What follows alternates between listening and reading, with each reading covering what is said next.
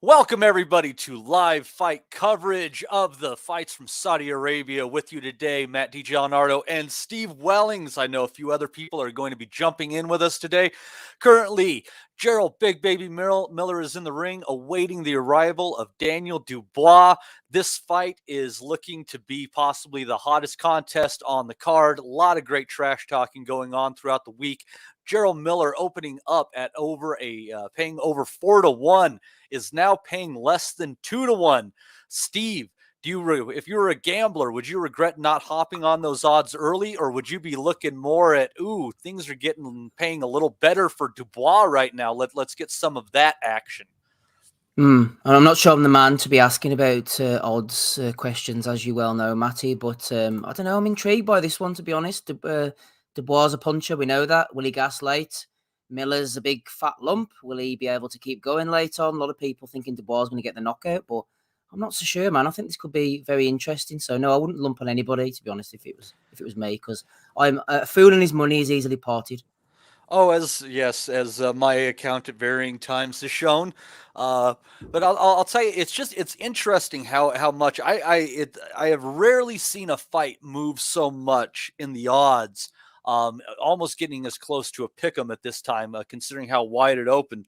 And I'm wondering there's two ways that money kind of moves in gambling, Steve. One of them is by the big money gamblers seeing value, throwing good chunks at it. The other is the public tossing a bunch of money at something and bringing it closer. So I'm kind of curious who brought this one, the odds closer on that one. That gambling money, the big money, it means a lot more. And I kind of wonder if this 333-pound Gerald Miller hasn't talked himself into a better position right now than more so than identifying his path to victory.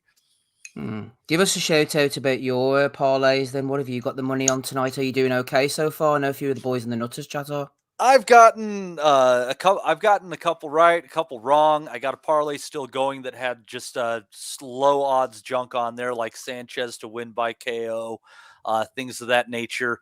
Got even money back on Jaya Pataya to go less than 5.5 rounds. Missed on Makhmudov. Picked him rounds 1 and 2. Obviously, didn't happen. And also missed Hergovic. I picked him rounds 3 and 4, and Demore didn't even last a couple of minutes in that fight. I thought that Demore's fate was kind of written in that one, Steve. But do you kind of wonder if they might not run back the fight, but change that to a no contest for some of the shots that were a little bit behind the head? It was kind of I don't know, a little weird. No, I think they'll just let it go, to be honest. We've seen him doing that before. He loves a rabbit punch, doesn't he? I think they'll just forget about it and everyone will just move on with their lives. Well, I think the sooner that we can move on from Hergovic against Demore, all the better in this life. Yeah, I think so.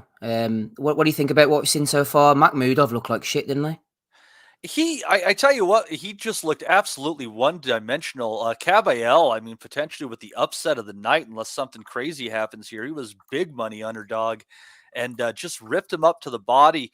He couldn't take it. I mean, I mean, he's a mountain of a man. You'd think he could absorb a shot, but my God, that fight was literally the opposite of how the odds makers had that going. Everything was pointing at Makhmudov taking out Caballel early, and here comes Caballel, and just absolutely smokes him, just beats him up, and you wonder. Some people are inactive just because they're bums and don't want to fight. But Caballel, I think he just might be legitimately one of the more avoided guys in boxing after seeing that.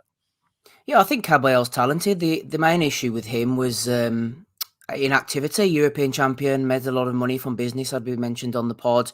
As for Makhmudov, though, I don't know. I have no agenda in the game whatsoever. I don't care about these two. I'm glad Caballel won, but Makhmudov looked terrible. I've seen him before, and he didn't look great, but I wouldn't be surprised if they don't come out and said he had a virus all week or something. Not excuses, but he looked lumbering. He looked like a flipping disabled version of David Price, man. He was absolutely terrible. And that neck twitching thing he kept doing, I wouldn't be surprised if some excuses come out for him. I wouldn't be shocked at all, and I guess we'll have to wait and see what happens with his next fight if they get him scheduled up again, get him back on the path. But I tell you what, that is one ugly guy. He's like Valuev with hair. My God, you get beat up in a fight. I don't know if it necessarily would be a bad thing for him. A little plastic surgery could go a long way. But here we are getting going. Dubois versus Miller, which has kind of become one of the possibly the most looked forward to fight of this card. Miller, big, beefy, all 333 pounds of him. Dubois, obviously a lot more chiseled, about 100 pounds less. Uh, Facial expression, I don't know. He looks really focused, Dubois, right now. I kind of like the trash talk from Miller this week. I think we're gonna see something from Dubois. We're either gonna see, Miller, the big man, just beat him up, and this might be the last we see of Dubois, or maybe, just maybe, Steve, Gerald Miller might finally have been the guy to light a fire under Dubois' ass and make him fight like it mattered. I would love to see that if that was the case. I want Dubois to win. Don't get me wrong. I just seen his deficiencies in the past, mental fragility. I think Miller can get into his head. We were talking about it on the pod on Sunday evening. That's the only reason I'm picking Miller. I have no affinity to him whatsoever. I've made my feelings known on him in the past. If Dubois bangs him out in 3 rounds, I think that's good for boxing. But I'm not so sure, to be honest. Quick shout out to everybody in the chat, by the way. Tosh is there. Malone. We've got Matt Butters. Triple C says, thanks for this, fellas. Sure, what else would we be doing on this Christmas Eve weekend? Justin Dull's there as well. Dr. FMG. Yeah, a few of the usuals. Take Ames is asking for a post-fight pod. We haven't done a current fight pod yet, so we'll get through this first of all. Yeah, we seem to be doing all right. Daniel Dubois getting his gum shield on his mouth on my stream anyway, Matty, from what I can see. All right. What I'm going to do real quick, Steve, is I'm going to pause this one, and you tell me when you get the first bell, and we're going to get synced up. I'm just a few seconds in here. Okay, fair enough. Yeah. Actually, I'm 40 seconds in, so tell me when you're about 2:45. Right. Okay. Whenever they're ready to start, I'll give you a shout. Yeah. Yeah. Let me know when there's 2:45 left in the round. Do that for me. Oh, Yeah, okay, fair enough. guys, this is gonna be. We're trying to get synced up. Things don't always work overseas with the way feeds come in and things of that Yeah. nature. So we're just getting it all squared away here. If you're on the U.S. end, you might already have the fight going. Feel free to pause if you would like to keep our commentary as your commentary of note as this goes on. We have everything muted. Everything's going to be legal. Just think of us as your as another option for commentary for this night of big heavyweight and light heavyweight action, which has been really fantastic so far. A lot of fights, not many have gone the There we distance. are. There, that's me. That's me. Boom. Yeah, that's Mahmoud off 4. Just finished for me. Where are you? Oh, fuck. I'm joking, Nick. All right. The ball bouncing, working off the jab a little bit. For a fat guy, I mean, Miller cuts off the ring pretty well. I mean, he cuts angles a little bit. He's not so much willing to chase you. I think he gets the idea that he's not going to win in a foot race. So that's what you got to do. It's all about the geometry. Size wise, I'm seeing them pretty even. Dubois a lot leaner, obviously. Yeah, he's just 6 months of depression away from being Miller's weight. Just a few bad decisions away. I'm not a fan of Miller's trunks, to be honest with you. They're a bit too short for my liking. Yeah. Well, it probably comes down to cost. I mean, he already has a lot of fabric investment into that. A little bit longer. I don't know if that's in the budget, Steve. Yeah. Tying up here. Miller trying to big man him. Dubois just trying to be more active to keep Miller at bay. Still working that jab. Catching him a little bit with the jab, right hand, getting parried away by Miller. Interesting tactics from Miller. Not a lot of movement, but just constant pressure, making Dubois work constantly. This is all part of the game plan. Yeah, it's not always pressure with your hands, just pressure with your feet, being in position to hit the other guy that just can start wearing them down. This fight originally scheduled for 12, brought down to 10. Regardless of who wins, I just don't see it as a distance fight. I don't think a guy Miller's size can get 10 with a guy who can punch and is athletic like Dubois. And if a guy like Miller keeps walking him down, I don't think someone as mentally fragile as we've seen as Dubois can hear that final bell. This is definitely an not go the distance fight to me, but we'll see. It's not like I haven't been wrong before, and I'm obviously will be wrong many times again. Yeah, shout out to Justin Dull, one of our American correspondents, says no way DD can move like this all fight. I would agree with that, actually.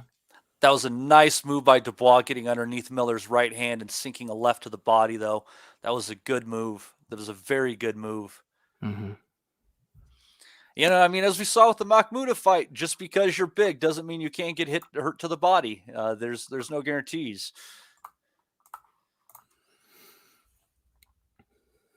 Yeah, a very active round from Dubois there. Miller will be happy with that, I think, as Ooh, well.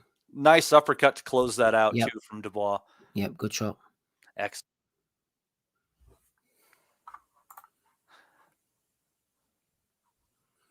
All right. I'm going to go on mute briefly, and I'm going to see if I can pick up some stuff from the corners. But Steve will be with you, and I'll be right back before the start of the next round.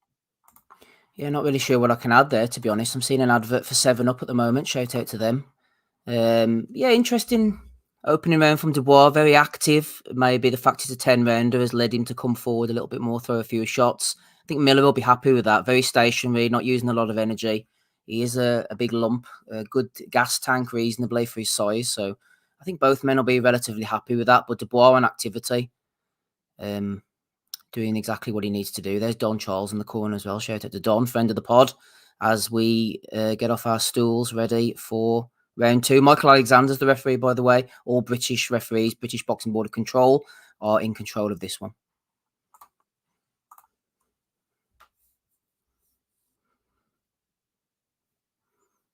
Well, Matty, what'd you get? Well, I was hoping for some words from the corner, but all I got were commercials for DraftKings and AutoZone. Oh, there you are. So We there got you 7 go. Up. Yeah, for all your betting, DraftKings, for all your automotive parts purchases, AutoZone, apparently, for bringing us this fine programming. A lot of body work from Dubois. He did that against Nathan Gorman as well, left hand in particular. Yeah, and I mean that shot against Usyk, whether one wants to say it was legal or not, that's obviously going to be sticking in his mind. The thought, what if I didn't just do that more? And with Don Charles in his corner, I absolutely believe that that was probably harped on going into this fight. Slow the guy down, make it so he can't walk you down, take his legs away from him, and he'll be there for you late. But Miller in that first round. I don't think Miller is here to win rounds, Steve. I think he is here to wear Dubois down and just see if he can't take him out. Yeah, I'm not sure what Declan's here for. He says Miller reminds me of an ex-girlfriend. Not quite sure what kind of ex-girlfriends he had, but Big. each to their own. Tying up more in here. Miller's getting admonished for pushing there by the referee. He's got to be careful about that. Big manning inside is very important, but the tactics have to be there. Miller trying with the uppercut there. Definitely having more success. Dubois standing in with him a little bit more. I don't know if that's what Don wants or if that's a mistake as far as the tactical plan of this fight that they have. Good uppercut from Dubois. He did step back and take a big, deep breath there, though. Mm-hmm. Yeah, he's definitely doing a lot of work, Dubois. This could be to his detriment later on in the fight. I think Miller's looking pretty comfortable. He'll be happy with this. Yeah, I don't imagine that he would have any complaints at this point in time. It's one of those fights where he's definitely not afraid to lose some battles in order to win the war. Getting a little bit sloppy with his feet there, but I got to tell you, for a big guy, he moves a whole lot better than Makhmudov was moving, whose footwork was just awful. There's a little bit of purpose with what Miller does as a big guy in his movement. Yeah, Makhmudov needs to get down to Jarrell Miller's pharmacist, man. He's buying from the wrong establishment, I think. Or maybe he needs to go and see Miller's grocer. Possibly. A few more shots from Miller there. A few swings Yeah, at the end. looked like Dubois was getting under it a bit though. It's Mm, heating up though, Steve. It's yeah. definitely heating up. Oh yeah, there's a few good shots landed at the end here. Dubois ducking out the way. Interesting. This is going to be a good. There's a reason I think people are looking forward to this fight. Some people run their mouth and do nothing. At the very least, Gerald Miller was going to be there to throw punches. I don't think he was going to let this opportunity go to waste after having that Joshua fight in his grasp and letting his path to fitness. Well, at 295 pounds, I guess it was his path to fitness. Get stop him there because that test was just terrible, and then to get popped again. It's actually pretty incredible for Miller to be back in this position. We're talking 5-6 years later, Steve, almost. Yeah, definitely. Absolutely. I flicked off there quickly and listened to a bit of the sound while you were chatting as well. Go to the body was definitely the word from Miller's corner. I think that if I was in both corners, I think I'm giving that advice. 100%. Yeah, it's interesting so far. I did kind of lean with Miller in the end. I haven't seen anything to suggest that that will be the case necessarily. I think it's pretty evenly matched, but I just thought Miller might outlast him, especially if Dubois is fighting at this pace. Yeah, a little bit, but ooh, Dubois just hit Miller with a mean right hand. Miller hasn't thrown much back since then. He still is coming forward. Yeah, I definitely picked Dubois before this fight, so I'm sticking with him. Let's see. Just kind of working jab at a distance. Neither man really taking charge at this point in time. Just looking for, and a nice hook by Dubois around the right hand of Miller. Yeah. Oh, Miller just coming up short. He's throwing some haymakers. You got to worry. That's that. If I was him, I wouldn't be doing that. I'd be waiting until the distance was there and throwing the shorter shots. You're a big man. I don't know what your gas tank is. I'm not going to be trying to throw hooky haymakers, especially this early on in the fight. Yeah, we mentioned the gas tank at Dubois. I think as well mentally, it's going to be interesting because if Miller has a chin, he keeps on taking Dubois' punches. Dubois' a big puncher, and if he thinks I can't stop this guy, I can't push him back 4, 5, 6 rounds in, then it could be interesting mentally for Dubois. When a guy takes your best punch and all he does is keep coming forward, it wears on you. Unless you really think you can box off your back foot for the distance of the fight, those questions start getting in your mind, and mental stress leads to physical stress, and it all falls apart.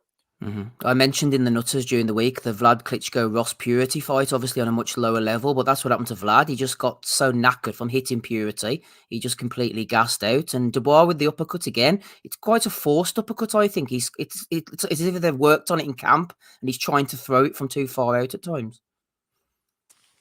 Yeah, I mean, what's lucky for him is Miller doesn't have great hand speed. So as of right now, he's getting away with it. But if he slows down and Miller kind of stays where he's at, everything will get a little bit more equal, and he could find himself in trouble with that in the later rounds. But as of right now, I mean, Miller's having his moments, but I just think that Dubois is picking him apart with speed right now, fighting a pretty good fight all in all. Um, he's just got to pick his moments and not stand in there too much. I think he's done a pretty good job with not letting Big Baby lean in on him and take his legs out that way. So fair play that as far as that goes. Good job from Miller there. If Dubois can keep this pace going, I think he wins the fight. I like what he's doing so far, but I like that jab from Miller as well. And hit the like button if you like what we're doing. We don't do this very often, so we are trying our best here. A couple of low blows from Dubois there. Yeah, a couple of that double left hook there with about 10 seconds left wasn't bad. Low with the first one, up top with the second one. Um, yeah, good round. I got to say, Dubois won that round. Again, I don't think the scoring of these rounds is going to be consequential. Andy Patterson hopping aboard with us. Andy, right now I've got it probably about 15 seconds with after the end of the third round, maybe 20. I'm just finishing the third round there now, mate. All right, so you're just behind us a little bit. What have you made of it so far, Andy? This fight and the whole night from what you've seen? I've only seen Makhmudov getting stopped, mate, and I've only just tuned in to the Miller fight here. But Makhmudov is absolutely shocking. Flat-footed, legs were all straight, seemed gassed after 3 rounds. Pretty basic. And Kabayel, fair play to him, finding shots, right hands, body shots, just took it right out of him. Just seen the jabs here by Dubois and that. Yeah. Static head from Dubois there. He got caught with a couple straight in a row. Yeah, nice pace to the evening as well. You have to feel at some point, Andy, there's going to be a big break where they're going to have a concert or something, or we're going to have to sit for 2 hours. Well, this is what I was thinking, because when I heard obviously the event starting at what was it, half Quarter four? past Somebody said, 4, yeah. aye. I was like, they're going to string it, and they're going to have the main event at 11 o'clock. How are they going to string this one out? So yeah, I'm expecting some sort of concert, maybe Lady Gaga to turn up here. I've just got to start the 4th round coming up here. We're a little bit ahead of you. Referee warning. I'm at Dubois 2:48, the 4th round. 220. Yeah, 220 odd as well for me. Chris Mannix has got all 3 rounds to Dubois. Matt Butters, more importantly, our scorer, has it 2-1 to Dubois. I would argue, if you're really taking scoring seriously in this fight, that Miller had an argument in the second round. 2-1 Miller, says Tosh Malone. So interesting variations there. He likes them big. Mm-hmm.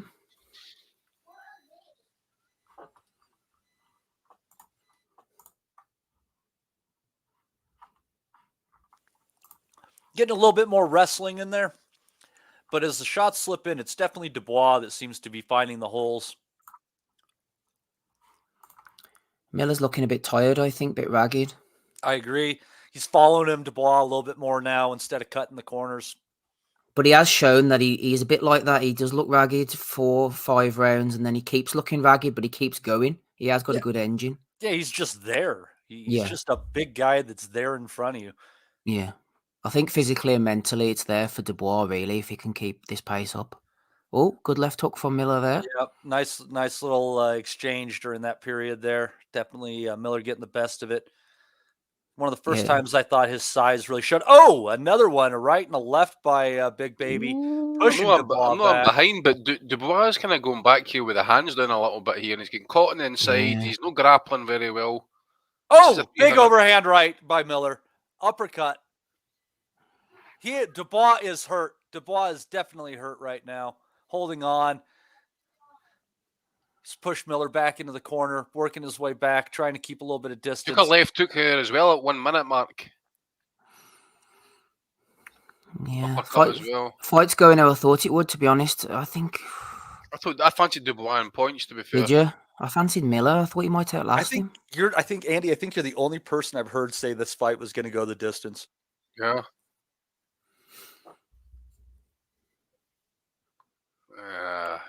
There's nothing in Dubois' shots just now, by the way. See those wide shots that Miller's throwing? He's having problems trying to defend them. He's needing to get those hands up.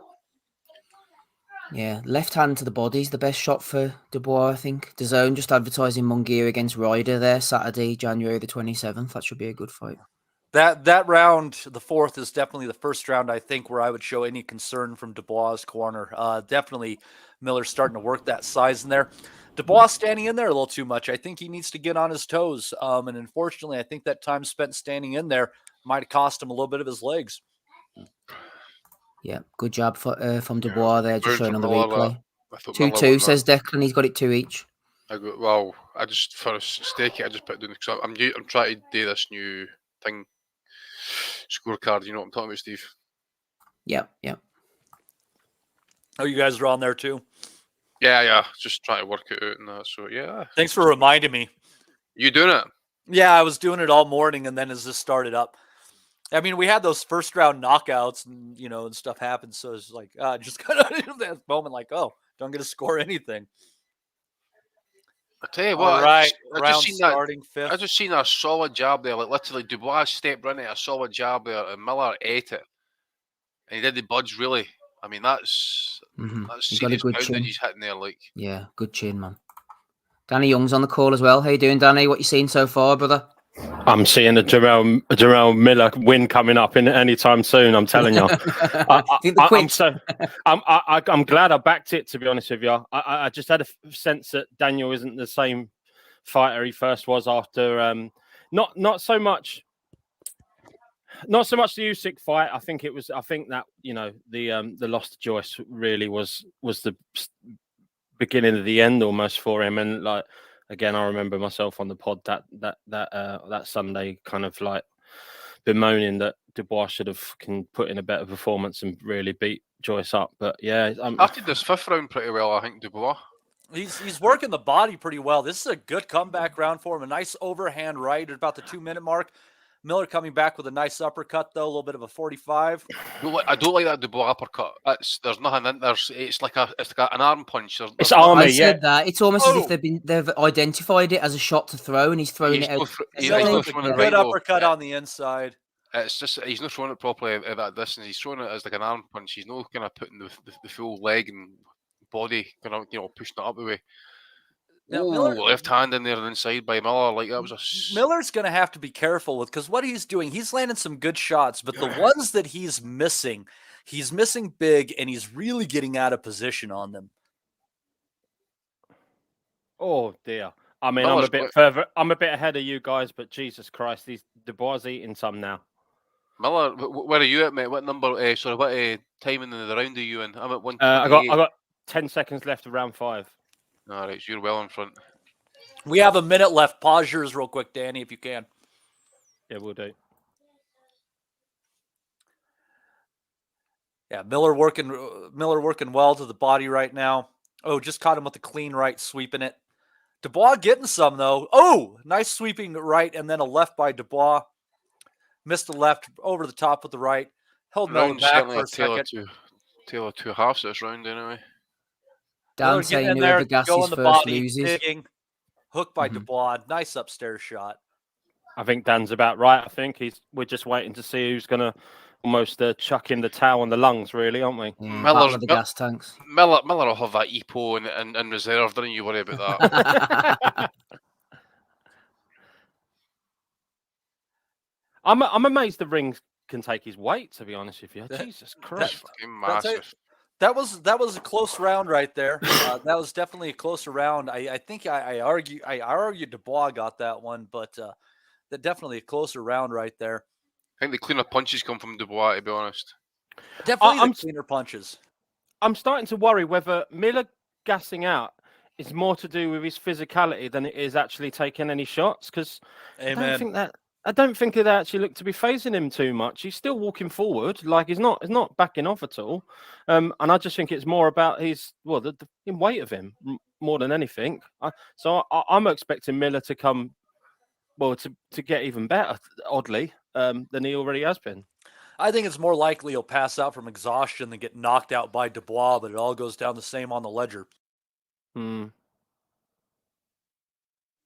It's interesting, though. It's already begun. It's already an interesting fight, though. It is. And what odds did you get Miller at, Danny? Oh, so I did it in a double with Wallin. So I got 14-1. That's a good combo. I got Miller weeks back at 9-2. Yeah, good prices. You can't. I mean, I worry about Dubois. It's the shots on the back of the head. When his legs go unsteady. I don't know. I just worry about him. I do worry. All right, we're about 20 seconds into round number 6. Yeah, likewise. Yeah, I paused it and hung with you. Miller working his way forward. Dubois, the jab seems more to keep him Miller off than purposeful the way he's throwing it right now. Close the distance, tying up now. Not as much action on the inside as earlier. They said it on comms. Dubois starting the rounds pretty well, but I think then Miller kind of comes into it. I mean, he started this 6 pretty well, hasn't he? Mm-hmm. No, I was just going to say they said it on comms earlier. It does make you laugh that Dubois he tries to move his head out the way, but somehow manages to keep his head in the same spot, but move the rest of his body out the way. It's peculiar. Like his head, he looks like he's trying to move, but it doesn't. It's really odd. Like it's just a lack of movement, upper body movement. It's just not there at all.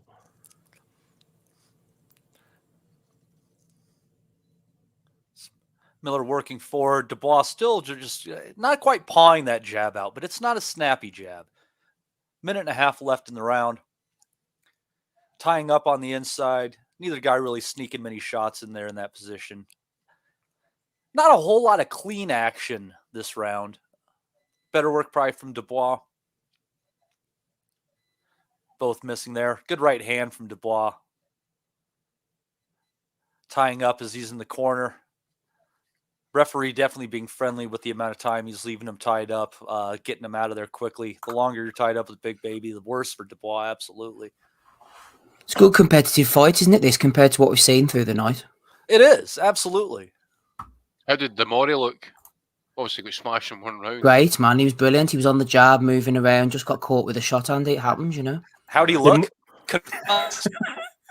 Demore demoralized. Dubois no more.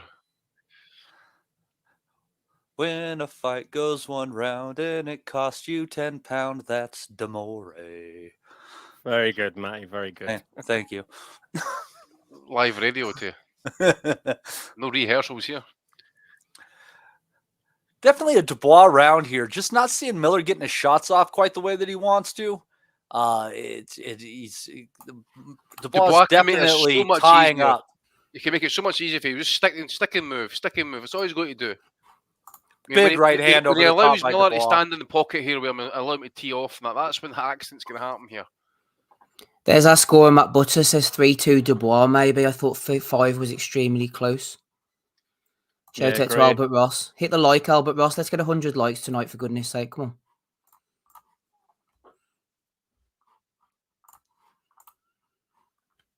Some super chats to keep the lights on. Yeah. Let's go, boys. Come on. Joseph Parker arriving on my stream. Joseph Parker. He's improved, apparently. Steve, I don't know if you've mentioned about the earlier fight, but I was very impressed with Caballero by just adding that in. This is what I was saying to the boys now. I mean, it's not so much. It's not the fact that he isn't a good technician or a good fighter. Nah. It's just the fact that he's no active enough in competitive fights often enough. And I've said it before, Steve. How long have we watched McMudo for over the last couple of years? Saying we just need to see him tested now. And my God, man, did he unravel? Yeah. All right, round number 7 is upon us. Kaiser Koba's testing the bank balance there, Matty, with a $5. He says, "Why not? Why not, indeed." Thank you, Kaiser Koba. Always appreciated, sir. Definitely appreciated the way that I don't think man. Aussie dollars come in there, dingo dollars. That's the Dr. FMG. He's in the Patreon. Great work, lads. Dubois will walk into a left hook, he says. Thank you, Dr. FMG. Miller with a little bit of extra pep in his step this round. Act like he got the Panama Lewis bottle. I don't know what's going on here. I smell insults. Steve, just a shout out. Mike Tyson. Oh, good uppercut by Dubois, though. Just want to give a shout out to my Scottish pals, Economics. I've got the pizzas in tonight, lad. Cheers. Good lad, Zico. Well done. 3-3 says Declan. He's got it. 3-3. Manix has it 58-56 on to Dubois on my card, on my stream. Sorry. I think that's fair. I think you can even argue 5-1 for Dubois. 5-1? Yeah, because I think that 5th round was the swingy one. It didn't necessarily have to give that one to Miller. That's interesting. Good uppercut by Dubois. Or Miller, I'm sorry. Jab as he's coming in. Good right hand. Oh, good right hand, then uppercut by Dubois. Man, Miller just walks through. Double right hand from the southpaw stance there.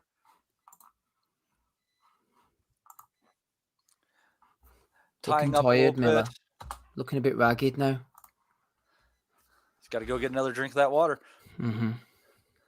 Yeah, we wondered if Dubois could keep up this activity levels, and he seems to be so far. All good right hand, at a left hook in return. Good fight, this. Good scrap. Absolutely. Got 50 seconds left in the round here. Kind of stuck inside, not tied up. Not doing much, though. Good jab by Dubois. Holding on now. Keeping Miller from working. Oh, nice right hand is there separating by Miller. Blood from Miller's mouth. Maybe his nose, but definitely his mouth. I feel like Daniel's too close to actually let his best work go, if that makes sense. Like he just seems to be kind of almost tying himself up a little bit too much at times.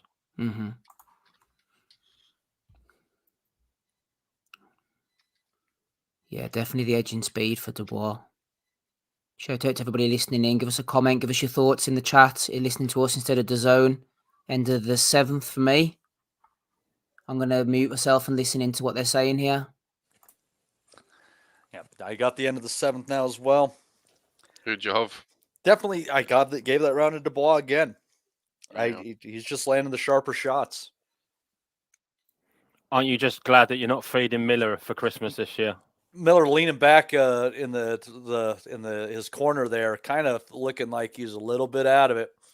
We'll see. We'll see. Just quickly from the corners there, Miller's corner team saying that he's too close, similar to what Danny said about Dubois. Barker thinks he's tiring, he's breathing heavy, he looks a bit despondent on the stool. Yeah, tell him he's giving those arms up at the end. So yeah, he was pushing a few of those shots, and he's just kind of like walking, but not really properly punching, just throwing it out there. Yeah, Darren Barker saying he's missed everything. And there you go. I mean, he stepped him a right hand there, and Dubois just caught him right in the middle, and then an uppercut as well. Lovely left hands to the body from Dubois. Nice right as well. Dubois looking fresh, liking this. But he's been drinking at the bottom. Oh, just a great right hand from Dubois. Left hook as well. He is lighting up Big Baby right now. Big Baby's got some chin, man, because we know Dubois is a puncher. He really does have a hell of a beard on him. And it's just, I'll tell you what, if you could have stayed off the stuff, man, him at 290 pounds 5 years ago, he challenges a lot of heavyweights. I don't think, good left hand by Dubois. Good left hand. Was that the left hook? Yeah, Miller looked like he was wobbling, but he was just posturing, I think. Yeah, he just took it. He just took it. Everything you think is going to take him out. He just stands there. Dubois is definitely looking fresher this round. He's definitely on his feet a little bit more, on his toes, yeah. Yeah, I agree, Danny. He's got that range that you spoke about. He seems more comfortable at that little half step of range. Indeed, yeah.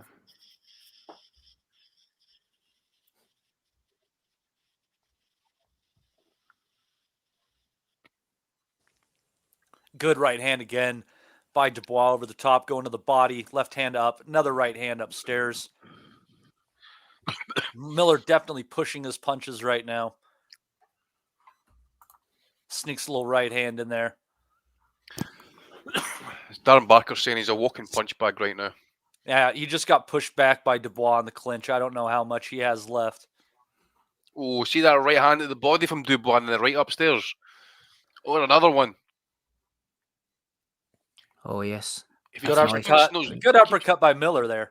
He's punching the body, Dubois. He'll get the stoppage if he keeps it up. Justin thinks he's going to finish him. Yep.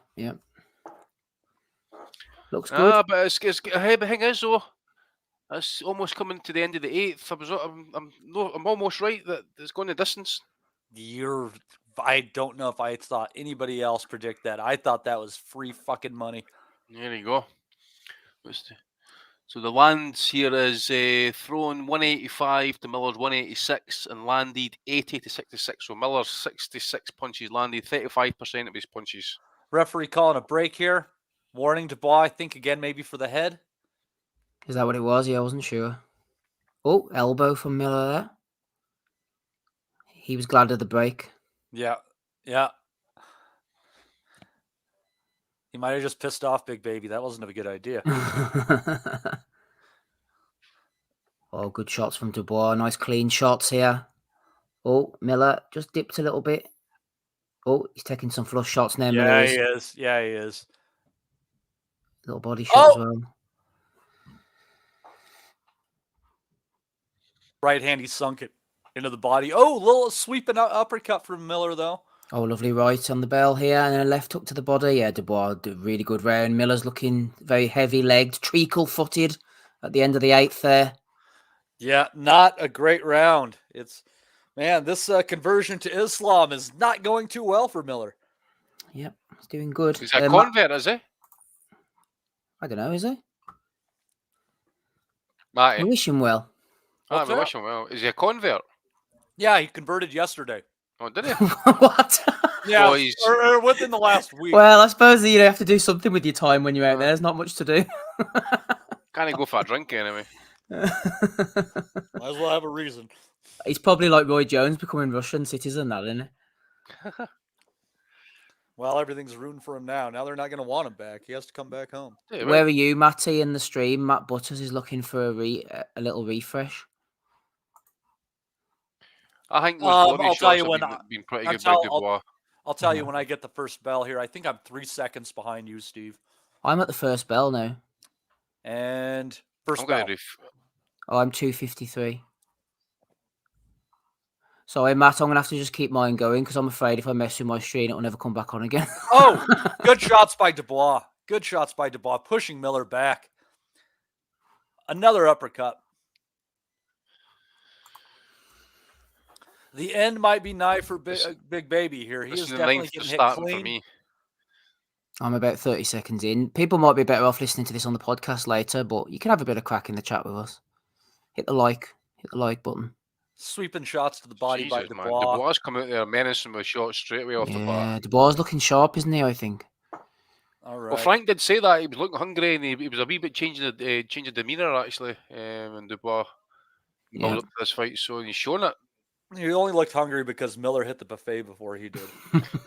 Damn, Raphael, is he out there? This is classic crossroads, isn't it? If whoever loses, where's Miller going after this one? He's gone back to the Indian reservation type fights, isn't he? Yep. I'm liking Dubois' jab in this 9th round. I'm liking his body shots actually in the previous round. He just needs to start doing more of them, especially the right hand to the gut. Elbows from Miller. The ref hasn't picked up on it yet. He's done it a couple of times. See that wee sneaky uppercut he's thrown at the body. That's what he needs to keep Good doing. uppercut from Dubois. Miller's become a bit of a punch bag now. His offensive output is very limited. He's just there to soak up shots. He's walking forward, not even jab. He's just kind of walking, hoping to try and land something, but he's not even setting anything up. He's no jab. He's talking to Dubois. Oh, good right hand there. Miller's taking way too many shots in this round for me. It's starting to get dangerous now. I'm happy to see him take these till the end, to be honest, because he's a scumbag. Tony Bellew will be sitting Steve there. wants prolonged death. Where's Steve Schmoger? But the thing is, though, Tony Bellew's in the right place to be kind of like demanding punishment be taken here immediately. You know what I'm saying? Stone him to death, mates. Alan C says, question for you all. I can't find this fight anywhere on my stick. I'm not sure there's a question in there, Alan, to be honest, but good luck. We wish you well. Alan, it's in the pay-per-view section. There you go. I'm trying to help you out. Allegedly.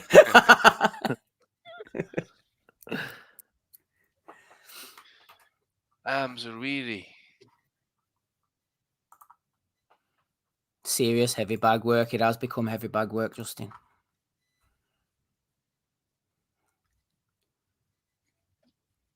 Definitely those body shots are taking it out of Miller, like, because he's got nothing really. He's only really throwing punches when Dubois is allowing him to get into close quarters, and that's when he's kind of like, there's nothing in them. But there's no point in Dubois being there.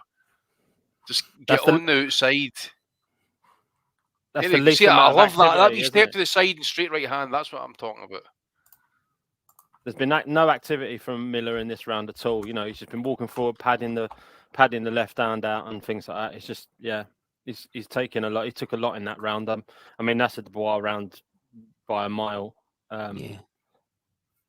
Dubois' fight to lose now, don't I? Yeah, I believe so. I think if Dubois can set his feet and land something, a big right hand, this could be all over. But again, it just, Miller's got some hell of a beard on him, so we'll see. 10th round.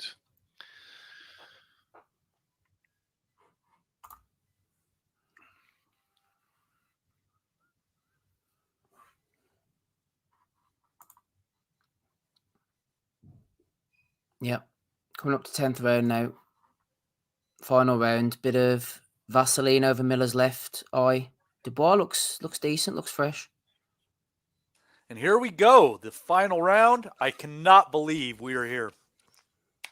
It's Here insane.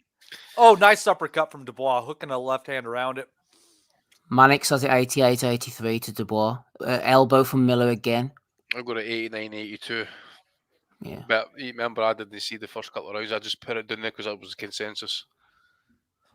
I thought Miller would outlast him and get this one. I was wrong, as usual. Big swings from Miller. He's trying to go out on his shield, to be fair. Come on, Dubois. Finish him off. Oh, Miller looks gassed hook now. He really does. He took a big shot there. Yeah. Yeah, he that was a great left hook. Yeah.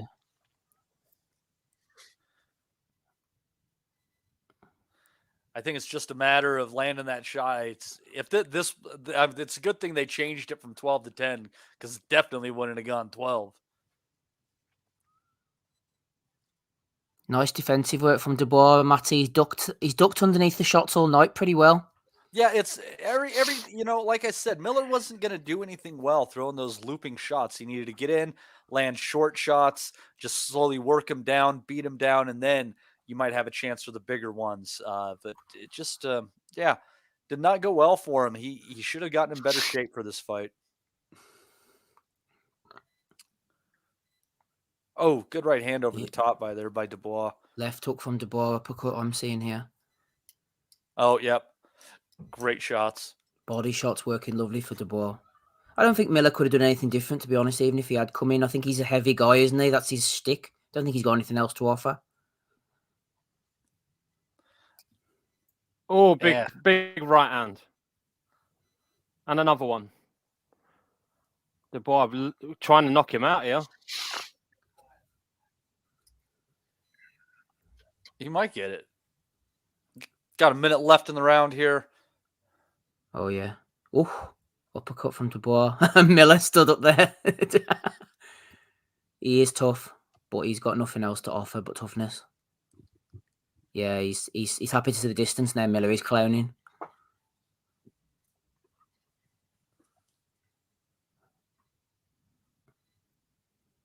Left hook. I cannot believe this fight goes the distance. Unbelievable. That is the shock of the night for me. Stopped it. Oh. What? Yeah. He stopped it. Yeah. Damn it, you're like It's 10 over. seconds ahead of us. Oh Sorry. my God. They are, Matty. You're right. Fight wasn't going to go the distance. 10 seconds to go. My 10 cousin seconds. Daniel 11 Daniel Dubois by KO saves the day. That's I it. covered by 4-1. Miller took. It was a left hook that set it up, mate. It was a Yeah. left hook with about 30 seconds. Miller was out on his feet. He was taking a lot of headshots. I would have liked to have seen it continue. Steve. It's terrible, isn't it? Steve wants blood on a Saturday night. Harvey's with me, says that was so gratifying seeing another sick bastard in the chat there. There you go, you couple of sickos. I tell Fair you play, what, Dubois there. Like that was a good test for him. Very good test for him. A big unit. Like it was going to obviously take a lot of punishment. He did take a lot of punishment to Steve's liking, and thankfully he's got a KO now that he can hopefully add on to his record and try and move on from there. This is a perfect fight for him to get his confidence back, to prove that he can handle someone coming towards him, take out a stronger, bigger man in a fight. I think that this is definitely going to give him a chance to move into a new stage of his career, a more confident Daniel Dubois emerging from this fight. Yep. He's got his man strength now. Good win that was. Very good stoppage win for Dubois. Fair play to Don Charles as well, friend of the pod. Love Don. Way to be Don. Yep.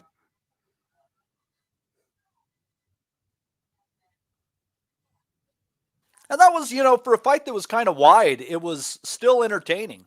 The first half of the fight was definitely better before Dubois started taking over. But I thought that was a pretty damn decent heavyweight fight. I enjoyed it. Yeah, My I only thought it would be the best fight. Dubois, sorry. No, go ahead, Dan. No, I was only going to say my only criticism of Dubois is I'm still slightly worried about kind of those big looping shots to the back of his head. But I suppose that's for a lot of you say about a lot of boxers, I suppose. And it's just that he just needs to find that range.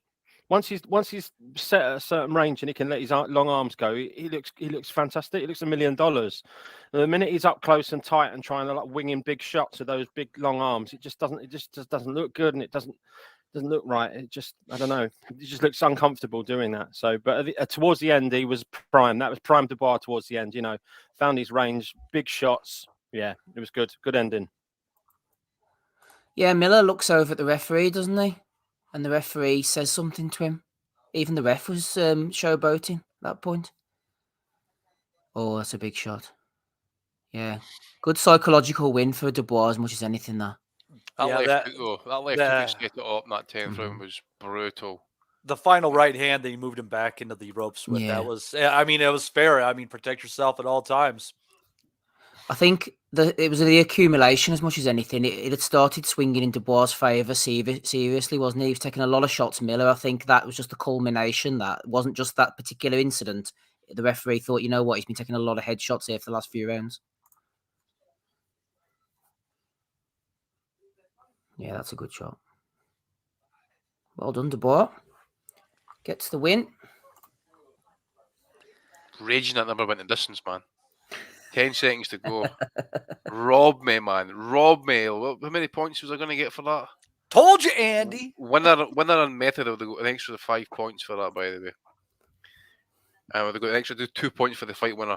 Absolutely shocking.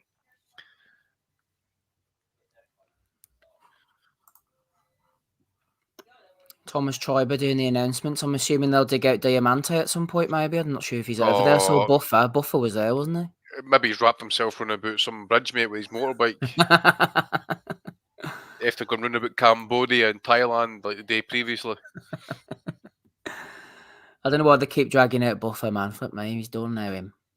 No, where did I see Buffer recently, actually? He was there yesterday, wasn't he? Someone was giving him the weights and he was announcing them. Was there no event over somewhere nearby in Dubai maybe in the last couple of weeks? I'm sure he did. Possibly. Thomas Triber. I remember he used to be in Channel 5. He was That's right. chronic, man. Thomas Triber. His voice never changes. It just seems to stay the same. Delboy ringside, wishing he'd got himself a little bit of this payday, wouldn't he? Ugh, not him. What else did you see, Dan? Did you see Hrgovic earlier? Yeah, I've seen it all, mate. To be honest with you, I mean, Hrgovic for me is he's terrible. Like, I think he's a bit like a Makhmudov. The minute he gets a decent opposition, it's game over for him, I think. Miller and Dubois hugging it out in the ring. Sorry to interrupt you there, Danny. Kind of surprised about. It's good to see that. Like I think I honestly, I gotta tell you guys, I think that Daniel Dubois is going to have a very deep appreciation for Jarrell Miller because of this fight, because of the way that Miller forced him to come in there wanting to fight, a reason to fight, got everything kind of pumped up with the way that he runs his mouth, gave him a chance to give a good performance and all that. Like I really think that Jarrell Miller brought out the absolute best in Daniel Dubois. He did. And the worst in that last round. That's what we wanted to see. A nice finish. If he would have attacked Usyk's body the way that he went after Miller, I don't know how that fight would have went. Yeah, he was probably a bit sheepish, wasn't he, after the low blow incident? It knocked his confidence, whereas he just grew in confidence tonight. You know, Steve, in his position, the way I would look at that is because I don't think he was going to win a decision. They didn't take a point from him. He still has a couple more if they call it that way. I would have kept swinging. Yeah. Here's a question for you boys. Obviously not about this fight. Opataya, do you think if he's seriously like, because let's face it, that division, cruiserweight divisions hasn't really got any names in it anymore. You know what I mean? Most of the names have now come and gone. Do you think a step up? A step down to light. Would he get down to light heavy? Don't think so. He's a big unit, isn't he? They're talking about him moving up to heavy. Really? Yeah. He's so comparable to Usyk's dimensions. They're really very similar sized men. He's not going to be a big heavyweight, but again, another good southpaw, amateur background. He's got great foot speed. I think he can play as a small heavyweight 100%.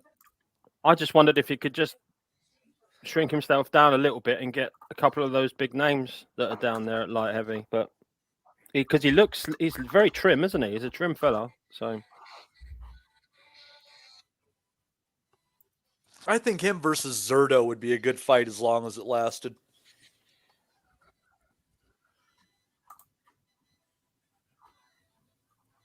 Dubois on the mic now. He said he showed a lot of heart. He's proud of his performance. He's given a lot of glory to God, which is always good. Which one, though? I'm not sure. They're all the God of Abraham. Yeah, he said there he had to prove it to himself, to show it to himself as much as anything, and I agree with that actually. As you know, it was proving to himself he had the heart and the psyche to get to that point. Yeah, it'll boost him no end, that one. Like, Yeah. there's nothing worse when you get a guy that size just walking to you and you're hitting him your best shots and he just keeps walking. You know, it's hard. Like, his hands will be bloody killing him, I think. Do you know what I'd really love actually for Daniel? I'd love for I'd love for Warren to kind of back Daniel and stick him in with the loser of Joshua Wilder if that happens, just to see where he's at, because the timing might be very good. Like, Oh, he's definitely in the picture for the next Saudi Arabian show anyway, whenever that is. Was it the music card? yeah. I honestly think that it's not a perfect fight, but if pardon,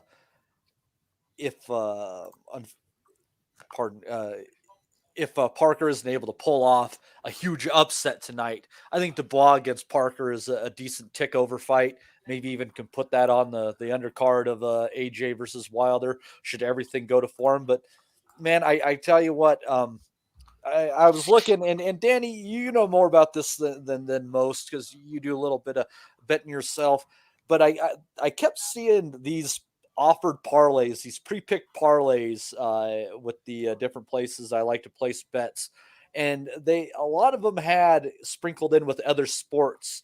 They had Wilder by KO, and they also had Joshua to win in there, and and just building your accumulators as you so refer to them. And it leads me to say that the books think, be it Wallin, be it Parker, one of them's going to upset the apple cart tonight. That's the dig I'm getting on why these fights are included in all these different parlays.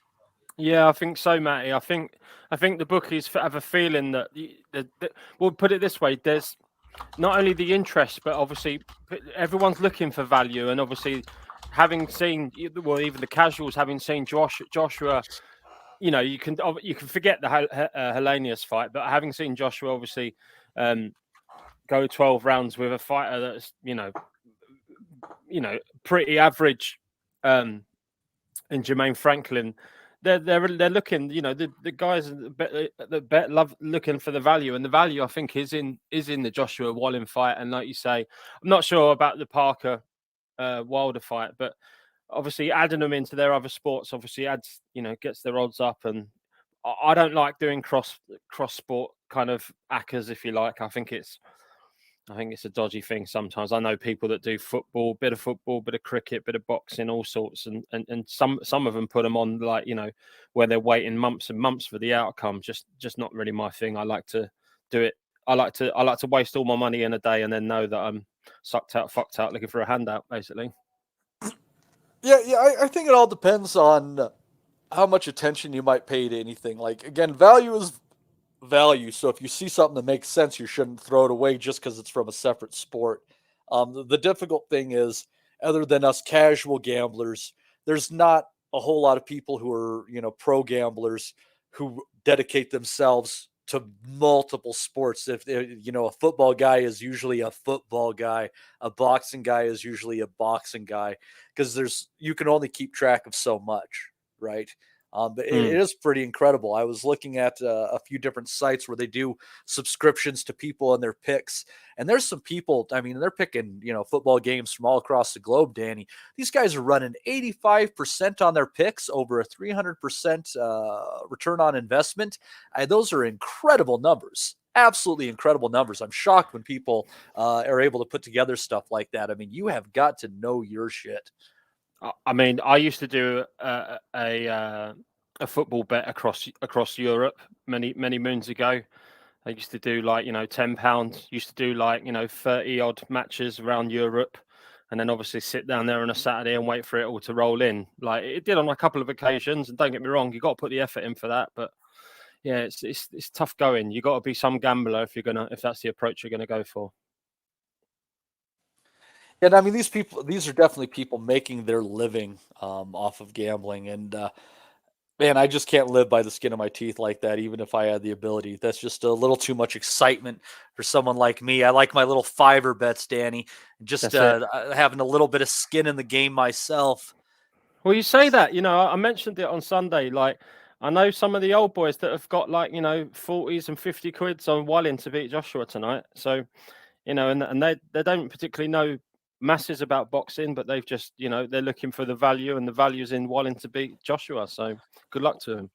Well, it's you got to pick those moments. When this was originally scheduled for 12 rounds, I took the under 10 and a half at base. What would that have been? 3-4, and I put 20 on it because I'm like, that's good money right there, absolutely good money, and I would have gotten it by the skin of my teeth. But it was still a winning bet. And then unfortunately, when they changed it to 10 rounds, they voided all the damn bets on that, screwing up my money. Yeah, I see that. Yeah, that's poor form. Yeah, what the hell? Yeah, what the hell? Protecting their pockets like that. What happened to the customer is always right. What about the consumer? It's a backwards world we live in today. Well, talking about the consumer, they won't be happy right now because you got Tony Bellew on the mic once again, telling us how it is. Well, obviously, this is where people would definitely want to tune in to this live fight companion coverage from Boxing Asylum, where we don't have Tony Bellew on the mic, but we do welcome him back from the jungle. We're also happy to have Steve Wellings, Addy Patterson, Danny Young, none of which are in the jungle, unless you consider Scotland some sort of a jungle. Andy, is it like a snowy jungle there? No, mate, it's actually, believe it or not, it's actually quite mild. Tops off type weather, 10 degrees. You go further east to get the bad weather, mate. Snow and cold. So you're talking about -5 in that neck of the woods. But it's practically summer in Scotland today. It is, mate. It bloody is. I'm not kidding. It's like, honestly, this morning I checked the temperature this morning. It's like 10 degrees. What is that, like 45 Fahrenheit? I don't know, mate. Give me a second. Somewhere in there. I've just noticed the Gad's chasing Dubois out of the arena. Hopefully, with the key question, are you going to be taking a shower after? I was just 50 degrees, mate. 50. Okay, yeah, that's comfortable weather. It's been really mild here lately. People have been But playing it's been golf raining all though. month. It's been raining and high winds, but I didn't mind the cold, but I hate the rain.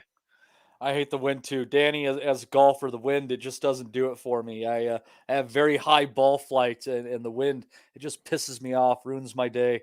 Matt, I've got a higher ball flight. You can ask for misses, but I'm telling you, when the wind comes, I just don't bother. Honestly, it just ruins my round. So put the ball back in your stance and swing 3/4, or I could just stay home and get drunk. Cost me less money. Just cheaper to send the kids out of the house, right? Dad's house today, damn it. All right, I'm going to leave it to the boys here for a second. I'm going to go and take a short break, but we'll be back. These fights have been moving on pretty well, I would expect, especially considering that fight almost went the full distance. I think we're probably going to be seeing Bivol and Arthur in the ring in roughly 15 to 20 minutes. But the boys will be here, and I will be right back. Andy, you still on there? Still here, mate. I'm just trying to get a copy of that Gio Pataya fight. I'm just going ready to stick it on, actually. So if you want to have a quick run through repeat of that one, I'm just ready to stick it on now. So no, he just Pataya just looked good. That's all he did. Looked good. Did what he needed to do. I mean, where did that opponent come from as well? Like, that's one of Frank's guys, is it not? Yeah, it's just they could have lined him up with someone better for this. Do you know what I mean? Yeah. Why did they not have the Bradis rematch on this? Because obviously bigger money, mate. I think in that as well. But I think the fight had already been signed, and he was getting threatened to get the title taken off him. So it's just starting here, round one. Repeat of Opataya against Zorro, basically kind of jockeying for position, like the wee fence and that of Opataya, like kind of tries to obviously being a southpaw, tries to get to the outside, bobbing in and out. There's nothing to dislike about Opataya, I got to be honest. It's just the way he goes about his business. He's just vicious, isn't he? He is going to have to, obviously, at some point. I think it was you, Danny, mentioning the lack of talent at cruiserweight. Certainly, if it's a lack of talent, there's also like you've got a few names that have been through the wash a couple of times there.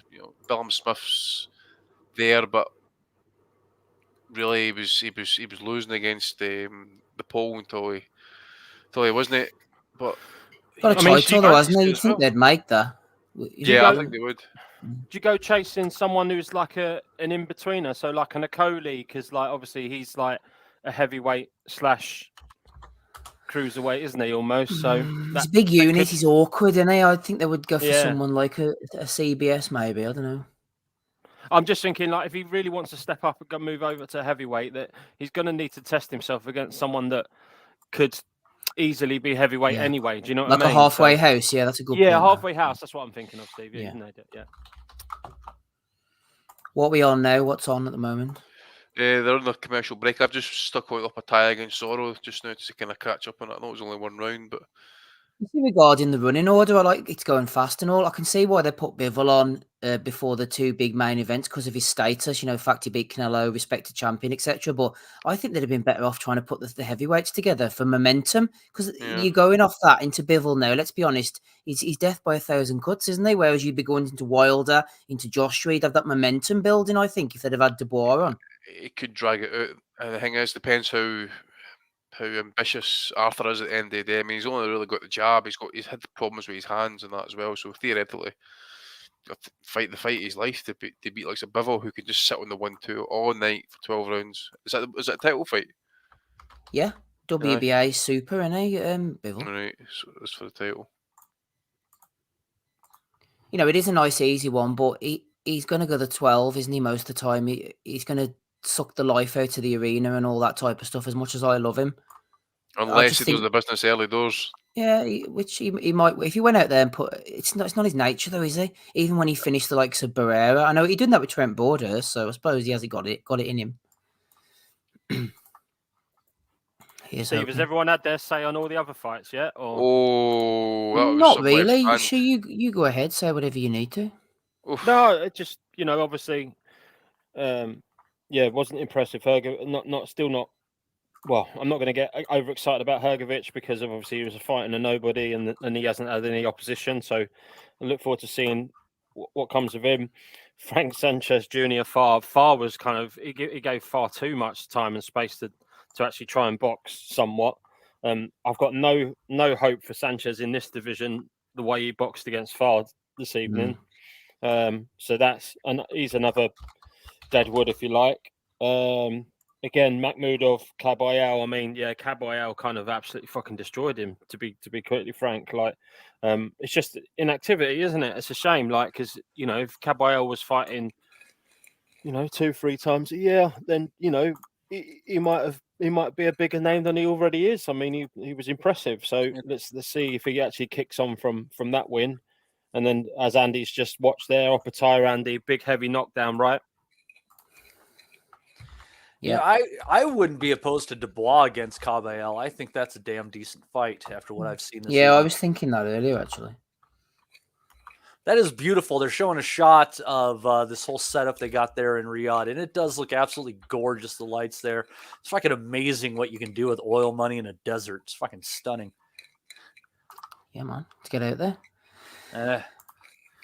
As for Caballel, though, just quickly, didn't Top Rank, don't they have the contract of Makhmudov? Or didn't they sign Makhmudov at some point, Top Rank?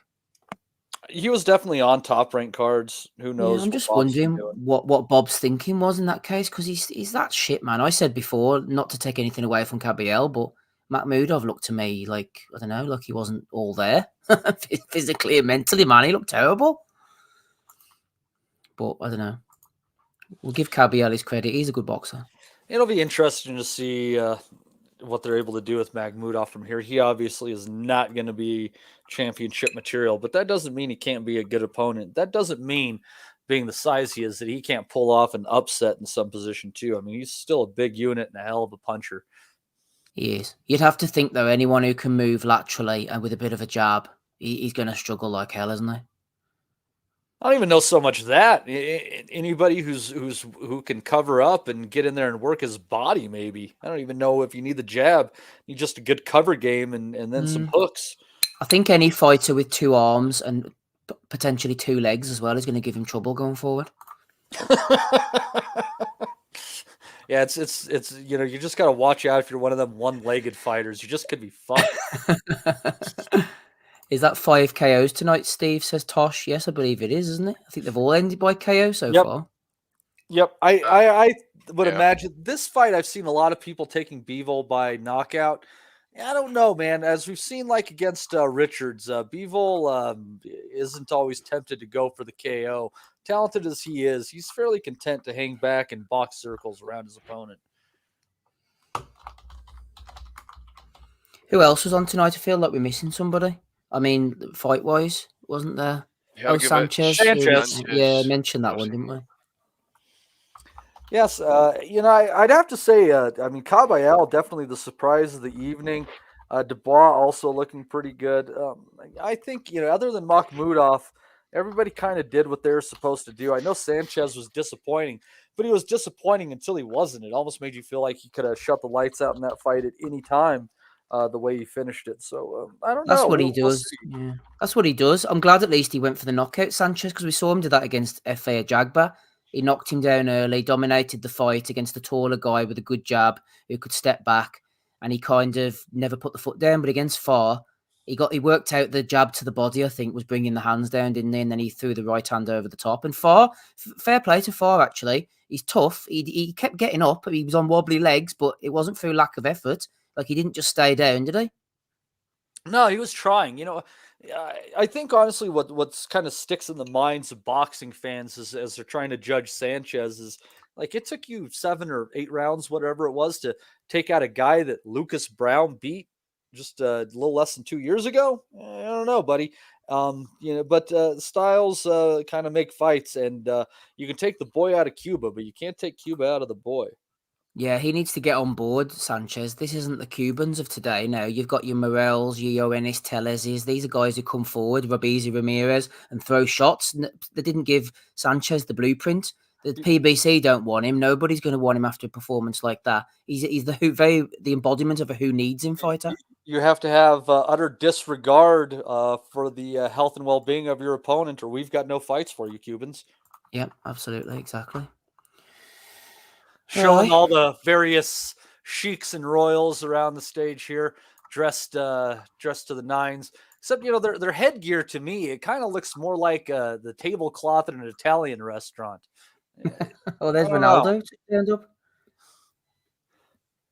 Ronaldo, a soccer star, player. as you would say, Matty. Yep, he's there. There's another ring licker, Bellew, on the screen now. He's in the right place. Didn't Ronaldo get signed to some huge deal with a Saudi club? Oh, he plays for a Saudi Arabian Conor football team. McGregor walks like he's carrying a big 10-ton shite in his pants, man, doesn't he? What is wrong with that dude, man? He walks like a human. He walks like an orangutan. He's loving life, isn't he? Getting high on life, basically, mate. Like that Cake song. When she walks, she swings her arms instead of her hips.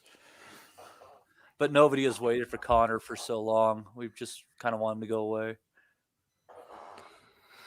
Were you guys not a fan? Yep. Were you guys not a fan of Cake in the UK in the 90s?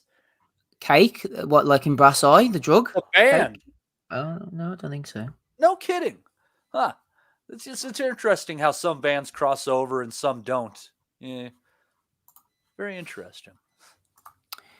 Anything else on the agenda then, Matty? I know we're doing the Saudi Arabian stuff tonight. Anything else you've seen in the boxing universe? People have been sending me Bellew of the weeks like it's going out of fashion, but I don't know when I'm going to get a chance to read them out, unfortunately. So I've got a few. No thanks. If I had to take a guess, if you want to upload them, Steve, I would imagine between the Bivol fight and Wilder, we'll probably have the space of close to a half an hour.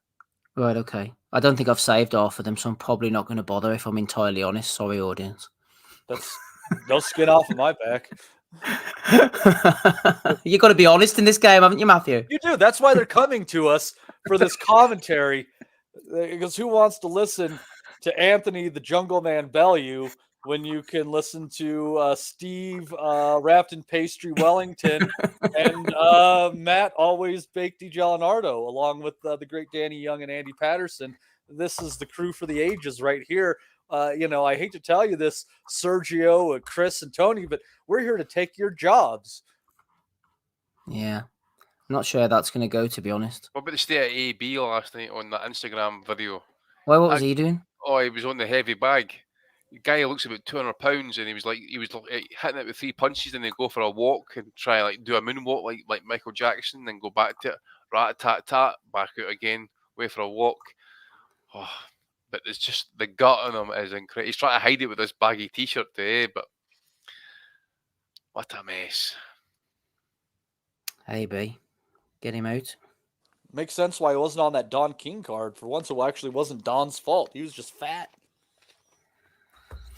Conor Benn fighting Peter Dobson. What? Who? Peter Dobson sounds like a guy who would read the nightly news. Sounds like an extra out of Coronation Street or something like that. You beat me to it. I was going to say extra from EastEnders, but yeah, yeah. Walks into the Rovers return, want to bet his hot pots, eh? What are you doing Peter, here, how you Peter? doing? Hello, Peter. How you doing? Peter the hot pot Dobson. Oh my god, man! Great place has gone wild. So I floated it down to Mrs. Wellington about the post-fight pod for Inoue. She's not pleased, but she realises she's got no choice. So it looks like all systems go. Oh, awesome! Oh well, that'd be good. Yeah, I mean, I could be. Well, what's that? We're going to be about 2:00ish, isn't it? It's going to be about 6 in the morning for me. Yeah, someone was saying it's supposed to be on about 10 o'clock in the morning for us or something. I didn't think it'd be that early. But I've been told. Oh, my understanding is that the event kind of is like around about 12ish, and by the time we get to see Inoue, it's probably going to be about 2ish. Yeah, I thought that too, but we'll wait and see. All good. Tony's one button on his jacket looks like it's having an absolute nightmare there. I see him now. Gilberto Ramirez, they had on the feed that I'm watching. I think it was Ramirez anyway.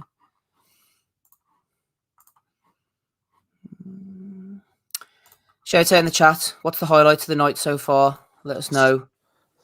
The super chat, Steve. That's the highlights of the night this far. Super chat so far. Yeah, got 3 of them in there so far. Kaiser Koba 5, Dr. FMG 799, and Ryan Deal sending in 10 of them New Zealand dollars. I like those dollars, Steve, because New Zealand rates very highly on the Cato Freedom Index of the freest nations on earth.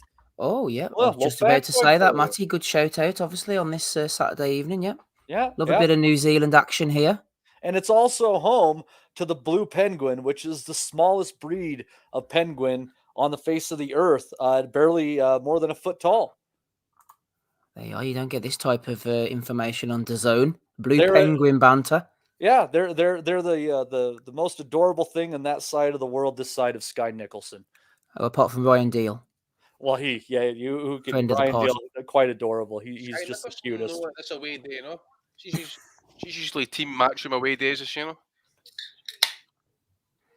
Don't know. Not allowed women now, are you? So the latest with Sky, is I don't know if she's elevated to full WBC champion, but Amanda Serrano will not be fighting her as the WBC is refusing to sanction women's boxing over 12 threes, and that's the direction that Amanda is insisting that her career goes. Her next fight going to be March 3rd in Puerto Rico against Nina Meinke. Jake Paul on the undercard with yours truly in attendance.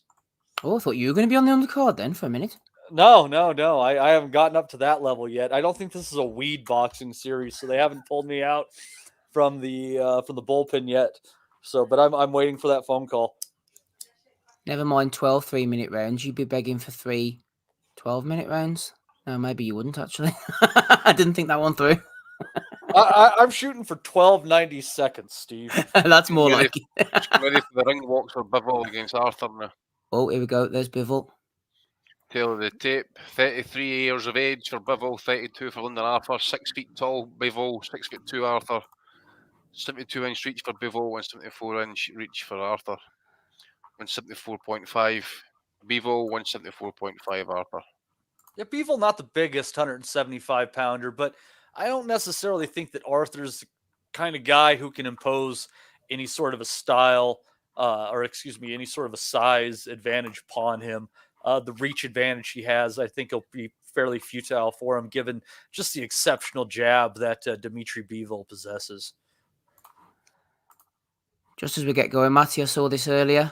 One more round, fighting Father Dave Smith, boxing on for children's charity, age 61. He's got a fight coming up this weekend, apparently. The Punching Priest, he's bankrupt and looking to keep charities alive.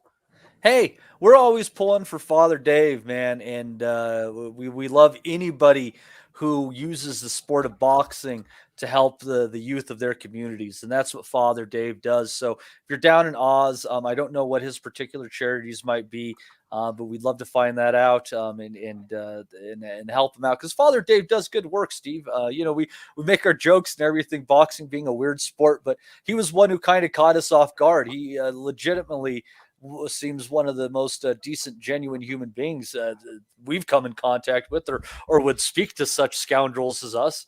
Mm-hmm. I just want to check: is that definitely a children's charity, or is it a free Julian Assange charity or something like that? He was doing a Julian Assange live stream, a webinar or something the other day. Yeah, that's right. Just make sure your money goes to the right place, people. Just double check. Yeah. So. Assange is Australian, isn't he? No, he's not Swedish, isn't he? Is he? Well, maybe he's Australian. I don't know. Don't know much about him. He's welcome to come on the stream if he wants to with us on this Saturday. Oh, he's not. No, he's not. Either Paul will be listening to that one, mate. Can't have Rob paranoid that he's not. We could have the fellow dressed up as a woman on. No, I'm going down a rabbit hole here, aren't we? Let's get back to the boxing. Oh dear, where are we? I thought taking his time, man. We put it that way.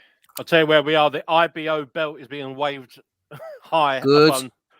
above time. One of the big five. Into the ring. Yeah, one of the big five. Hey, speaking of the IBO belt, there wasn't much action this week, Steve, but I'd be remiss if I did not mention Prince Patel picking up an IBO strap in Africa. Wasn't it in Ghana on Tuesday? Yes, it was indeed. A 6th round knockout, was it, I think? Yeah, apparently in style. So the IBO world champion is Prince Patel. Yeah. Has to fight Sonny Edwards. Who's going to be the first unified champion, Andy, in the 5-belt era? Oh, it's going to be Prince Patel, mate. Without doubt, I think Sonny Edwards is need to take that fight with him as well. He's going to be in the 5-belt era for Patel, though. It'll be the IBO, the WBU, both the WBFs, because there's 2 of them, and what else? IBU, UBO. And the WBU German version as well, mate. Is he collecting belts or acronyms? That's the question that we all want answered. It actually sounds like an American or a Russian or Soviet intelligence agencies back in the day, in that DIA and CIA, all that crap. GRU, NKVD. Doesn't he hold like a couple of like African titles as well, even though he's not from Africa? Aye. It's mental. Even though he's not African. Yeah. Well, mate, I tell you, if we all go back our lineage, we'll probably find something. Where is Prince Patel from? Where does he trace his lineage? I guess there's no Bangladesh. India, isn't it? Is it India? Okay. Yeah, because he said 1 in a billion on that post. That's right. He can say that, but we say it, and it's culturally insensitive. What a bunch of bullshit. Can I just add, while Bivol makes his rim walk, I'm loving that they already are kind of warming up that Beterbiev fight. You know, forget ignoring the fact that the challenge of Smith and Arthur is to come, but the Saudis are kind of warming up to the idea that is the one next. I'm loving it. I was going to say, so you think the Saudis are going to put on Bivol against Beterbiev if Beterbiev does the business and Bivol does absolutely the business?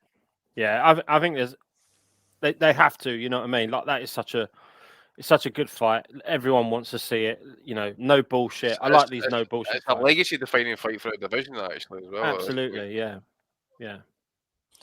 Yeah, I'm pretty amazed the books have Smith paying less than 3-1. They're not seeing him as much of a dog as the broader boxing world is. It's very interesting. You fancy him, then, mate? Let me say this. I think that if he does what Callum Johnson did, he's not going to let Beterbiev off the hook. Oh, Smith, I'm telling you, right? You put Johnson and Smith in a ring tomorrow. I fancy Johnson. Seriously, I don't rate Smith at all. I don't know, man. Johnson, I mean, he just did nothing after that fight. I thought he was coming back as a cruiserweight, and then I heard nothing after that.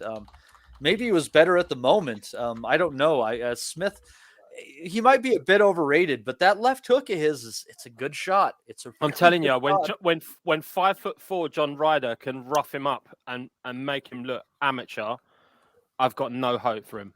whatsoever. See, if Beterbiev starts landing heavy on him and consistently, it's going to be a question as to how much he's really wanting it. But I think if he can get a jump on Beterbiev, I think he's got the long arms and he's got a bit of dig in that left hook, so he'll need to be respected. And Beterbiev is pretty much straight up high hands. So but you got one. My concern is Smith's going to be too worried about what's coming at him as opposed to what he's going to dish out. He can get cut as well, Beterbiev. He's shown that a few times. Beterbiev's vulnerable, I think. Not necessarily just to shots, but his body, man. I mean, why on earth? Wasn't this supposed to be in like August or something? Then it's been rescheduled to January. He had a tooth infection. Yeah. His body's held together at the moment, I think. They need to get him in ASAP with Bivol. I hope he blasts Smith out the way and just make that fight. Yeah, that it would be I hope that they're able to put that together. It would be a fantastic fight. And I go to one of two ways on it. I think that Bivol either pulls off the impossible or it's going to be almost a carbon copy of the Vosdick fight. That was a good fight.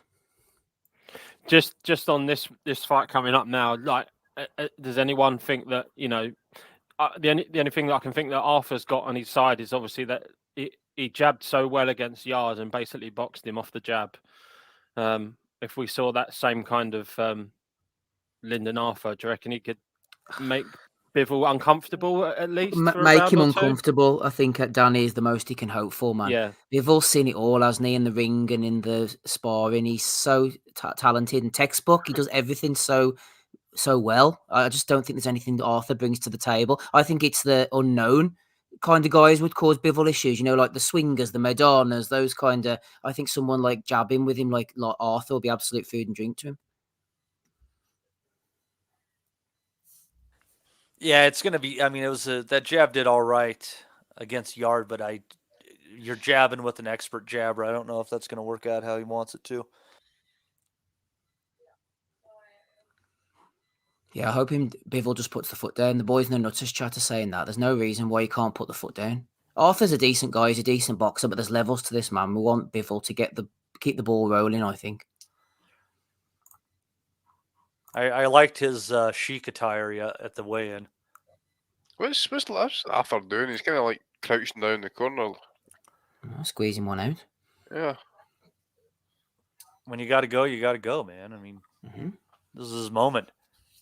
No one wants to be doing a Gary Lineker right here, right now on the boxing ring, or a Paula Radcliffe, for that sake. Andrew Six Heads Lewis. He was about to shit himself and he just walked out the ring one day in Guyana. Is that a dodgy milkshake? Of those 6 heads, one of them was a turtle head. But he's dead now, unrelated to the shitting incident. I would hope so. That would have been a terrible. They're billing Bivol as Kyrgyzstan here. No one wants to admit it. You can't be Russian nowadays, can you? So he's Kyrgyzstan and Beterbiev's Canadian. He should claim Moldova. I think his dad's Moldovan and his mom is Korean. That's right. He's born in Kyrgyzstan or something like that. Yeah, one of the Klitschko's born in Kyrgyzstan as well, I think. Uzbekistan, I think it was. One of them might have been Kyrgyzstan. One of those stands. Yeah, something like that. I can't remember. Maybe was it Vitali? I thought they were both born in Kyiv. I thought both were born abroad. I'm sure. Could be right. Oh, Kazakhstan is Vladimir. Quite right, Andy. Let's see Vitali, because everybody wants to know about this, don't they? Vitali. Oh, I can't find box rec for him. Oh, here we are. Yeah, Kyrgyzstan, Vitali. So there you go. That's crazy, isn't it? Because his dad was in the Air Force. Right, okay. And he was actually part of the Chernobyl team. They ended up getting cancer after all that. So this is started round 1 for me here. Yep. Nice jab, as Danny said, from Arthur straight away. Bivol looking to put that foot. Look at that left foot from Bivol. He's looking to stand on Arthur's foot. I'm surprised at the pressure that Bivol's putting on early. That's good. That's what I want to see. He's got to put a statement on, hasn't he, really? He's got to put a statement on if he wants this big fight next. He's been out of the ring far too long, Yeah, he has. 13 months. Nice jab from Arthur. Oh, took one back.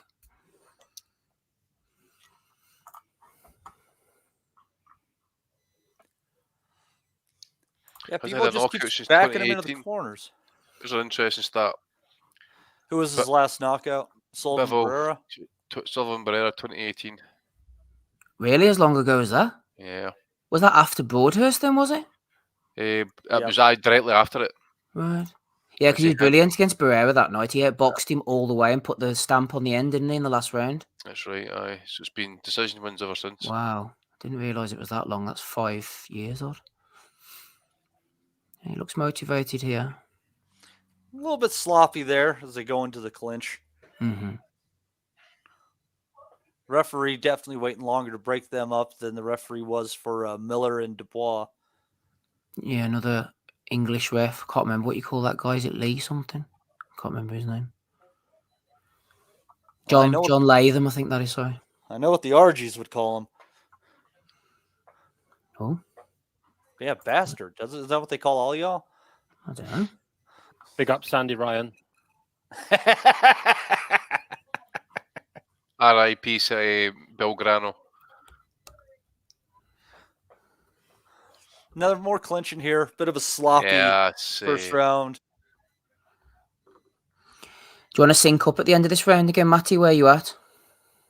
Let's see here. I am just under a minute to go in the round. I'm at 50 seconds in round one. Yep, me too. I'm around that point as well. I think we're all around the same then, Matt Butters. Excellent. Possibly. I changed channel, Steve. I must be in the same one as you, number 5. Yeah. Yeah, I was on number 1 at the point. Right, okay. Just kind of a lot of foot feints from both of them. Not a lot happening here. A lot of jabbing.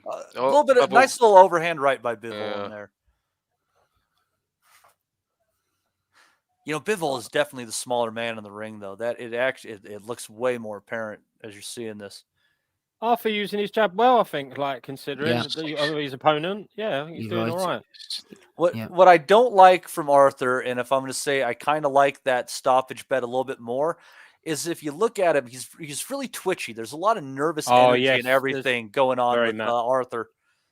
Very twitchy indeed. But I think that's almost like he's feint, isn't it? He's very twitchy on the feint, and then he shoots out that long left jab. He's done all right at the first round. You know what I mean? He's done all right. I mean, he's looking a bit marked up, but other than that, he's done what he's come to do.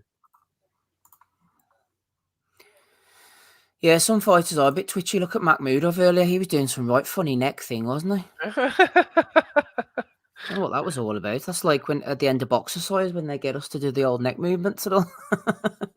It was cement feet. Fucking Jesus, man! I've never seen fit movement like it.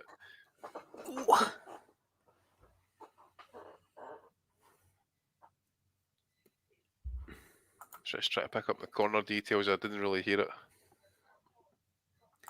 That's us now. Matt Butters starting into round 2. That's my stream anyway. That's me round 2. Bell just went there.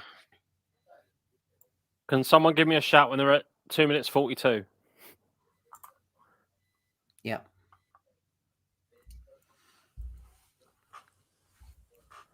Arthur back out on the jab. I think he had a bit of damage around his right eye. Nothing serious at this stage. 4, 3, 42, Danny. 42. Lovely, thank you. Yeah, I'm with you boys now. Yep, that's all us in sync, Matt, for you. All right. Still just kind of a battle of the jabs right now. You can definitely see there's purpose with what Bivol's doing. He definitely wants it. Certainly got Arthur, but no covering up, but he's got him defending. Yeah, he's not letting him play the role of the bigger man in this fight. I'd like Bivol just to do, some straight shots, just 1-2 down the pipe at the minute, because I think Arthur's guard is open to let them come through. Yeah, kind of do like he did against Canelo, 1, 2, 3 out. Yeah, more of that aggressive straight line punching will kind of, I think that. Yeah, there we go. We're starting to see it now. There it is. Exactly that. It's like he heard you from your lips to Bivol's ears. Oh, that's good work from Bivol. It's the only thing I've put my lips on recently, Matty.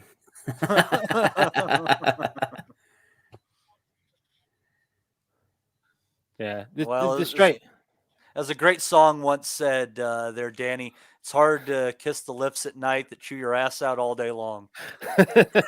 Never a truer word said. Yeah, Arthur. The left hook's working, I think, because Arthur's right eye looks like it's a little bit blemished.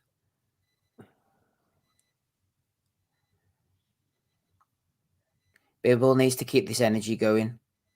I mean, Arthur's not- got to get more on the jab going, actually, getting Yeah. Bivol to back off. I mean, he It's needs a to tough find. night for Arthur, isn't it, Andy? Yeah, he can't go like this for 12 rounds. As you say, he's going to get marked up with that left hook, and Bivol's starting to find some body shots there as well. So it's a matter of.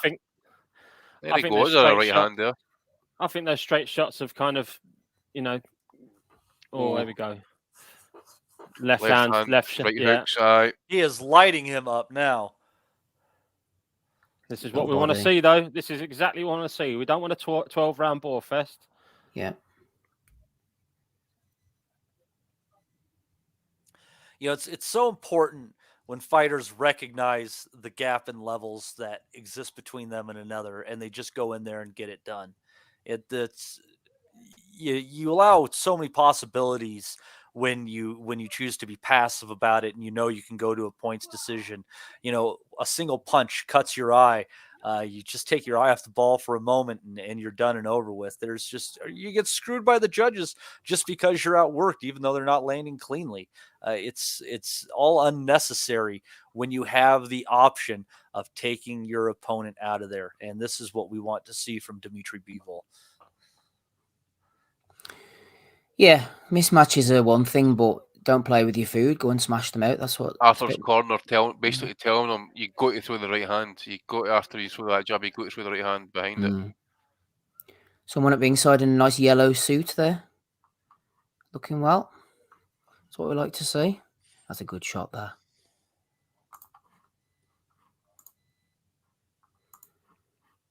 Yeah.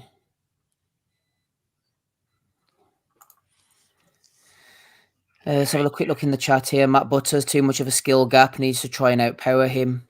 Although I'm not sure Arthur is a bigger puncher.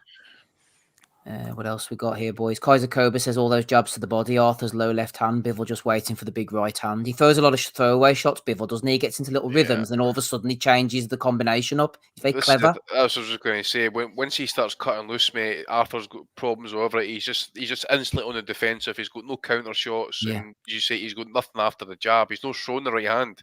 Left hook by Bivol there. He's got to try to play the role of the bigger man in some way, shape, or form, and it might bite him in the ass. But the fact of the matter is, he's not going to outbox a master boxer like Dimitri Bivol. And right now, especially as we see Bivol basically power boxing, it's a bad place for Arthur to be in. He's going to be in much better shape if he can be closing the distance, making it rough, grappling a little bit. At the very least, he's not going to be at the end of Bivol's punches. Matty, I know they're night and day with their skill sets, but look at the dimensions of Arthur and think of Beterbiev in there as well. And look at the way Bivol's sort of moving in and out. Like I said, different skill sets completely, but I'm thinking size dimensions wise. Well, the thing about it is Beterbiev isn't that tall.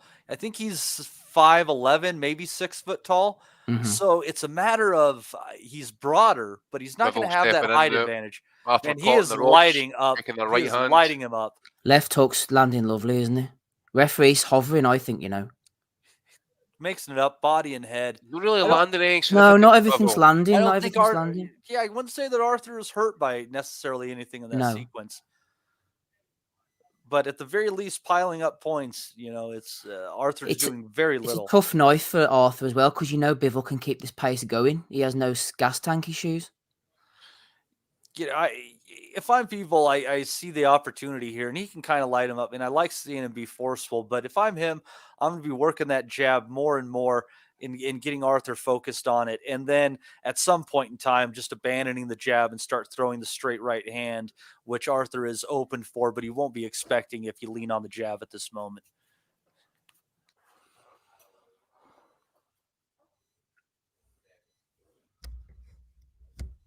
A rare right hand by Arthur there, but misses the target. He's in survival mode at the moment, which is understandable. I think he's doing all right in the context of the situation. I really wonder if he has got problems with his right hand over the past number of fights now, because That's it. He's just got to just if it's just just work the body. See, nice wee left hook there to the body. Comes back upstairs with a jab, back on the jab again.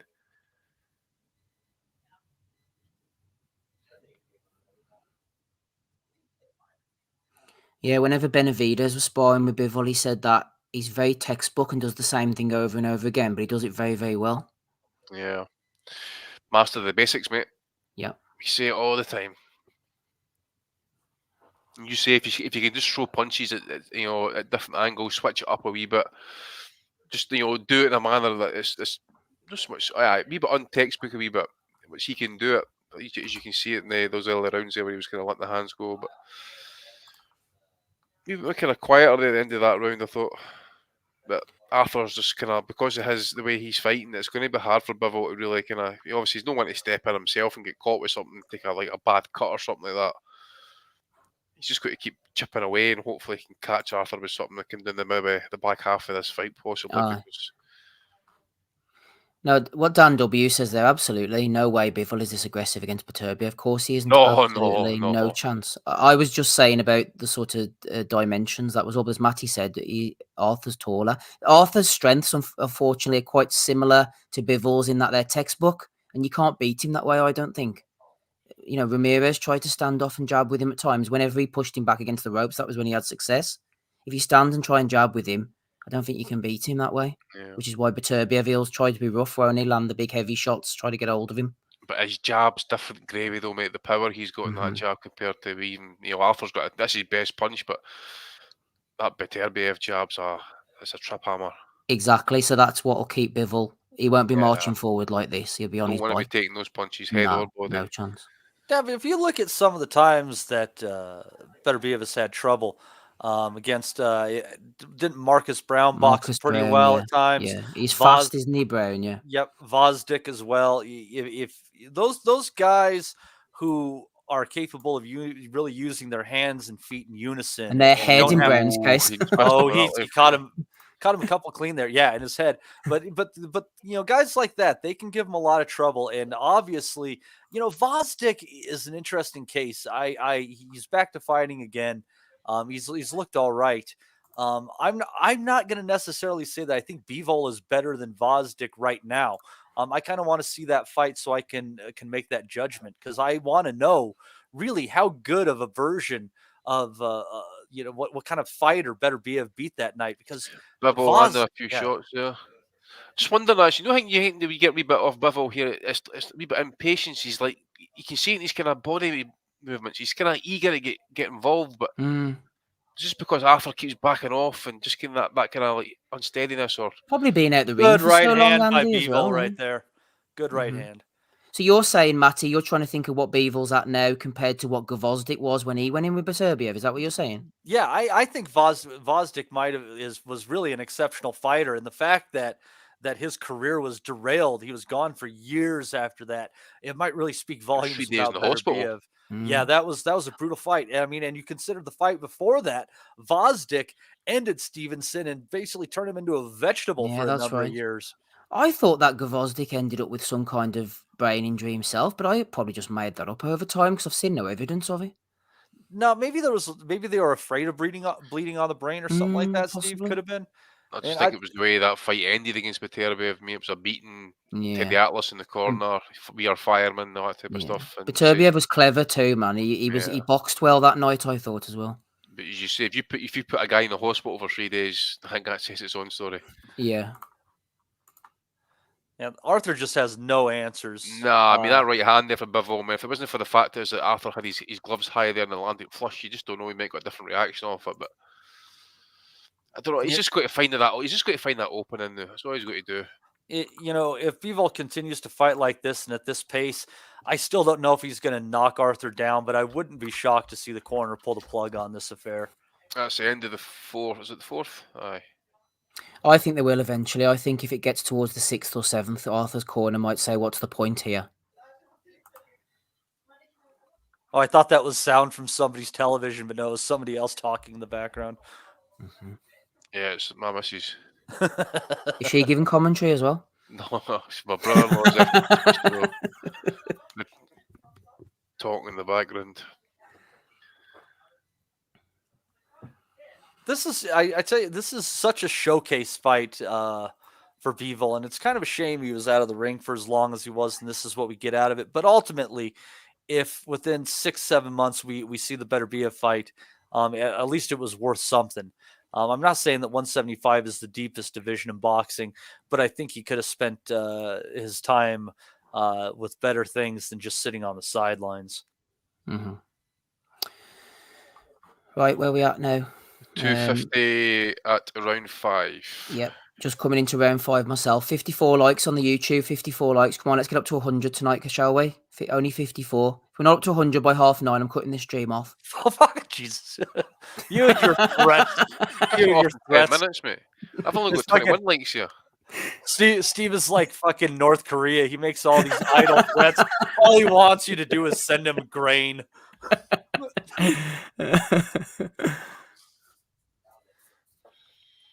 And there's just Arthur has not much to offer, but unfortunately Bivol is not quite able to find the openings. I'm not saying he doesn't look sharp, but there's just enough to Arthur's defensive posture to keep Bivol from landing a lot clean right now. Matt Butters says Arthur may be taking a bit on the gloves, but simply not throwing enough to compensate. Tosh says if it goes past 7, no doubt Bivol will just see it out. Always does. That's what I was alluding to earlier. You see, I'm hoping he gets rid of him soon because he will do that. You just got to land something, just something to change it, and then just get the ref to kind of, catch his eye, force stoppage, something like that. Just get it over with. Because Arthur was struggling in his last fight, wasn't he, Andy? Did you remember on Channel 5? He got dropped by that Argentine, didn't they? Aye, and then he come that's back that to guy I step was into the talking about. body. Remember, Suarez, was he? That was aye, a fun little fight, actually. But Yeah, it that was was a the good guy fight. that I mentioned. He got stopped in 1 round against the Venezuelan, didn't he? And they say Aye. just based off that 1 round stoppage that he got beaten, I think this guy could cause Arthur problems, and they fucking did. You were right. Just the way he kind of like came about his business, but Bivol just needs to get back on those straight shots, isn't it? That's what caused Arthur problems in was it the second, I think it was. And now all of a sudden he's just, I don't know, it's just like he's not, maybe even like Andy just said, try and work the body a bit or something to get him to properly lower those hands a bit more. Imagine they're already low as it is. So this is wank actually. It's turning into that now. Yeah, there's not a lot to say. It's Bivol's landing a few shots here and there, but it's mostly his foot pressure that's keeping Arthur on the defensive right now. He's constantly in position. That's the one thing that you really have to give to fighters like Bivol is you very rarely see them out of position to punch. Oh, good right hand there. Yeah, good right Absolutely. hand. He makes him pay, Matty, as well. Whenever Arthur opens up and tries to throw and misses, Bivol makes him pay. So that's why he's reticent, I think. Absolutely. The punch stats for this fight would not be pretty. I'll tell you that much. He's starting to look for that right hand over the top now, actually, Bivol. So keep an eye out for it. I still think he needs to shoot the right hand and just a few times instead of throwing the jab. Just shoot the right hand. I feel like it's going to catch him off guard, and the angle is there. There's the man, CR7, anal specialist.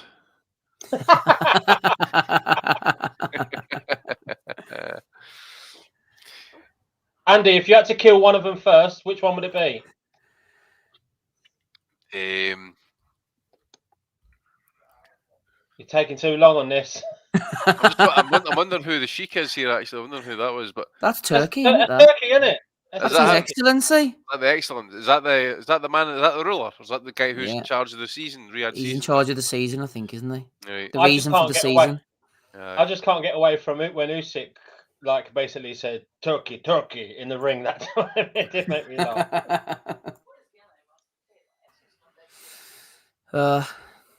Kaiser Koba's in the chat there says, agreed with everything said. Bivol, not enough variety, allowing him to win. Arthur is picking most of these shots off. James Windsor says, had a 15% espresso can before. Feeling great in capital letters. So there you go. Shout out to James Windsor. Loves a beer, does James. James, the Boxing Asylum's alcohol specialist. Yeah, flip me, man. We all were when we were young, though, Steve, right? Yeah, I'm going to say exactly. He's only about 21, so we'll let him have his chance. Give his liver a beating like Bivol beating on this Arthur liver right now. All right. Last round of the first half. I've got Bivol taking all these rounds quite easily, in fact. This could easily be 12-0. Easy. Nice as little Oh, uppercut he uppercut. Yeah, I snapped got in just to there. say, Yeah. yeah, Aye, I the haven't left seen that hand, aye, before. the Shot the left right, then he uppercut. shot the Yeah. right hand. He's so Beautiful. technically good. I know we're wanking over him and all, but his technique, he's never out of position, is he? When he's textbook with his shots. Just look at the feet. Look at the feet. Yeah, Got a good view of his feet yeah. here just now. Shuffle Actually, forward, that back yeah. stick just hovering around, letting the front leg do the work. We could just take that wee half Nice step to little the side and 1-2 then there. straight right. Definitely I seeing some pronounced swelling on the left eye of Lyndon Arthur at this point in time. like you see him try and catch Arthur's jab and just throw that right hand. Just landed 3-4 jabs consecutively right there by Bivol. Excellent work.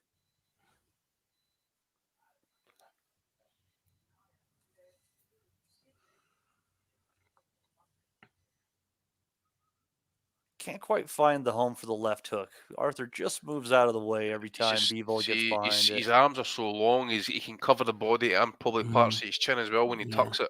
He leans back, doesn't he, quite well at Yeah. times? Oh, that was a good little combination.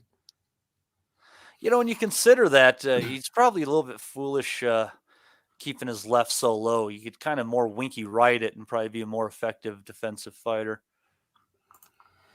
Bivol's jab is great, says Des Watson in the chat. Shout out to Des. James Windsor's 24, and he's washed already. Arthur just backing Bivol into the ropes there. He's the physically. Oh, but nice little Aye. spin there by Bivol. As I was getting ready to say, Arthur obviously the more physically stronger man. Oh well, maybe Bivol's not having Dimitri any of Bivol that shit. has something to say about that. Get back in Yeah. your box right now. He ain't having any of that.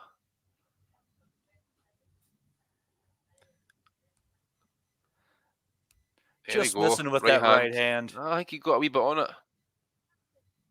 Oh, he's putting the pressure on a bit now. Body shot. There you go, body shot. Yeah, Oh, that left lovely. hand to the Yeah. body was the business. A Arthur's little bit feeding more of it. that would go a long way. Mm-hmm. Just wish you would shoot that right hand. Not worry He's about trying the it. jab. Tried it in another body shot.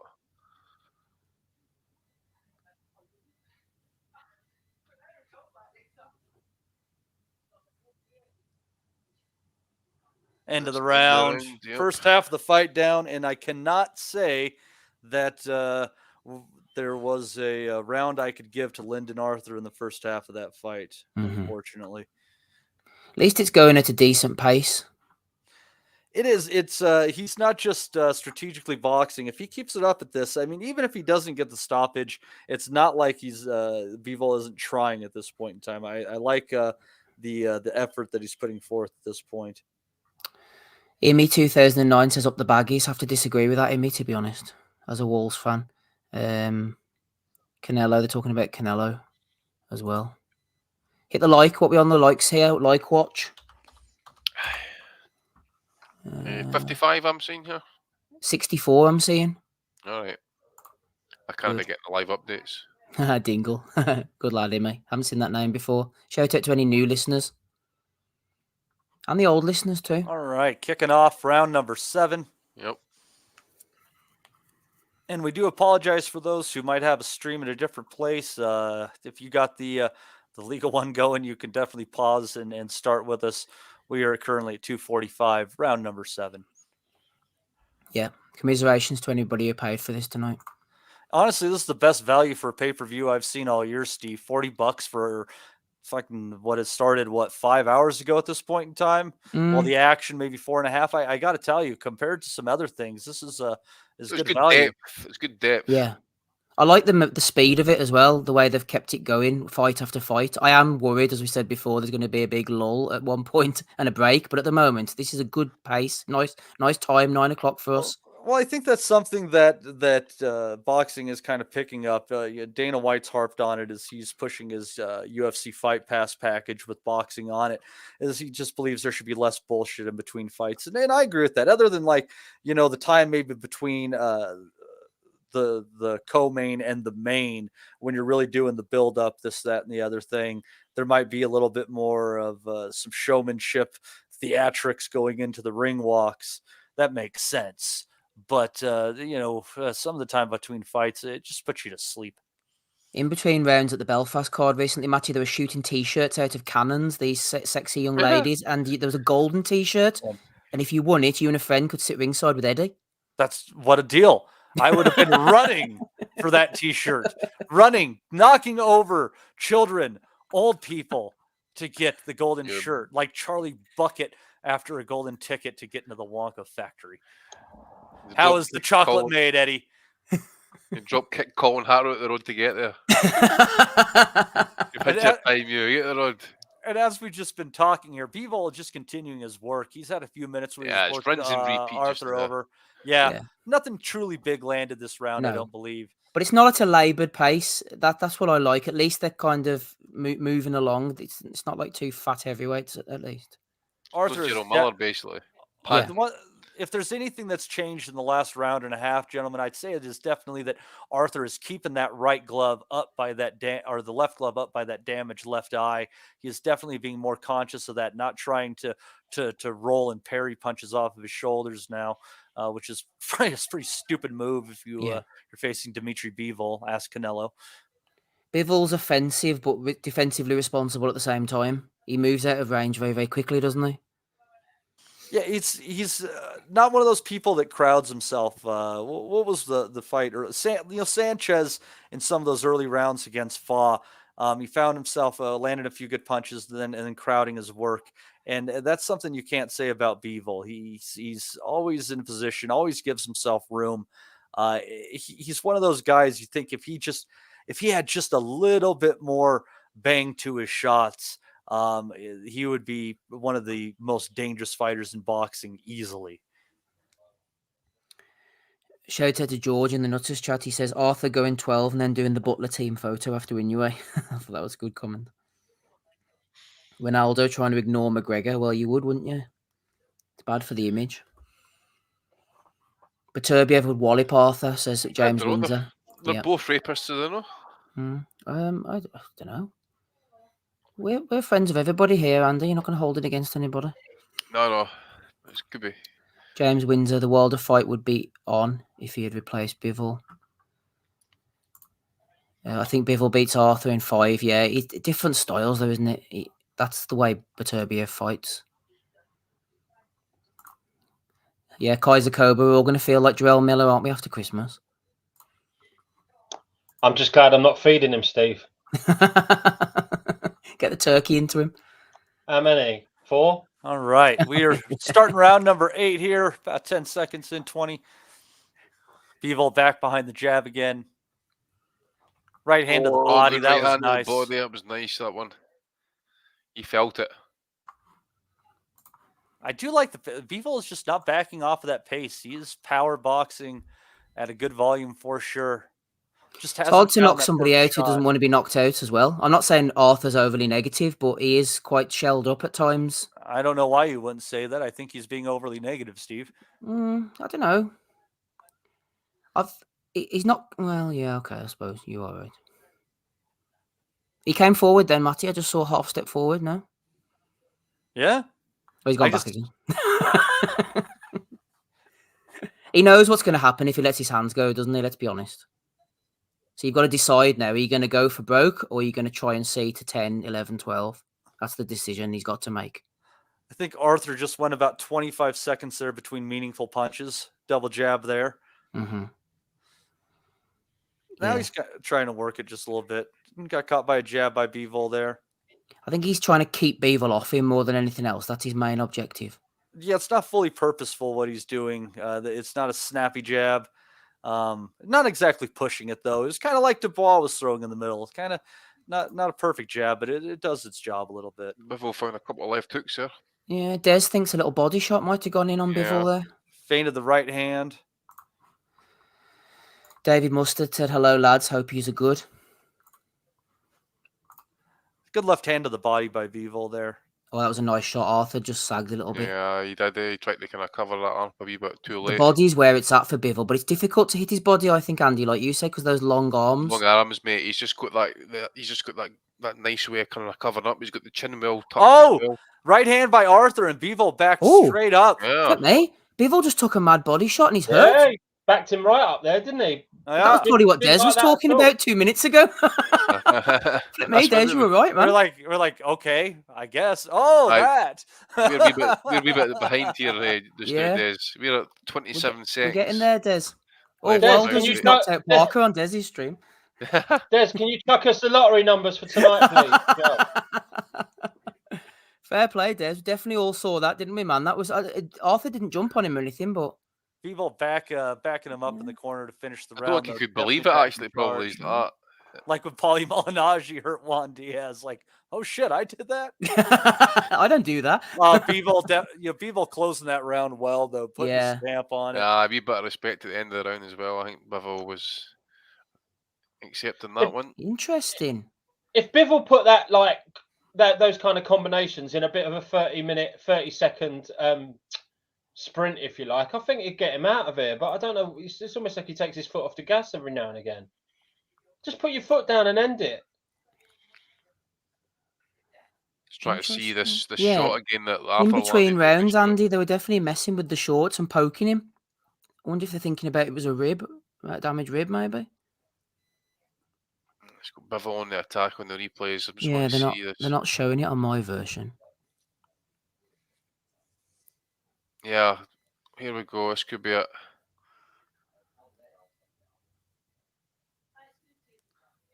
God, since we don't have the sound on, we don't even know if maybe the announce crew missed that themselves. See, this is why we should be the ones doing it. It's day of They never reckoning. showed it. They No, never showed it. nothing. So No. we're in round Maybe 9. their feet got tangled or something and we're completely oblivious. But somebody else mentioned it in the chat, so Yeah. we can't all be blind. Kicking off round 9. Yeah, let us It know in the happened- chat what was going on there. It happened in the that right metaverse, hand? Steve. Yeah. Say that again? It happened in the metaverse, mate. So it Oh, wasn't yeah, exactly. We have to put more Bitcoin Rodneys in to try and watch the I'm trying to replay. make me doubt it now, actually. I'm sure that right hand landed. Barker mentioned he wanted to see it again, says Johnny. Mhm. Yeah, I bet you the people who become addicted to virtual reality porn are going to start calling themselves Oh, metasexual. got the right hands by Bivol there. Got Arthur up in the ropes, body shot. Bivol working, yeah, definitely doing some good work there. But now he is crowd himself. After he gave him all that credit, Yeah. he goes and crowds himself. And there's a couple of body shots from Arthur. He doesn't stop Bivol, to his credit, really. He hasn't completely gone on his bike, has he? No, he took his moment. He's back to doing what he does. Arthur with another right hand to the body. Oh, yeah. He And might his arms went down again. You Yeah. know where Baturbio's going to be throwing the shots, don't you, when they fight? This is interesting. I think this is a development. Look at Bivol keeping that left arm down Yeah. now a little bit more. Interesting stuff here, I think. This could be the story of the fight regarding Baturbio of Bivol, maybe. If he feels comfortable trying it, I would try to coerce Arthur into throwing that right to the body and left hooking over the top of it.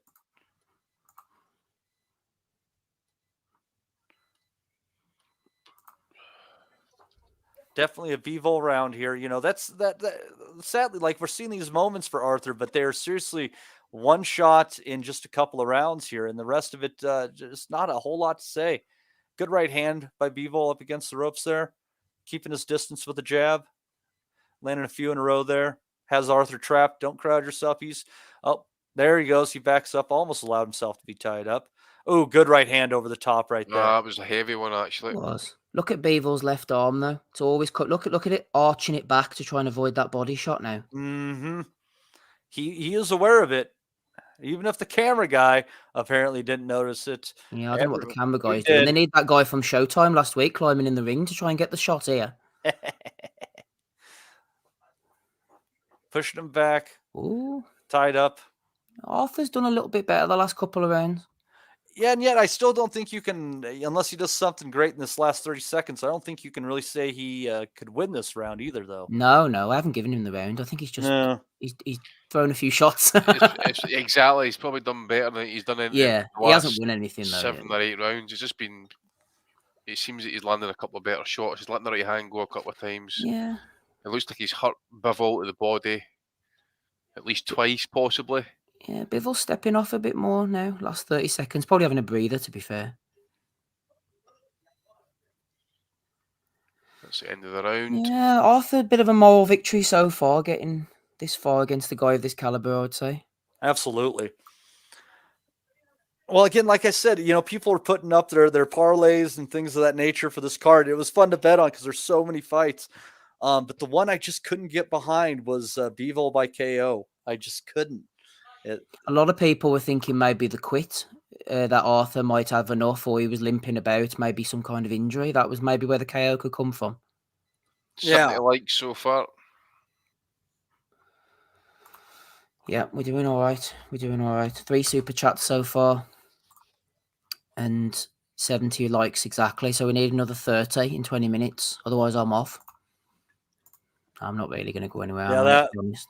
on the replay, Bivol did land a really nice, short, straight right hand in that round. Caught Arthur's attention for sure. All right. We are kicking off round number 10. Well, I had Bivol for decision in this fight, I'm sure. Yep, I did. did. I did too. And I took...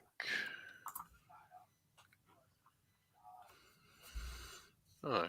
I had that. I wasn't right on Makhmudov for the Dubois fight, though. That No, but I got the KO right, but I didn't get any points. Sanchez, I got Sanchez right. Yeah. I got Hergovich was a correct. banker, wasn't it? First 3 I rounds. got Hergovich as well, mate. I'm still pissed off myself for not just betting the first round on that one. I'm still raging. I never Fucking got the do it. Willem Smith one last week. That's absolutely outrageous. I was on a hot streak there. I went to Well, shit.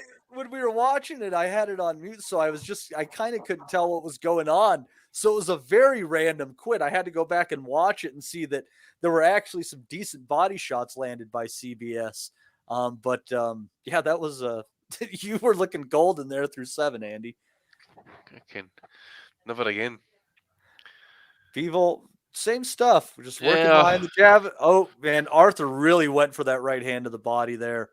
I think Bivol missed a chance at a good counter there. He's coasting now, Bivol. He's going to go the distance, isn't he? I think. Yeah, it's just, why take the risk? I mean, he's been hurt. Maybe he has got a rib injury and maybe he's not want to risk it. So what's the point taking any? I mean, he's not being as aggressive like he did at the start of the fight. He seems to be happy now to just taking a. I wonder, Andy, if it was one of them body shots where he just caught him on the corner of the rib. Is those types, Yeah, or he's when he stepped out, just took the one right out of him, and it's just took him a wee bit just to try and catch it back up again. So he's like, well, he's maybe feeling the effects of it. I mean, yourself, you take body shots, that mate. Oh, he's covered that up there though.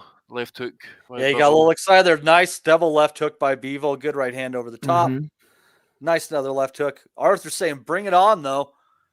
Just taking it up. Bivol stepping off the gas there. Bivol stepping off the gas there. Less than a minute to go.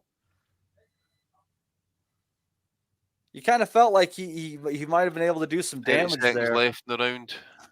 Arthur having a word with somebody. I wonder if he's calling over to his corner eye. I think it was his corner eye. I wonder if that left eye doesn't look that great. I haven't gotten a fantastic glance at it, but it doesn't look good. Stepping forward a bit, Arthur, isn't he now? He seemed to be motivating himself a wee bit. Shout out to Ronnie Hussein. He's jumped in as well. Closing out the last 10 seconds here. Some good shots by Bivol. Yeah, easy round to score for Bivol. Another one for sure. Betting one there, Matty. Tommy Mack. He said, I've got 50 quid on Wilder from rounds 1 to 3. If that comes up, I'll give a super chat. And he said he'll put a $5 in even if it doesn't come up. So that's good from Tommy there. Thanks very much.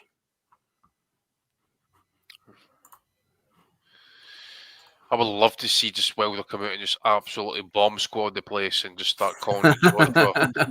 Just like absolutely roast everybody. Sam Alekam, I'm going to fucking murder you in the desert. I'm going to Khashoggi you. Nice body work from Bivol there. Disappointing if Bivol doesn't stop him, says Matt. Sorry, I think it's nailed on for points now. In fact, Arthur's coming forward more than anything. I think Arthur thinks Matty's took the best shots, and he'll just keep coming forward now. Well, and if he believes that he has a chance at victory here, it's definitely by knockout. There's no way that he has gotten maybe more than 1-2 rounds on the scorecards of the judges out of some sort of sympathy for him. So the only way home for Arthur to get a W is going to be by knockout. So he better start coming forward here. But Bivol's throwing hard. That was a nice 1-2 right hand to the body by him right there. I don't know that Bivol's totally off the gas here. I would still think that it's going decision, but We shall see. I don't think it's Bivol's decision at this rate. I'll give Arthur his credit to a degree. I don't think it's necessarily Bivol's standing off him. I think he's trying to knock him out. Arthur's refusing to be knocked out at the moment. Yeah. It's just hard to hit clean. Yeah. He's a big unit, isn't he? Big long arms. He's got the height. Yeah. And all things like purposes, he has got the experience, at the end of the day. Knows how to get about the ring. I make Beterbiev a big favourite on the basis of this one, given that Bivol's had the inactivity and this is his first fight back in a year. I make Beterbiev a big favourite. It's whether Interesting. Beterbiev can hold up.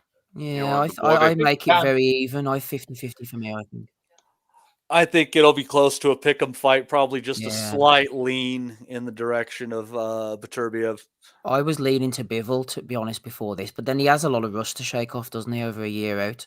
And he does look sharp. He's against a guy who's, probably not throwing more than 25 punches around. Yeah. Not a lot of openings. Beterbiev hitting him with those shots, though, pushing him back, man. It's a different Right gravy. hand You to know? the body there by Bivol. Here's a question for you, though, Steve. I know he's at 168, but, as defensive-minded as Lyndon Arthur is, do you think that David Morrell could find the openings? I think he can find the openings in anybody. I think athletically and punching-wise, Morrell's as good as any of them, around 168, 175. And his future will be at 175. I think Morrell could be outstanding. I think he could maybe surpass Benavidez with the right fights. I think he's that good. Yeah, I like that fight. I would honestly like to see Benavidez against Canelo and then Morrell face the winner. Half down. Oh, So right hand there. Oh, you're just slightly ahead of us, Danny. Oh, sorry. I we'll thought, have to put hashtag spoiler alert like they do on the YouTube videos. I thought we was all lined up. I thought we were as well. Sorry. 27 seconds left. 26, 25. Yeah, Been late in the people round just then. working hard. 1-2, 1-2, 1-2 again. Oh, yeah. He got hurt with the right hand there. Left hand to the body. Left. Oh, that was that left hand to the body. Body right shot. there. That was the left hand at the body. The left hook, sorry, at the body. Arthur down. Yeah, that was just accumulation, wasn't it? Ironically, 100%. Arthur came forward, let his shots go, and then he got caught with a 12-punch combination. Oops. Come on, I've got this in the prediction league, man. As a decision win for Bivol. Is it going to be a Sullivan Barrera, Andy? Is he going to finish him in the mate, last round? What was it? Who let me down there in the last fight? Dubois, wasn't he? No. Dubois. Yeah, It was Dubois. Miller. wasn't it? Aye, Miller was meant to go a distance. Yeah, that's right. I was the only one that had it to go a distance, and this one's the same. Bivol will step off just to spite, says Kaiserkova. Bastard. Probably. Absolute bastard. Oh, yeah. And the one thing you got to say, even though it hasn't been just a mind-blowing performance by Bivol or anything, the fact that he's throwing hard and knocking guys down in the 11th round definitely bids well for him. It's not like he's been inactive this fight. He's been moving. He's been throwing. Here's an interesting one from Des. He says, commentary team says Bivol Beterbiev is being looked at for spring in Saudi, so maybe he's not willing to risk an injury tonight. That's because he mentioned that was on the table. Yeah. If Yeah, we're he's not going listening to the for it here. commentary, so let us know any interesting tidbits the commentary team are coming off with. Good double jab right hand, walking Arthur back. Good left hand up top. Downstairs. Oh, he's trying to go for the finish now. Well, just working.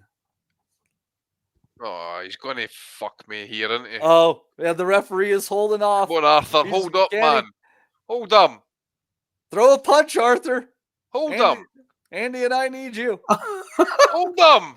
I didn't bet money on it. It's just this. Flip me, man. Oh, Bivol. That's it. That's The what ref- you do. The ref's getting closer and closer and closer. That ref can fuck off. The Get ref's out got the this fight to go the road. You've got distance. 2 minutes, you cunt. 2 minutes to hang The on. ref stood off again. Let's see how close he gets. Get back. Get the road. The ref's Come on his on, bike, Arthur. Andy. Come on, Arthur. Get off. Come on. Ref's on the Oh, jab. one right hand to the body just to back him off, Lyndon.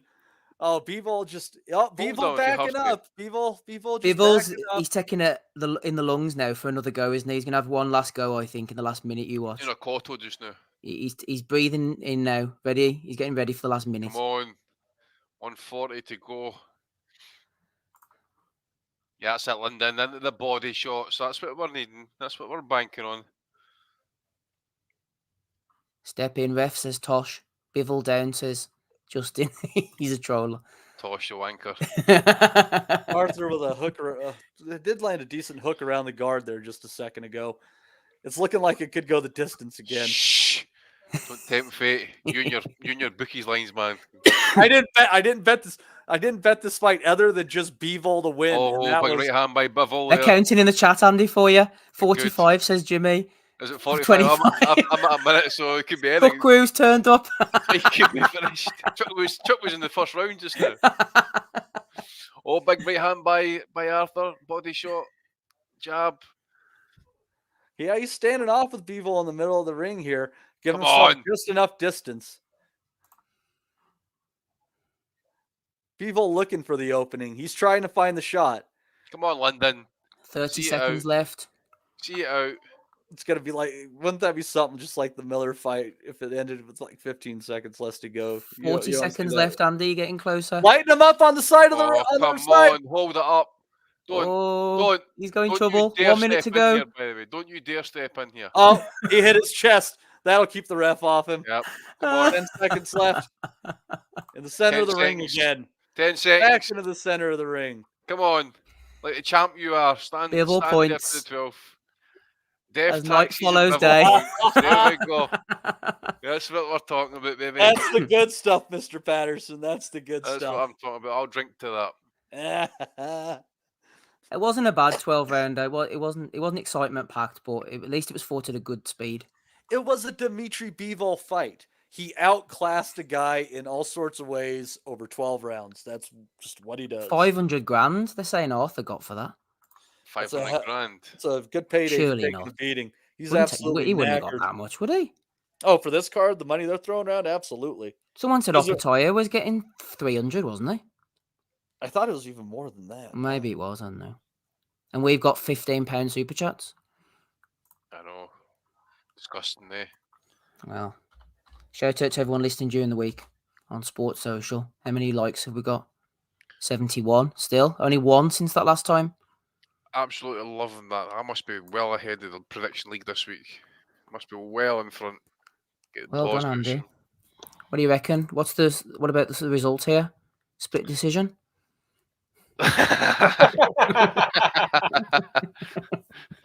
Terry O'Connor's found 10 rounds for Arthur from there. Your man who done the Haskins fight that time, Clark Oh, San Martino. Got the two fighters mixed up. Even though Haskins' name was on his trunks. What a fucking hell. I'll man. never forget that. That was one of the funniest things I was ever at, man. An absolute fuck up. Well, we're just waiting for the decision. I think the question on everyone's minds is how many rounds could the judges have found to give Lyndon Arthur among that 12-rounded lopsided fest there. I think one at absolute Maybe tops. Here's the two. decision coming, so let's just listen to the decision Okay. now. All right, I'm going to mute you guys so I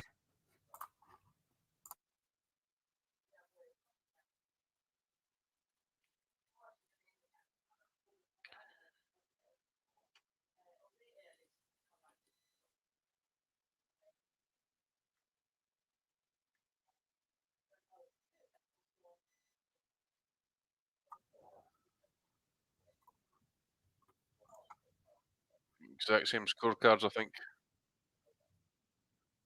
Same scorecards. 120, 108, 12-0, baby. 07 actually with the knockdown. That was yeah. Oh, aye, sorry, I forgot about that. Aye. Yeah. So that was very clear victory there for Dimitri Bivol, and all sorts of people in the Nutters group just lost their parlays. But let's just pay homage as well that Bivol is now the unified champ with the IBO title, and he's Yes. stable. Yes, That's shout out the main to Ed takeaway. Devlin. Yeah. The main takeaway from this fight is the IBO title will now be recognised by one of the top fighters of the sport, and he now needs to fight Yeah. Beterbiev. Ryan Andy's- Deal. Go on. Sorry. No, Dave, go on. You're fine. No, you're fine. You're fine. No, I was just going to say, someone in Bivol's camp needs to show him that video of Beterbiev punching the wall and saying, "Looks like I must break you. And then they need to do a promo video set to Pink Floyd with Better Be Up doing that and say, Dimitri, you're just another brick in the wall. Cedric Sniff says Bivol will launch the IBO belt into his recycling bin when he gets home. Talking about launching by well, maybe it just be once we get past some of the post-fight stuff here on this one. Our man Charlo, Oh, he's off his head, isn't he? slapped my bitch up basically. Bombag. Yeah. More aggression outside of the ring than in the ring. Aye, yeah, showing his hands more outside the ring than what he did against Canelo. Yeah.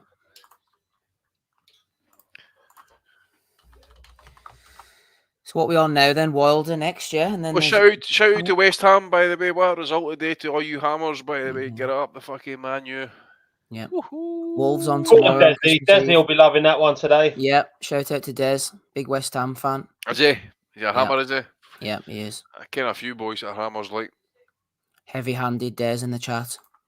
Shout out to the boys. Bivol's talking. Let's see what he has to say.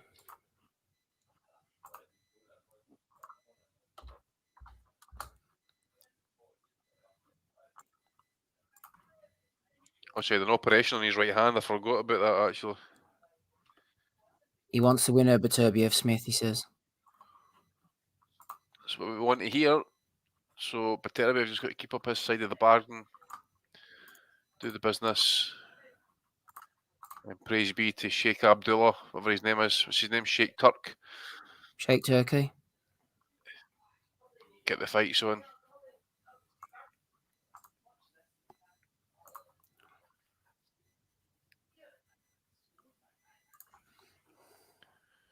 How far?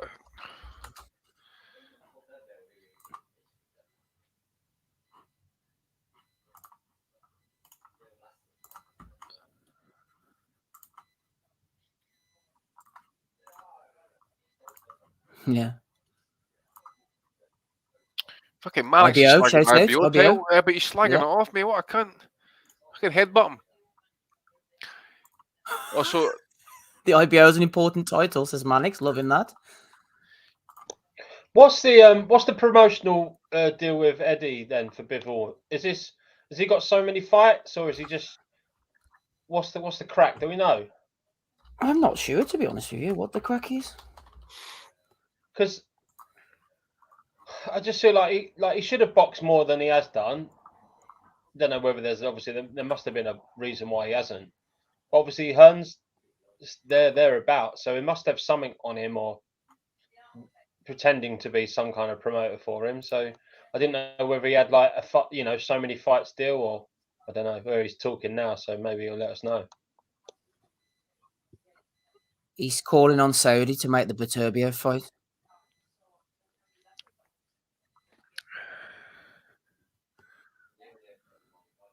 Yeah.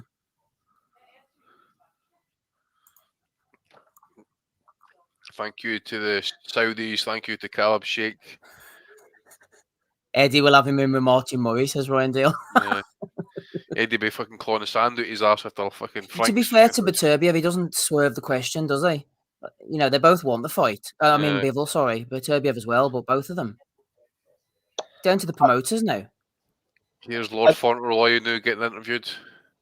I just want to add, Steve, that in no way, shape, or form do I ever want again a post-fight pod after a Martin Murray fight. Okay, I'm just saying that right now. Joe Saunders. Yeah, bad night for you guys. Yeah, it was, wasn't it? That was Steve Elwins as well. That was one of his picks. Yeah, I know that was. I tried to up the content. Did we do an Amir Khan one as well? Done Khan Vargas live, didn't we? That's the one I could drop in the first round or something. That's right. That was a good fight, actually. Yeah, it was quite. Eddie says it's going to be Smith against Bivol because Smith's going to knock out Beterbiev. He said that for long enough, actually. Yeah. But then Eddie says a lot. Yeah, I suppose he shook off the rust now, hasn't he? Bivol. That's some wig that Eddie's got on, though, eh? Holy shit. As Carol Frotch says, the Moorish wig. Here's Lyndon Arthur getting interviewed.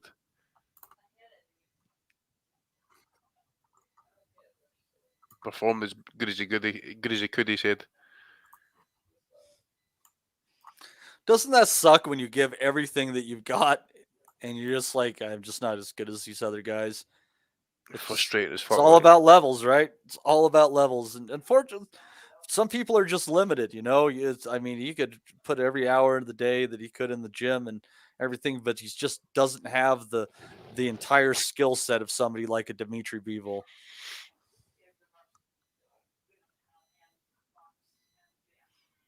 And we are definitely looking forward to the next fight. Joseph Parker, Deontay Wilder.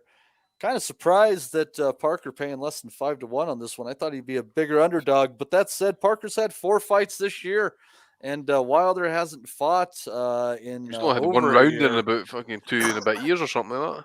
Yeah, it's Even one knocking round out actually. Well, however long Hellenius. that fight lasted.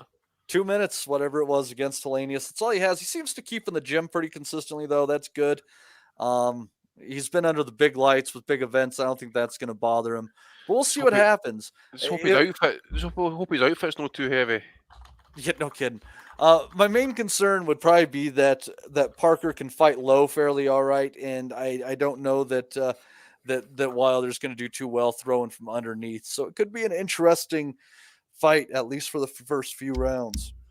John O'Donovan there, Matty, throwing in a few euros for us. He says, evening, chaps. I think the next fight could be a cracker. It's Parker's last shot in a big fight. Could give Wilder big trouble, Danny, for a while at least, says John O'Donovan there, one of our fellow nutters. What are you thinking? Could give a few issues? Well, I've been joined in the bar by fellow nutters listener James, and we both think that's a bit optimistic, to be fair. I mean, yes, Parker's last big shot, but I think we saw from the Joyce fight that the best has been beaten out of him. So I'll be completely stunned if he manages to kind of hang in it for at least 5 rounds. I think I think Parker's had his time, and I think Wilder, he needs to look good in this as well. Obviously, not boxing for 2 years. He's had a lot of time out, so he needs to come in, look good, and then just sit on the fence and wait for Joshua to do his thing. But fair play to John if that's what he thinks, mate. Let's fingers crossed it does. I mean, it'll be a turn up for the books, and like he says, it'll be a bit of a cracker if it does happen. Absolutely. What else have we got in the chat? Let's have a quick look here. Intervening just in between the fights. Bivol's on the telly at the moment, showing the knockdown there against Arthur. He won a 12-round decision. Ryan Deals here. He says Parker tries to muff up on the edge of range and gets punched into next week. Yeah, it's hard to see what Parker does to offset Wilder, but then Wilder's nearly 40. If he can get the shots around the elbows, grab hold of him like Fury did, try and push him back, Wilder gasses rounds 5 or 6 maybe, it could become interesting. You've got to smother him. I know people going about the right hand, but that jab as well of Wilder is a sneaky good punch. He sort of blinds you with the jab a little bit, and you're trying to get out the way of it, and all of a sudden the right hand comes in behind it. So he's not a one-trick pony, Wilder, I don't think. Boxing Fanatic, haven't seen him before. Welcome to you.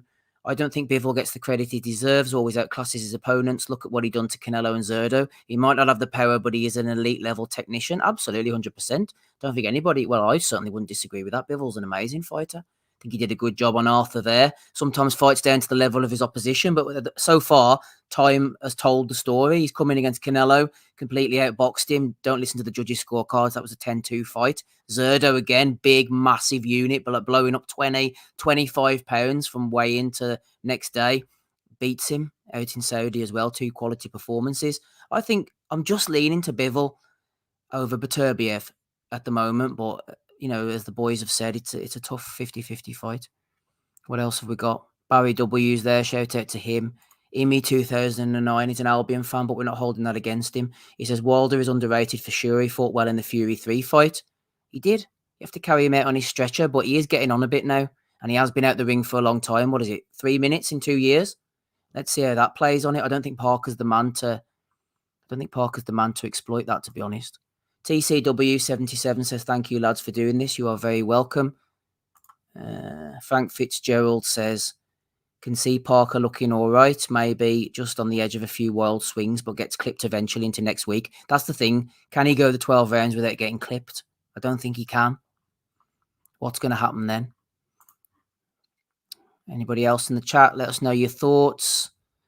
Tosh has been here since the start. Shout out to him. Declan as well is putting in the hard yards. Jimmy Yappy's trying to get back into the Nutters group. I'm not letting you in, Jimmy, out of spite. You've left now. Where are you, Jimmy, you bastard? My voice is going again. How long have we been on for? 2.5 hours. We're doing all right, aren't we? We're doing our best here. Cedric Sniff's there on the sniff. Michael Thompson, JS. It was like watching a spar, that Bivol Arthur fight. I'm not quite sure I agree with that, to be honest. I thought it was all right. Kaiser Koba is here. Tommy MCC is hanging around as well. At the airport, picking up the boss. Can't watch it, says TCW77, but you can listen to us. Oh, shout out to Justin Dull. He's a Bomb Squad fan he's our North Carolina representative, is Justin. He's in the Nutters group. If you want to join the Nutters group, by the way, you're more than welcome to do so. Let me see if I can find the link. There we are. Patreon.com/Boxing Asylum. We do these kind of streams from time to time. Danny usually jumps on. Andy's here with us tonight, so is Matty as well. Ryan Dale, pay your £5 a month for the unrivaled analysis in the Nutters chat. Yep, there's a lot of great boxing minds in the Nutters chat over there. What else we got then? Let's have a look back on the screen. Tony Bellews talking to Addy. What do you think, Andy, about the Wilder-Parker fight? Do you think there's a chance that Parker could mess him event? I think that it's maybe more... I may be doing Parker a disservice here. Former world champion. He's a decent fighter. We all know that. I think that he could have a chance based on Wilder's deficiencies, his age, his inactivity. I think those factors could give Parker a chance. If this was the Wilder coming off the back of, say, the first or second Fury fight, I think Parker gets knocked into the middle of next week. I think it's the fact that what the deficiencies could hurt Wilder, Andy. Yeah, I mean, Parker is obviously he's well rounded. I just think obviously it's just the lack of real punching power, activity as well in terms. I mean, like the output can be. I mean, he can start fights pretty well, and then he can kind of fall into just that basically happy kind of box. But at the same time, see when you kind of like watch him. I mean, obviously you had what fight was it again? Dillian White. The fight was there for him to be had, I felt, and obviously he got dropped.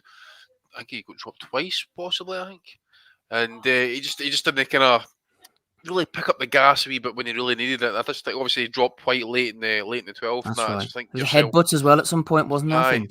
I just thought if you got a couple of those, just a couple of rounds earlier, that it might be a different story.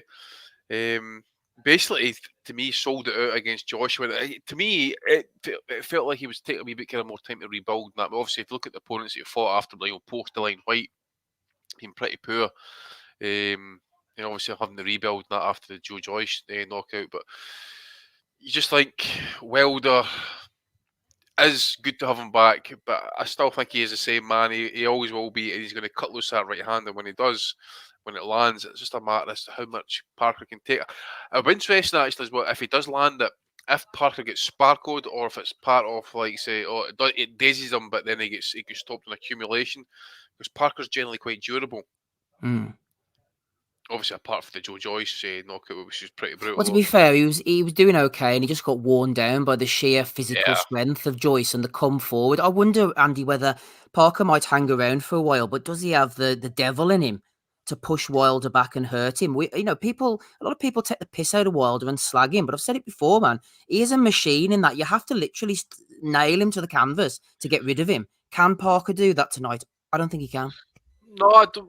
Well, again, you just don't know how far a man is until he's been pushed, but he is going to have to try and find it. As you say, the Fury fights now kind of like are testament as to what Wilder has been all about in the past. I mean, we just got to see him do it again. I just think if he loses tonight, Wilder, even Parker for that regard, but if Wilder, cause this would be a big upset if Wilder was to get beat, even with his lack of activity, but it would be absolutely unbelievable just to kind of upset the apple cart. Can you imagine Parker then having to rematch Joshua if he pulls it off? Or even funnier, what happens if Parker wins and so does Otto Wallin?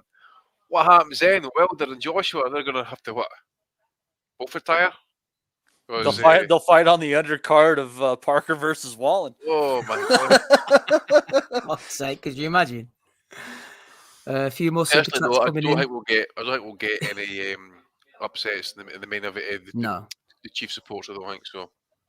Just quickly there, Ryan Deal's thrown in 8.99. He says, "Fee fi thumb, measure the head circumference of a Canadian." So a reference to Mac Mudov, no doubt there from Ryan Deal. Shout out. Stephen Anthony thrown in a fiver. He says, "Just a small contribution to say thanks for entertainment over the year, lads. You are more than welcome, Stephen." Matty, just a quick one, a few ones to read out here. Barry W says, "I think Andy Lee can certainly set a good game plan for Parker, but Joe doesn't have enough in key moments to execute it. Wilder will win by KO in 3 to 4 rounds." Then Frank Fitzgerald, easy for me to say. He says something that is irrelevant to this conversation. Sorry, Frank. Yeah, I think Parker's made some money, hasn't he, Matty? My God. Considering his achievements. I mean, he's been a world champion, WBO. We all know that. Can't take that away from him.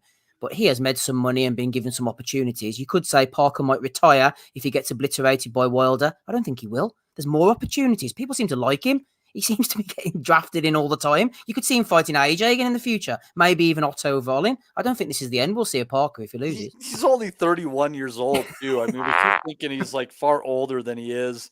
So I don't think that's the case. I think we'll definitely see more of Parker after this. I think, maybe other than Demore, I think all of these guys we're going to see in more fights down the line.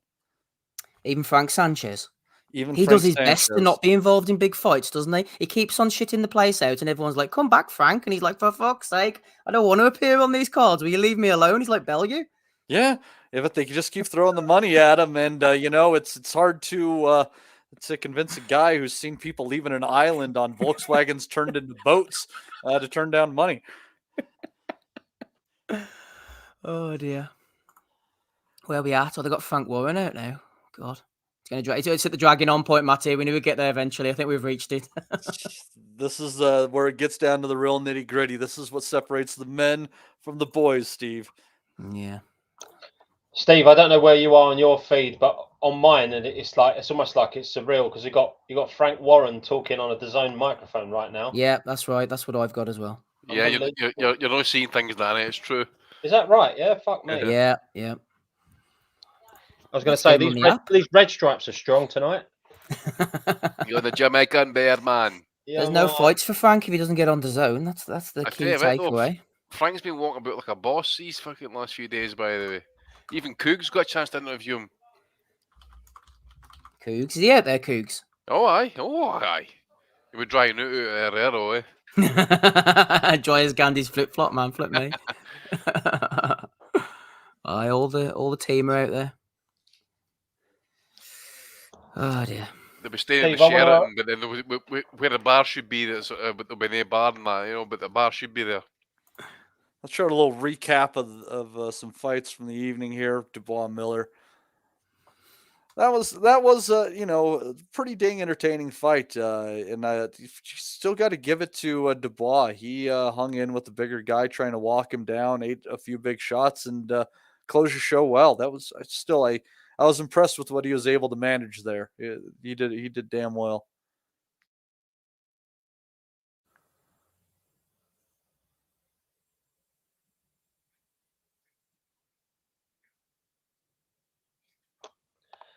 After all these red stripes, I feel like a man from Kingston, Jamaica. Red Stripe still has one of my favorite commercials I remember.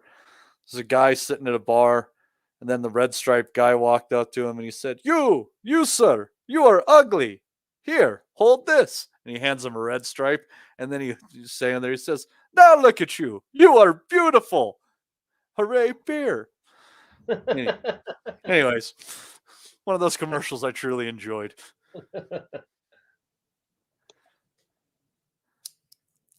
What the hell is that cult classic movie from Jamaica in the 70s? The Harder They Fall, The Harder They Come. What the shit was that called? I don't know. I don't know Jamaican movies from the 70s, Matty. You've got me there, mate. Sorry. Yeah, it was one of them films that got pretty popular at midnight movies. I'm pretty sure someone in the chat knows that. We know enough of an eclectic bunch, but who knows? Who knows? I don't just think there's many Jamaican films, even Cool Runnings. It was about Jamaicans, but I don't think it was financed by Jamaicans. But Cool Runnings is legendary, right? So it's a great film.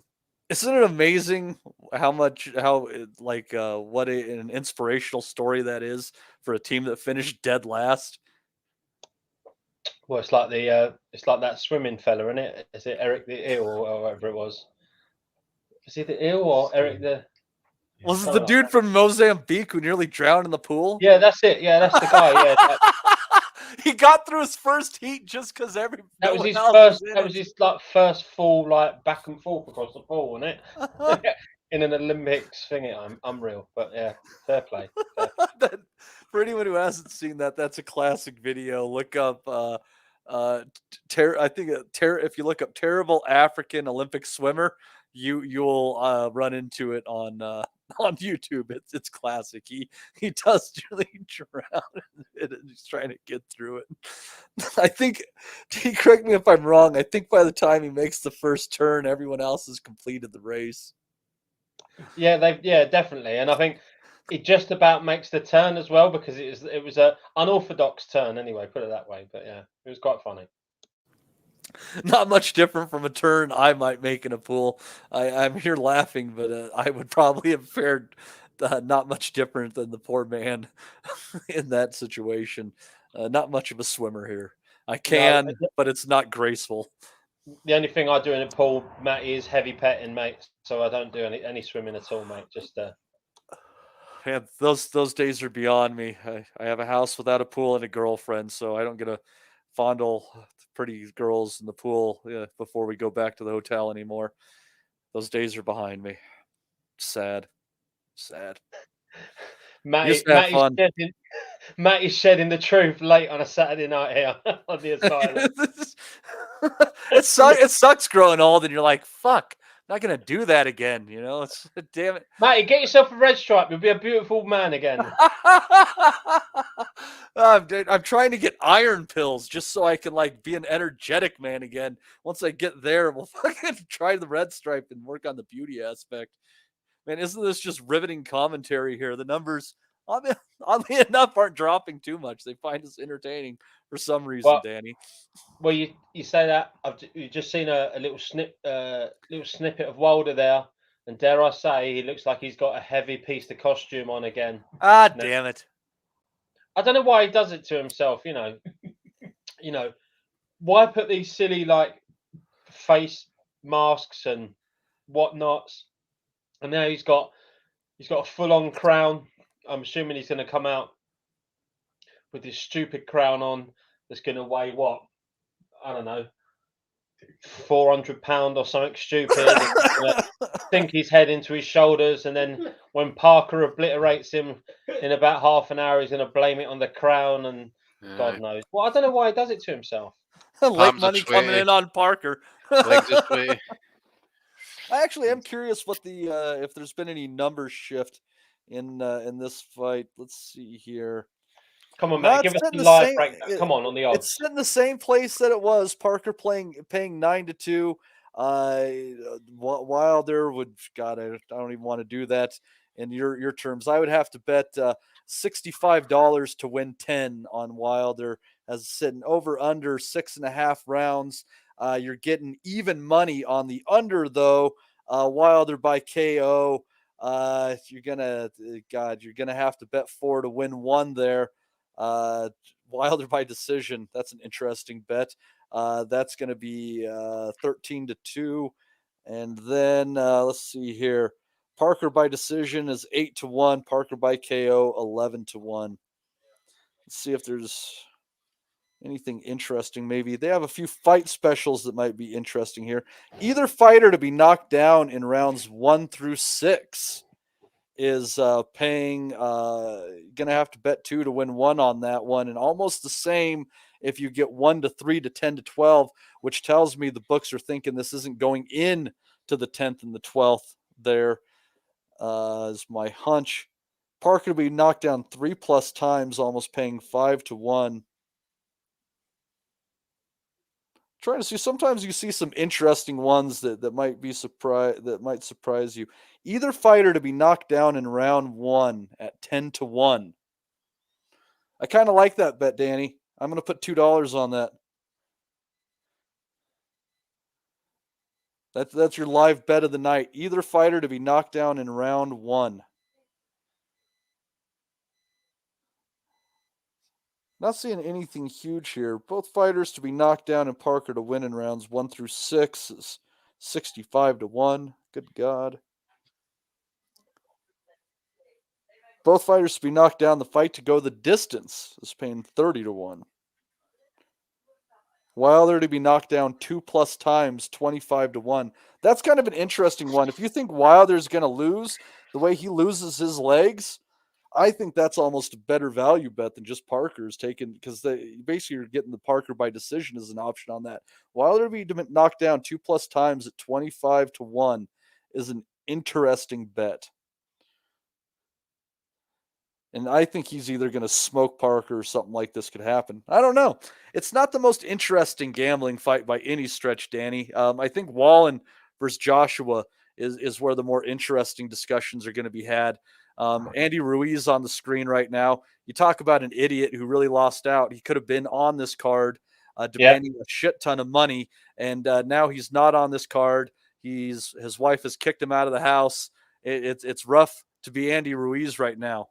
Yeah, he's a fool. He should have been boxing on this, and he knows it as well. It should have been him against Wilder, but his missus put pay to that.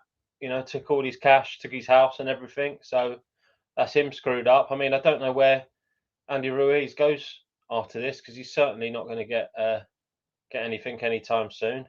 It's interesting. I'm just seeing now you got big Del Boy Chisora hanging about there with His Excellency Turkey there, hanging about, trying to get his face in the lights again. But yeah, no, I don't know. Yeah, it's like you say though. We said earlier, Matty, that the value is in the Joshua Wallin fight, and it just goes to show, really. I think a lot of people know that if Wilder comes out swinging like he does normally, then this could end pretty quickly. Absolutely. And I got to say, with Chisora among that bunch there, Danny, I think that he might have missed out on a chance to have taken his signature Union Jack handkerchief and done a Union Jack turban.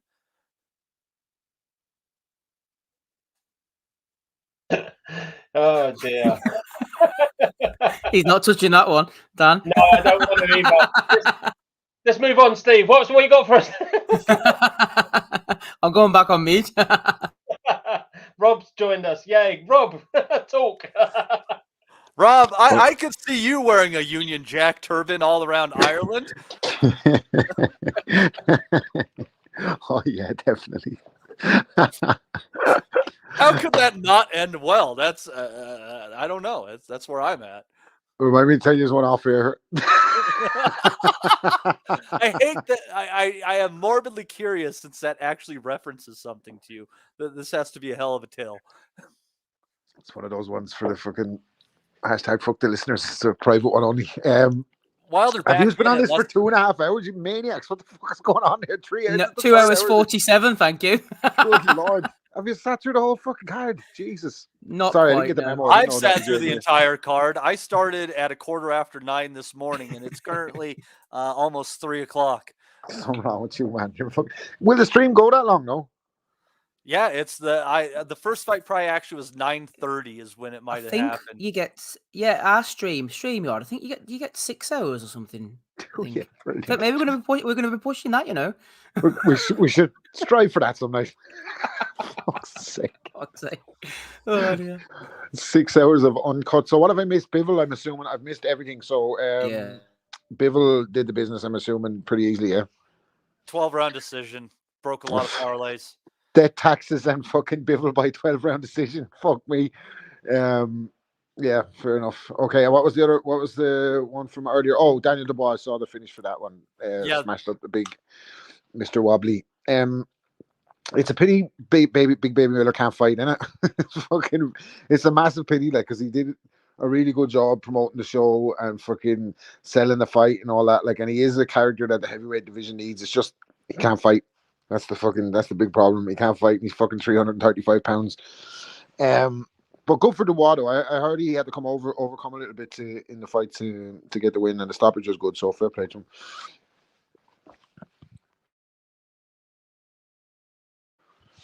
This one's a bit dodgy, isn't it? Like what's going to happen in this? Has anyone been keeping up with Wilder? Like he's on the fucking ayahuasca, isn't he? He's on the he's overtaking toads in Costa Rica. So he might be a new version of what Deontay Wilder before was just pure violence, like no technique, windmill. Then he got a bit of technique and he got scary, and he's still a scary dude. But what happens with fellas when they take ayahuasca is they go to a fucking, I don't know, like something happens. Like maybe he's lost his edge here. Like who knows? I'm going to blame the frog anyway if he doesn't get the win. Aye, he's been licking the frog, man. Parker and team supremely confident.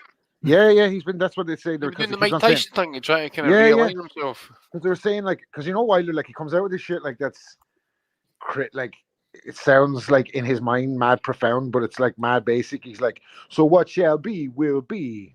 So he says weird shit like that. And you're just like, what? That's quite good. That actually, if you think about it. What shall be and shall have been will not have passed, will have done. And you're just like, what? So he's been reading the Bible when he's been stoned out his absolute napper. Fuck is he talking about? He's trying to recite it back to us, but he's probably trying to read it in Hebrew or something like that. Yeah, but now he's like, he's what did he say? He said about the frog. He was like, sometimes it won't give you what you want, but you're going to leave with what you need. I said, shit, baby, sign me up for ayahuasca. Fuck me. What does that mean? It's not going to give you what you want, but you're going to leave with what you need. So Wilder needs the KO here to set up the mega pay fight. Andy and Parker team supremely confident that they can do something here, but I just can't see anybody in the heavyweight division. Like he's going to look at the state of him. He's going to catch you eventually. Like over the course of 12 rounds, he's going to catch you and start you, regardless of how bad he is or how much ring rust he has. And unless the fucking him and Shelley Finkel are down in Costa Rica, Shirley Temple. The toad. He should be all right. I'd fancy Wilder to come through here by KO. I don't think that's a fucking surprise on anybody's books. But Parker's shown before, like he's not elusive at all, is he? Like he can be hit. Joyce got to him. Joshua got to him at stages. Just like Chisora had him on the floor, or Dillian White had him on the floor at one stage. When Wilder gets to you, Rob, it's usually lights out. Yeah, when he gets to you, you're going to be left fucking splat out. Like there's no kind of like, and it's nearly worse for you if you get up, isn't it? Like what happened to poor Bermain Stavern. Oh, look at Wilder. He's got a crown on. This is good. Remember the last heavyweight came out wearing a crown? This is going to end well. This should be fine. Well, I'd be hugely surprised if Packer did it. Like he might look good in stages of the fight, but I'd be hugely surprised if he could muster anything close to a victory. Here's Malik Scott coming, the daddy nipple licker. He should really have the crown, Malik Scott. He's the real king. I've got. Go to YouTube. Go to WhatsApp. We're going to send that again to you. I've got that. I've still got that. Oh God, I don't think I want to see that, to be honest. Wilder's going to not again anyway. Send it on there, his suit being too heavy, man. Remember last time he come out in that suit? Look at him. All that bling he's carrying. He's going to be knackered. I don't think that's nearly as bad as that other thing that he had going on. I don't think he's going to accuse the excellency of fucking tampering with the gloves. Be careful throwing around any accusations or something. He's going to get punted to the fucking Saudi embassy. That's what's going to happen to him. Never come out. He'll be alright. Man, it's all banter. Okay. Every country's got blood in their hands. Mm-hmm. My God, with all those fucking flames going off there, you'd think you were across the border in Yemen. Yeah, it is.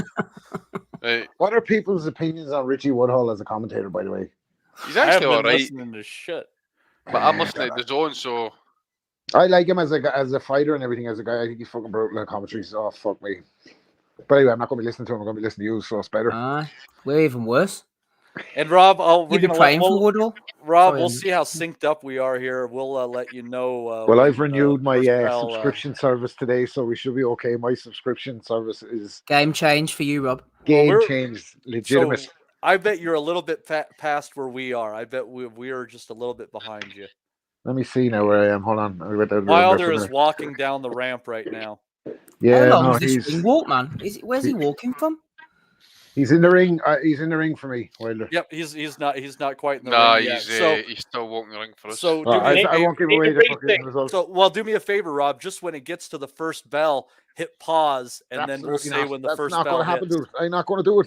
I'm just going to watch the fight ahead of you and ruin it. Oh dear. Everything was going fine until we involved the Irish. I hope we've learned our lesson. 78 likes. Maddie bringing a knife to a gunfight there. Well, Darren Barker. that's what you guys have to do because your stupid pussy laws. Pussy galore. Buffer's been rolled out. Matt Butters is ahead of us now. I wonder if Haddam is there. I haven't seen him in the group lately. Yeah, he was in this afternoon, I think. I think he said it was 12:30 about 2 hours ago, so I think he's away.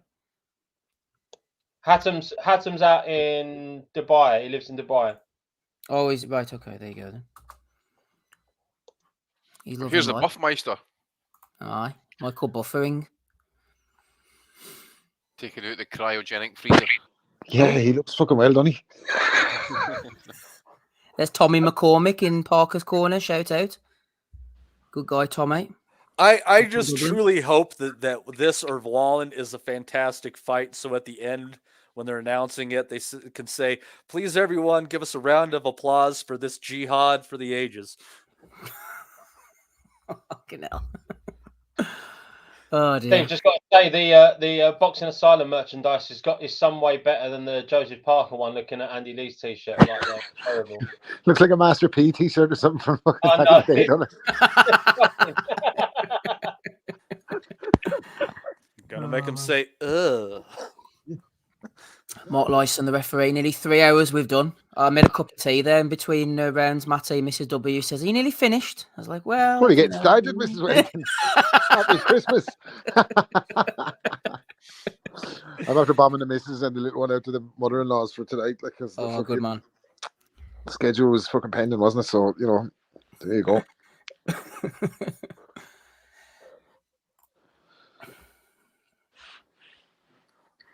I was thinking, God, Michael Buffer has to be about 80. In fact, he is 79. He turned 79 on November 2nd. There you go. He's doing well. Larry Merton's not too well, is he? Dad tonight. He's 85 heard and they he got told me rushed he's into- 25. Got rushed into the hospital today, apparently. Yeah, honestly, best wishes to Larry and his family during this tough time. I mean, right around the holidays. Poor Larry, yeah. If he was 60 years younger, he'd kick your ass. Nice. Nice. You wouldn't do shit. That was classic. The way I'm moving these days, I think if he was 30 years younger, he'd kick my ass. He was. If good, you were Larry. both on weed, though, Matt, you'd win, though, right? Oh, if we were both on weed, I would fucking demolish him. I was listening back to that, actually. Maddie, I was disappointed in the panel for having Maddie as the favourite in the weed boxing championship. Fuck off. There's weight classes, Rob. I'm not going to let you come in there and size bully me. We'll be competing separately. Trying to expense me. What did Wilder come in at weight-wise, man? He looks thin, Like doesn't he? 215. He's back at the weights where he Look was at a him. little bit early in his career. He's anorexic here, by the Oh, he looks he looks small, thin, doesn't he? Didn't eat for 3 weeks after the frog, sure. 213. So Parker's got about, what, 10, 20, 30 odd pounds on him. Right, need a resync then, boys, because this is about to kick off for me. Right. Good man, Danny. I've got a meeting in the middle of the ring right now. Referee. Hold on, I'll giving pause this instructions. fucking thing for you. Keep Maddie happy. Hold on. Referee's giving instructions. Let me Cold know when you stare. get to 247 and I'll press play. Cold stare from Deontay Wilder. I said to him, Rob, there's no chance I'm stopping my stream. It might never start again. Yeah. All right, fuck it, I'm leaving it go. You on the way yet? We're almost there, Mr. Young. Yeah, Jesus. fight hasn't started for Parker me. getting water in the corner. Yeah, same. I got same as you. I'm about I've paused it at 227. So I'll wait for you. No, I won't. Fuck that. Let me see. Let me see what's going on. Right, and the fight is on. Wilder moving around the outside. Yeah, he's circling early. Like there's not much happening early. His feet actually looks. I don't know if he looks better than before. Like he's getting around the ring, nice and smoothly. Skinny Not a legs, man. fucking How skinny are they legs? Skinny I was just legs, going to say man. the same thing. Like, When you're the type of puncher that Deontay Wilder is, Rob, I would just try to focus on the speed, which isn't going to be attained with him at 225, 230. This is where I'd actually like to see Wilder. Listen, I'm a big puncher in a lot of ways. What was I going to say to you? It's actually, I was looking at something the other night. Even though Tyson was 5'11", him and Wilder are around the same weight. For most of the title fights, Tyson was 5'11" and a half. I think he's coming in at around 215, 212. Like, Wasn't Ali fighting 210 to 220-ish a lot most of his career, maybe 225? yeah, definitely a lot smaller. Like, yeah, especially before the break. Just not a whole lot going on this first round. Neither guy has really made their mark on anything. Not even really seeing Wilder work that jab. yeah, he's not push. I think he's just looking to flick the jab to throw the right over by the looks of it. He's not That's pumping what the he jab at does. all. Yeah, that's what he does. Yeah. He's Parker got that not really. lead left hand up a little bit higher, like Scott worked on before with Hellenius, to kind of blind fellas as they're coming in. He looks like he blind himself sometimes, but You just Yeah. see how the thickness of Parker's legs compared to Wilder's though. It's Yeah. scary. Isn't it? skinny ankles, but it doesn't seem to like. You think with a physique like that, if he got hit on the chin, he'd go over. But you have to nail the fucker to the canvas, as you see with the Fury fight. Like he fucking get back Yeah. up again. Like No, he does show. He does like a leg wobble though when he took a big punch in those fights. But like other than that, you're right, Rob. Yeah, he can hang about though. There's no. yeah, well, he's had him in trouble too, and he was a big puncher. Like he had him fucking gone wobbly, like in the first fight, I think, and then the equalizer comes out. Not as basically coming down to the last 20 seconds now, 0 action in this round. Like hard one to score actually. Who the fuck do you give this to? Like Parker's forcing it. Do you give it to him? 40 seconds left in the round, and I don't think either of them has necessarily landed a punch. You have to give that a 10-10. A little bit of a right hand over the top by Parker right there. The lowest weight Wilder was ever at was his debut, 207. Fuck. That's quite light. I know. I don't like to look at this crazy frog for Wilder. He looks like he doesn't want to engage. It's not circling it. That was a boring. I wish I could give it in a 9-9 round because the two of them are shit. We'll get that one 10-10. Hold on, let me get that. Yeah, nothing much to speak here. I think maybe Parker threw one right hand over the top, but I tend to score this round even. I just don't think there's a purpose in doing anything. Parker round one, Matty. Tommy Mack saying, Matt Butters is saying the same. James Winder says, I'm having a curry on Christmas Day, so that's good news from him. Yeah, I can see why they've scored it for that was more interesting in the first round. I can see why they've scored it for Parker though, because obviously they just being on the front foot, couple of wee shots there. Not much in it, obviously, but what is it? Effective aggressionness. You got to get I just can't give that round to anybody. I just can't. You're going to punish them both, Matty, like naughty children. I don't know if you're punishing them both as so much as just saying that neither one of them deserved anything off of that. So we're going to go into our handy beta app, guys, and we're going to put our scores in, right? No. Steve, just noticed that Des said in the chat there that he said when round 2 starts, I want to sync up, so let us know. Okay. Also, I want to know if James Windsor. Well, I want to say to James Windsor, a korma is not a curry, mate. So. Oh no, that's for virgins. Yeah, that's it. Right, and round 2. Round 2 now, Des. Well, it is on. No, it's on, Des. There you go. No, mine hasn't started yet, round 2. I'm 30 seconds into round 2. Mine has no. I'm 247. Steve, can we add that we did try in the week to try some technological advancements? We did. Me and Danny met up. Just to fill it in, Parker's kind of started a little bit more aggressive. He's thrown a couple of wild shots, and Wilder still hasn't really responded with anything. Wilder just looks like he's waiting his moment. To be honest with you. Yeah, it's nothing because nothing has landed cleanly for Good either double guy jab from Parker there. Parker going to the body. He's trying to make a fight of it anyway. He looks very patient, but it feels like he's just going to be fucking evaporated any second, though. You know that way. Just feels like we're waiting for the inevitable, but Parker's definitely the one forcing the action in this round. If Wilder could throw an uppercut, I think it would be there for him because Parker's gone over the front foot, hasn't he, a couple of times? He doesn't have much of an underneath game. No, but you do have to remember he did finish off Ortiz with an uppercut, and I think that was in their first encounter. Yeah, it was like a scything sort of hook uppercut, wasn't it? Mm-hmm. He needs George Foreman. He needs that George Foreman uppercut that he hit. Who the fuck did he knock out with that one? Oh, Jerry Cooney, remember that one? A little bit of a decent right hand by Parker there. Bet with about 1:40 in the left to go. Yeah, this is Parker's round. He's forcing Wilder to the ropes now. Wilder's tying up. Wilder not looking. He's looking comfortable, but not. He doesn't want to give too many rounds away. I don't think Wilder. He needs to get to work, I think, soon. Yeah, I think so, man. He doesn't want to definitely off the jab away. At least. Because even when Breland had him, you remember the first of our fight, he had he pumped the jab all night. And I thought him and Scott were working on that, but it just seems like they're content to wait on the chance for the opening foot with Parker. Parker's not holding his feet that long. He's not moving his head massively, but he's not really giving him a static target. You know, when they went into that clinch, Rob, you're a bit ahead of us, but Wilder just missed with a short right hand as Parker was coming in. So I kind of see some of the shots that he's looking for in this contest. Yeah, it's boring as fuck though. There for the first 2 rounds, it's like Wilder doesn't seem to want to engage, doesn't want to jab. He's just waiting for that one right hand opening, and Parker's kind of making hay where the sun shines. Like he's getting busy, doubling the jab.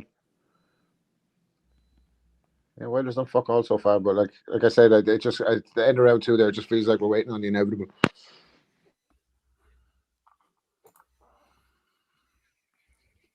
Wilder's looking like shit, says Tommy. Des says, I don't like the look of Wilder in this. Getting Wilder Ortiz 2 vibes, says Beat Bot Boop. He was losing that fight, wasn't he, against Ortiz? Yeah, until it was over. Bang, all of a sudden, lights out. 2-0 Parker, says Matt. There's been mad fights he's been losing all the way up to the fucking point that he knocked the guy. Like, there's loads of fights that he's been behind in, or he has looked like shit until he equalizes. But this is very comfortable for Parker. I know it's only 2 rounds in, but it's very comfortable for him so far. I think Parker needs to get on his chest. I think it makes Wilder uncomfortable when he has someone sat on top of him. It just brings me back to that Malik Scott line when he was talking about when he knocked out Hellenius, like when they were talking about like why is he holding the lead hand high, and he was like, it's just as a blinder, and when you put your head there, your life's on the line. So yeah. I don't know, like if he wants to hang around too long in there, but he's doing good in the fight so far, Parker. But it's a better fight than I thought it would be, to be honest with you. I know we're only 2 rounds in, but it looks better than I thought it would. Wilder being a bit more active now.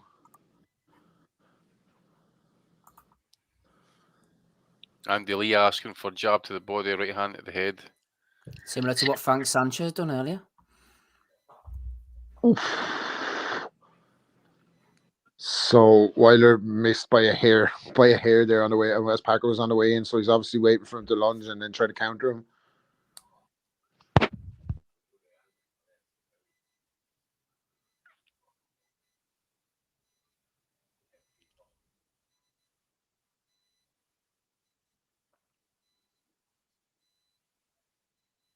Yeah. Caught up in the clinch right now. He pulled that right hand just a fraction too low. Yeah, didn't he? It was a hair. He pulled it just at the final second. I hate to say this, but he looks slightly gun shy, Wilder. It's not like what's stopping him from walking straight to Parker here? What's stopping him? The hands could be hurting. Yeah. He's 38 now. Yeah, true. 38 looks about fucking 24. Is that Wabasaka that he's smoking? It's the ayahuasca. Oof, big right hand for Parker, just misses. They're going to clinch, ref breaks it. Wilder dabbing at his eye a bit, looks like. Yeah. This isn't inspiring for Wilder, I'll put it that way. I mean, we can only go on recent form. If he's fighting Joshua like this, man, Jesus Christ. He's not really boxing, is he, Andy? That's the thing. No, you can't say he's back foot boxing, he's just moving. Yeah. He's not even from the jab, he's not committing. Well, he's committed a couple of jabs. Against Stavern, he threw the jab at least, but he's not really throwing it at all. It's a terrible look for him so far in this fight. I still see it ending the way we all predict this going to, but it's just he was only a hair away from catching him in the. I don't think he's wanting to get hit. Yeah, I just thought that way. It looks very uncomfortable. Oh, tries the uppercut. Now it's taking a bit of catching fire in the corner. But again, Parker looking very comfortable. He's pulling back for Yeah. shots. And that. Can He's you not liking imagine if, like, on his awakening with ayahuasca, is Parker like, beating him to the jab. Actually, looked like he's stiffing him up a bit with a left hand. Sorry, guys. but 30-second mark. I'll let you catch up. you just wonder if his ayahuasca journey was like the universe, like saying, "This is what you have done to other people." Yeah, And now he's like so afraid of getting hit. Like, ah, fuck. this is the realm you knocked fucking 91% of your opponents into. Oh, we tried the uppercut there in the one I Yeah. saw. Parker coming Interesting. on strong in the final seconds Yeah. of tried round 2 of 3. them. Yeah. That jab put him back on that back foot. Yeah, Yeah. looked like he's Parker's up. Parker could be 3 rounds up on a lot of cards. Yeah, But me, that jab moved him, didn't it, on getting to the ropes? That. yeah. I feel like Wilder needs to be hurt before he actually livens up, or like actually Yeah, it possibly. does for me. Or to get woken up. Almost like he Yeah. doesn't know he's in a fight yet. Yeah. No, I that's need to go right, and get yeah. a cup of tea before I fall Yeah. asleep. Very You know, lackadaisical. Parker's getting confidence now. He's stepping into some of these shots. Like the double jab from Parker tonight. In the end of the round there for me. Yeah, like the double jab from Parker's working well. Like I said, he's not holding his feet too long. He's not really moving his head, but he's not having to because Wilder's not fucking really offering anything, is he? He's just fucking circling around him like. Exactly. He's not doing nothing. He's not even, as I say, the jab, even that. He's cut loose a couple of right hands, but he's missed the ones that he has thrown. Just he's doing nothing off, running the perimeter of that ring. And you've seen Parker just at the end of that third round there. I think he's starting to fancy it a little bit now. He's getting confident. Somebody said this is like Wilder versus Charlie Zelenoff.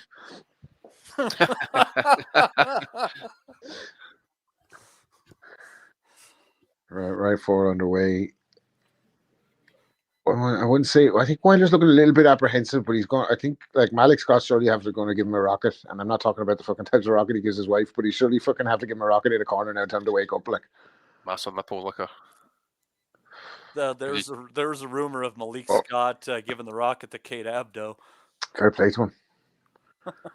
She's terrible tasting man, by the way. Matthew Macklin and fucking Malik Scott. What is wrong with this one? She ever fucking get into a top boxer? Oh fuck! Caught fire!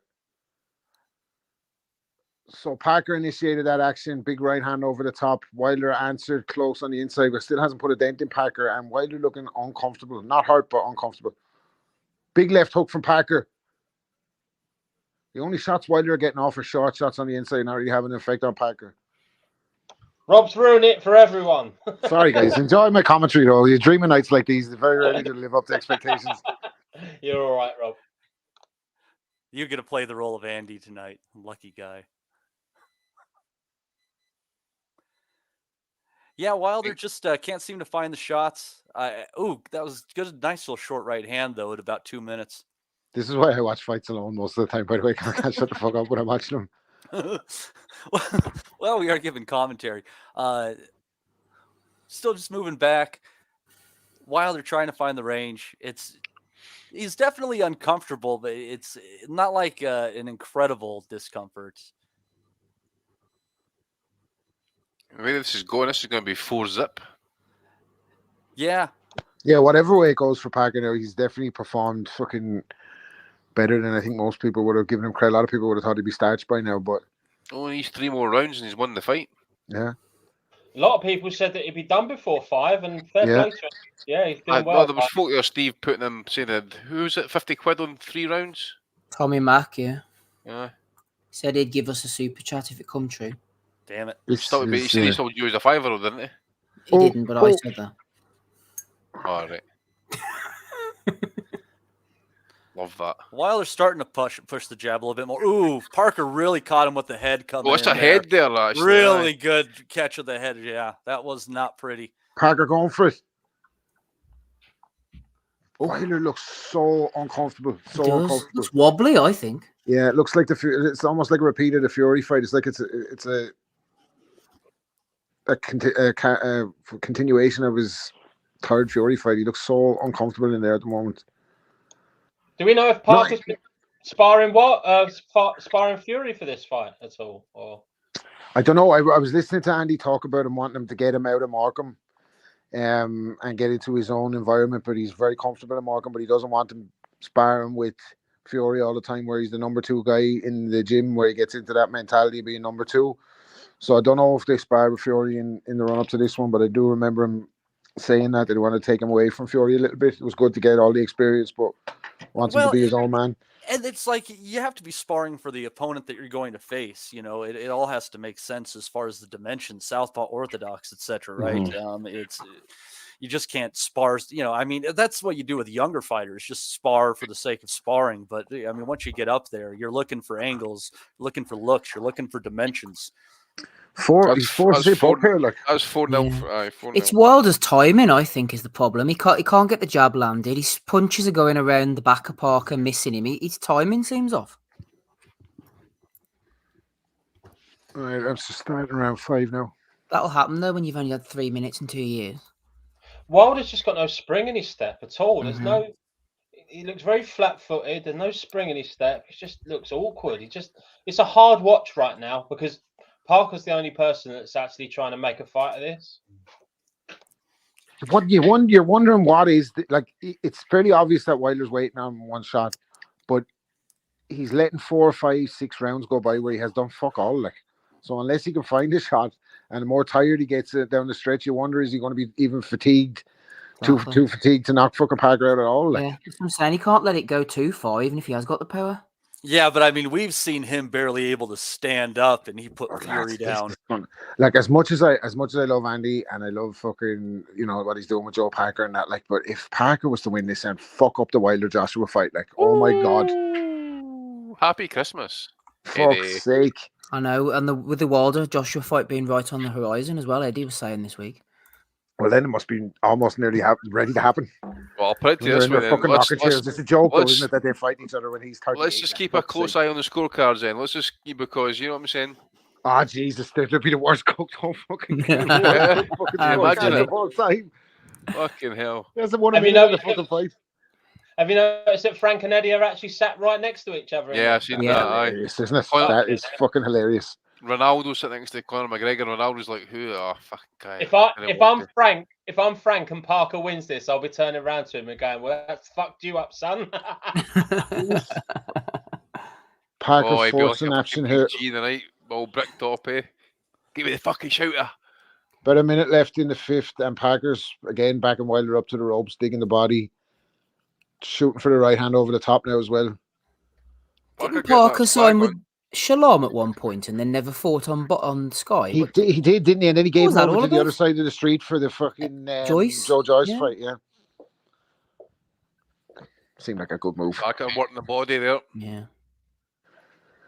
It's like, hey man, Wilder does look terrible. I'm telling you right now, by the way. He's biting on feints now as well, Wilder. This is a bad sign. Listen, Mark the day, if Parker pulls this off, right, they fucked about. Everybody's got a share of the blame. Eddie, Wilder, Shelley Finkel, Shirley, who else? Everybody involved in that fight. And if it fucking falls apart right now, right in front of us, mark the date. Mark the date. I mean, Parker Joshua too. Maybe Parker Wallin. Nobody wants to see that. Was Holdfest fucking 2005, whatever the fuck it was, 2015. Steve flagging there. Flagging Wilder's career here. I know. Yeah. Oof. Oofed what? Big Joe on the bell with an overhand right. He's basically, you're not missing anything. Fucking Wilder hasn't won a second of the fight. 5-zip Joe Parker. Or 4-zip and 1 even. Oh, aye. Seen the right hand there.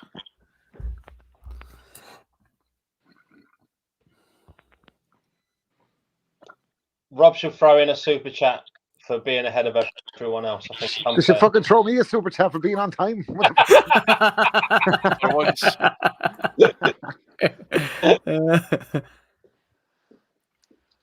Does this go the distance? Says Siana Islam. So for the main event, I'll pause it so we're all on the same page. But Joe Parker winning every second of the fight so far. Deontay Wilder hasn't landed a punch of note at all. I don't think he's landed every round. He's winning out of canter. But 7 rounds to go. Let's see what happens. I'm just going to check Twitter then to see what Wilder's trending right now. Latest. What we got. Wilder looks awful so far. Fury took his soul as well as his belts, it seems. Wilder can get away with this because he has a game-changing power. Parker needs to keep fighting this fight. Bursts, explosions, don't overreach, take the middle of the ring, jab your way in and bank rounds. That's what he's doing. Parker doing well. I'll add though that Parker seems to be fighting this fight at Wilder's preferred range, if that makes sense, but Wilder's not actually doing anything about it. Yeah, you're absolutely dead right. I was on the BoxRec forum there, Andy, and someone said Parker using a lot of energy and lunging, Wilder's hanging back, Parker winning, but his focus may wane. I think Parker's he hasn't had to do much. He's boxing within himself. Within his pace, I think. Look at his body movement. Look at this. Relaxed, yeah. He's rolling underneath shots and that. He's looking loose. Nice little left hook from Wilder stepping around. He's not taking any heavy shots. He's not taking any punishment. Not substantial anyway. Parker crowding, Wilder working on the body a little bit. Wilder's boxing like Malik Scott. That's who Wilder's boxing like. Think about it. Just come to me, isn't he? You're right.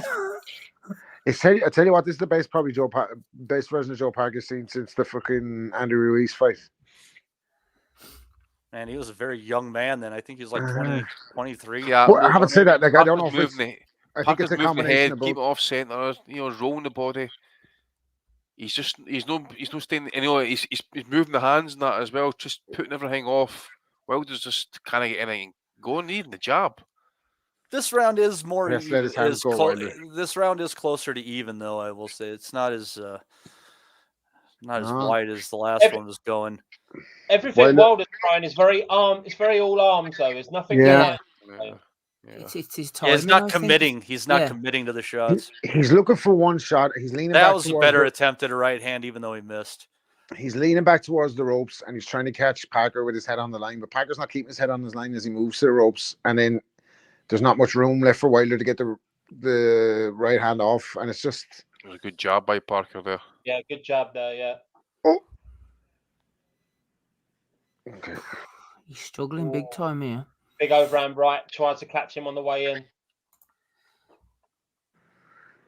So I'd say Wilder got through with the first shot of the fight with about 30 seconds to go, round 6, but didn't budge Parker. He was tied up. I like it when Parker comes in as the aggressor because that's when Wilder don't like it. He don't like it. Yeah. That was more what we're looking for Wilder.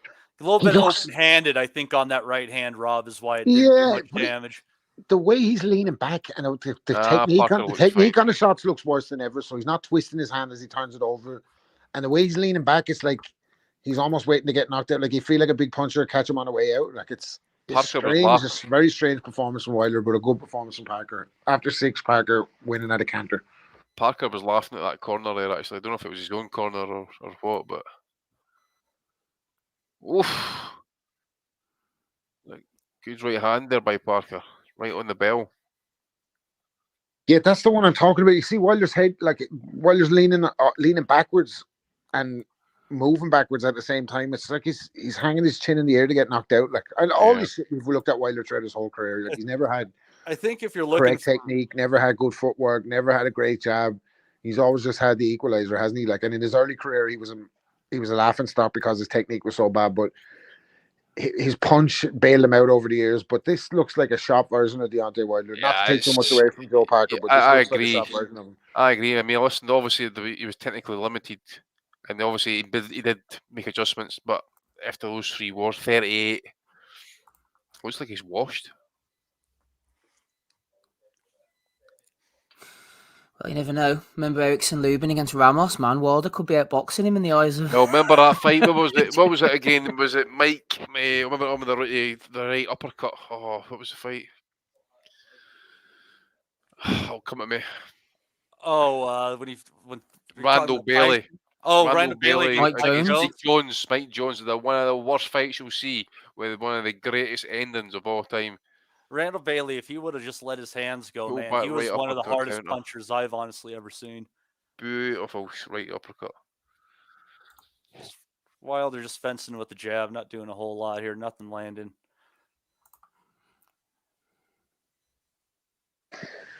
I cannot wait to find out who drugged Deontay Wilder this time. I think that crown was too heavy, to be fair. The crown could have been too heavy as the crown. Yeah, isn't Too that heavy? Isn't that quite the metaphor? 7th round again. Parker being the aggressor again, backing Wilder to the ropes again. Wilder looking confused and bemused. He looks more confused the more the fight goes on. It's like he's not really fucking. I definitely think it's the ayahuasca, dude. I don't think it put him in a get him back off that. Did I start, man? Fuck's sake. Yeah, in He about doesn't 2 like- minutes, Parker kind of landed like a little triple left hook there. That was a good sequence for him. I think it's Malik Scott, man. He just looks like he's boxing like Scott used to, very negative, not He's too committing. content, isn't he? He's too Yeah. content to be letting this happen. Like it's fucking 7th round. He hasn't let his hands go at all. Like I'd give Best believe. Thundora a chance against Wilder right now. yeah, Ricardo The same height. Espinoza. Yeah, he had a chance to fucking beat Wilder just now. This is awful, man. Hey, he has to know he's behind. Oh, yeah. Ronaldo He's sitting beside knockout, McGregor right? looks like when fucking you have the last seat on the bus, don't you? And the fucking Aye. maniac gets on at your last stop. You're like, oh bastard, here we go. Like Ronaldo's looking up asking for some of that good stuff. This is a game of done to wake up. The thing is, you it's just so know with the poor main from Wilder. It's astonishing. This is you just know for the main event with Wallin being a counter puncher, it's going to be something similar. It's going to be Joshua having to try and hunt him down as well. You know, Again, the right hand from Wilder. Timing is all over the place, man. he's missing it. big He's right gotta hand just from go Joe for it. Parker.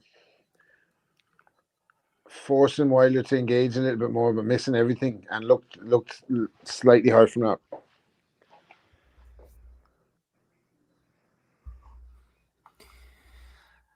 Yeah, this is not the typical Deontay Wilder fight by any Good stretch. right hand there by Parker. Caught Wilder just be chin in the air a wee bit.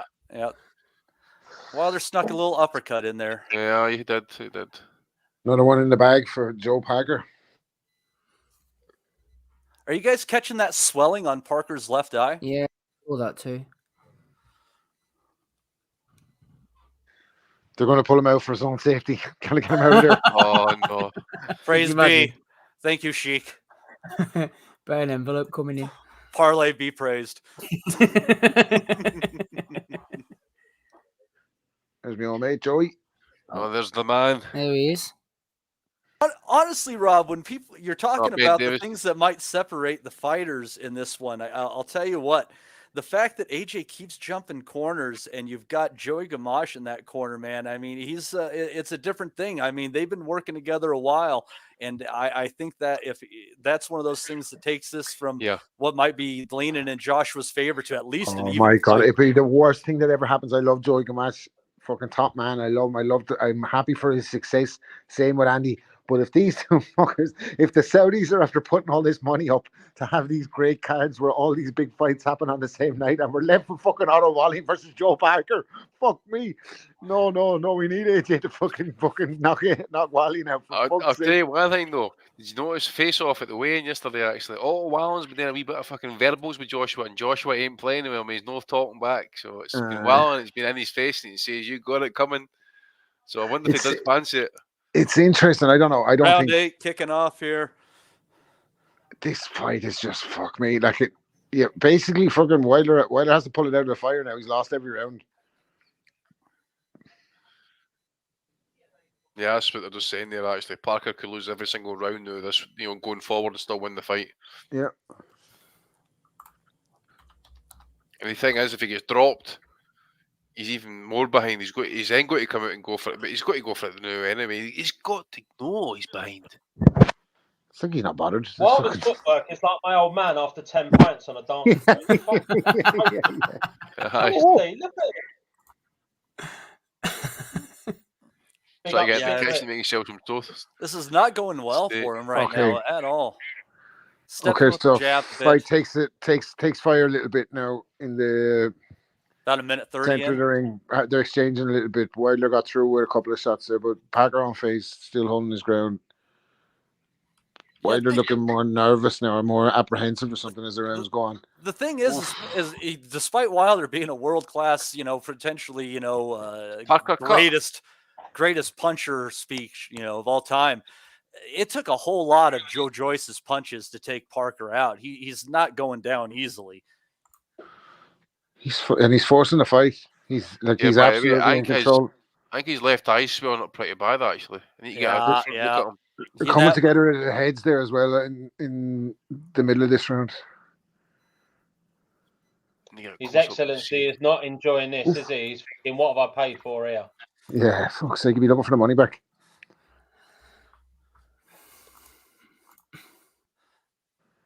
Oof! Joe Parker going for it. Has Wilder in trouble. 30 seconds to go on the round. He's letting loose on punches. He's letting his hands go. Ref is having a look. Hold Parker on, again Rob. with a left hook. Big right hook. Ref's got to jump in. He's giving him every chance. He's riding it in the corner a little bit. He's pulling his head out of it. He's still in the fight. He's throwing back. Big moment for Joe Parker. 10 seconds to go on the round. Wilder's going to get out of here. What a shot that was. Ooh. Holy Great shit. shot. Oh, he's unloading. This is brilliant from Parker. Yeah, Who that's saw this coming? one of the best moments of Go on, Joe's big man. Go on. career. Go on. Take your money, mate. Go on. Everybody who had ever thought that Joseph Parker had something and wondered what the fuck he was doing, that's on. what they were waiting for. Walter's Oh. clueless, isn't he, man? He's really holding on. Oh, that was a tremendous right hand in the Oh, what's Uncle Frank saying to Eddie right now, by the way? pull it and let his hand. And when he had his moment, he tried to finish it. Parker, you got to give him credit. Fucking Conor went McGregor's straight shadow forward. boxing ringside. What's it you want Brilliant. to see? Brilliant from Parker. Funny, you Great listening round. to Andy before the fight. They were saying, "What's your advice?" And he was like, "Let your fucking hands go. Fight fire by fire. Let your hands go." Wilder looks finished. That was a some great right hands, hand. It Oof. froze him, by the way. It froze him for a minute. Oh my god. Oh, he had some shots there. Really, Wilder Okay. took some shots there. Yeah, I'm seeing. All right hands, isn't they? Every right hand almost. That's what I was saying to you earlier. Like his jaws up, he's pulling his head out, and he's staying on the. That punch in slow mo, unreal. Oh, it's froze him like he felt that right down.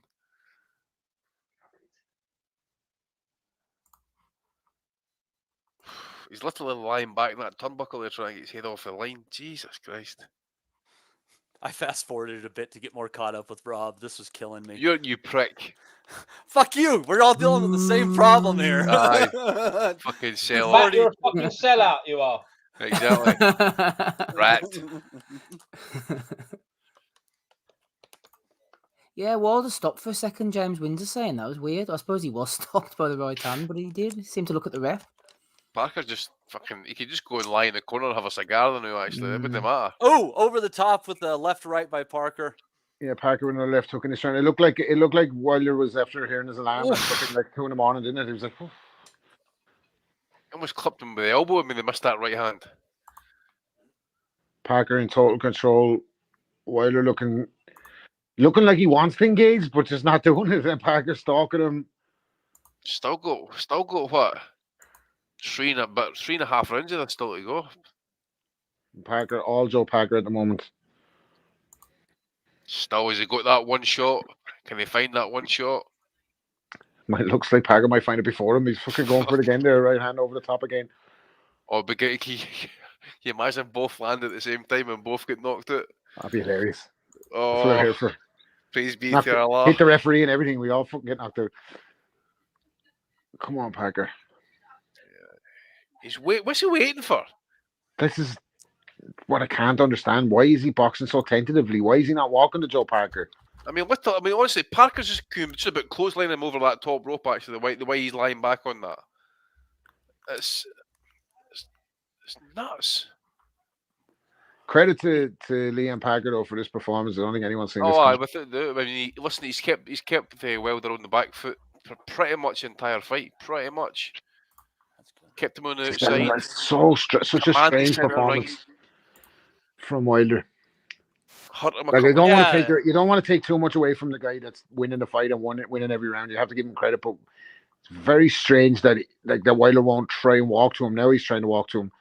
It's just flat, Rob. It's a very flat performance. No snapping the shots or anything, or no.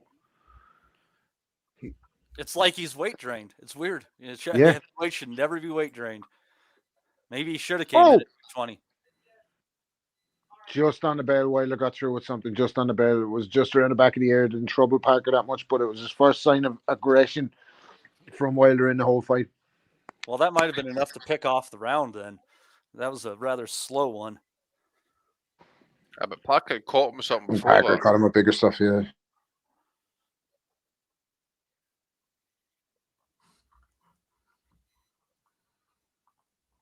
So like that right hand behind the ear, so like just it stuck him up a wee bit. First sign of aggression, really, from Wilder in the fight. Like he hasn't Well- fought back like with much firepower of his own with for the shots that he's been caught with. He's going to have to find something these next 3 rounds. Oh, He's he going to have to needs come it out now, he needs it. starting right now. Reminds you of fucking Angelo.d. You're blowing it, kid. Fuck me, Yeah. you got to do something to go out. Like you're blowing the bag. Fuck He's me, not going to you're get fucking a the bag up. rocket up his arse, though, is he, man? Scott's more stoned than he is in the corner. Eddie needs to get into that corner right now and Yeah, tell exactly. Frank Smith. him. T-boy. Imagine Eddie and Frank, the two fucking Egypts, after making friends with each other for nothing. Glorious. Not a whole lot happening to start the 10th. Favorite Parker still Ooh. looking fresh. Parker kind of knocked him off balance with a jab there. We've not started the round yet. So the bell just Oh. started for us for round 10. So where are you at? Up ahead of that. I'm doing my best not to do too Where are much. you at? Oh, mine's all over the place. I'm 215. still in Bivol fight. 250. You're at 215. Yep. What are you at, Steve? 250. No, 249. No, 247. 240. 211 here. Fucking, I'm going to get you some fire stick, lads, for Christmas. Fuck this shit. We can't go on like this. What Well, I Rob, if the that thing like is, that- Rob, I was the same as you before I came on, and then like I went back to sync up with the rest of them, and now I'm fucking behind everyone else. because Rob was spoiling it for everything. That was your mistake. If you're a long time listener of the pod, you will remember that I used to get my fucking result about 30 seconds after the boys did the rooms and as. And now this is fucking payback. Danny felt sorry for us, now he's paying the price. No, that's it, yeah. Well, look, I'm gonna use my 600 megabyte of downloads in a minute, or gigabyte of downloads, and go about 4 minutes ahead of you lot. All right, so Listen to these.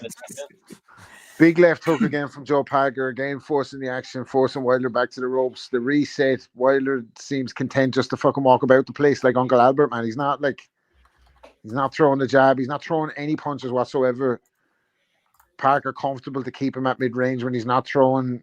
It seems like he can see the shots coming, and this is just the punch stats are up there now. So power punches thrown in round 9. Wilder is only landing like 17 shots in the fucking. I don't know what the fuck is going on, man. This is. I don't know either. This is not good. It's like in a way, like in a cruel way, you like kind of want to see Joe Parker flatline in the 12th round just so we keep Wilder versus Joshua. But if Wilder was to turn up like this and fight Joshua, who'd want to fucking see it anyway? Who cares? Yeah, at that point in time. And sometimes fighters just done. Wilder had a hell of a long career. He might just be done. And it happens. Trading a couple of jabs. Seems like I can't understand what he's doing. I can't understand what the game plan is here. Like, what was the game plan? Parker getting a little bit cocky with that left hand low, though, Rob. Yeah, I was thinking that too. Oh, Wilder just landed a decent uppercut. Parker took it well.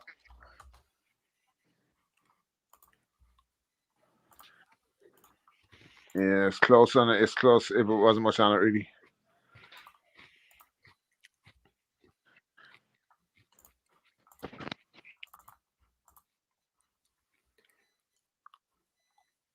I don't know. Do you give Deontay that round? Not much happened in that round. Like maybe you gave Wilder that round, but it's not going to matter if fucking unless you can fucking flatten him in the next 2.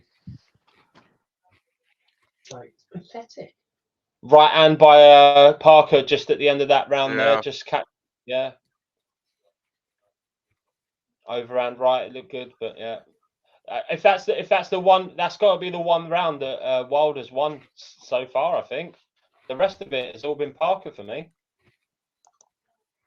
I bet they rob him. You give him maybe a share of the first round because none of the two of them did anything. But fucking, he's done nothing, has he? Like he's looked very, very poor, and he's lost almost every round. It's he needs that fucking equalizer now. Edward Woodward, baby. The equalizer. Wilder with 6 minutes left to go to preserve potentially one of the biggest paydays of his career. Telling you, man, it's the ayahuasca. Once he got that into it, he stopped caring about money and all. He's on it. He's in the spirit realm. He don't give a fuck. Started off the 11th round. You think like there'd be some impetus or some kind of aggressive start from Wilder, but he's just he's returning to form. Trying to get on the jab a little bit more now. Yeah, just trading jabs here and there. Yeah, got to be at least 9-1 Parker, eh? Absolutely. You would think. I think you could. I think at a pinch you could see it 7-2-1, but I think Parker's clear on rounds. Still the scores, man. I'm telling you, would not surprise me. Just wait. Parker just missed with the right hand. We've seen it before. I would not. If they did, that'd be Joe Parker again, forcing him. He's looking for that same shot again. The right hand over the top. He's kind of moving his head off the line and then throwing it over at an unorthodox angle, and Wilder just doesn't see it coming. Like it's Wilder a little bit more aggressive now. I think he with 1 minute to go in the 11th round, I think he feels like he needs to do something here. Yeah, Parker tried to throw a right hand, game off the shoulder. Joseph Parker by decision. Holy shit! I tell you what, they can't rob him, eh? They clearly cannot rob him.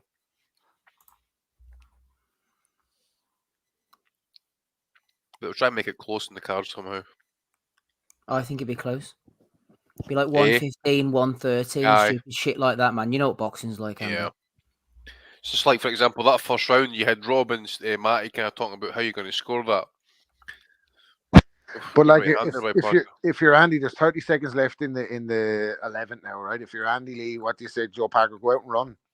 You fucking don't need it. You don't need to knock him out. Just absolutely, 100%. Wilder finally seeming to fight with a little purpose here inside the last minute. That was short-lived. It's just, yeah. He can't get off Wilder unless he finds the fucking punch from the gods in the next round. He's going to lose this fight.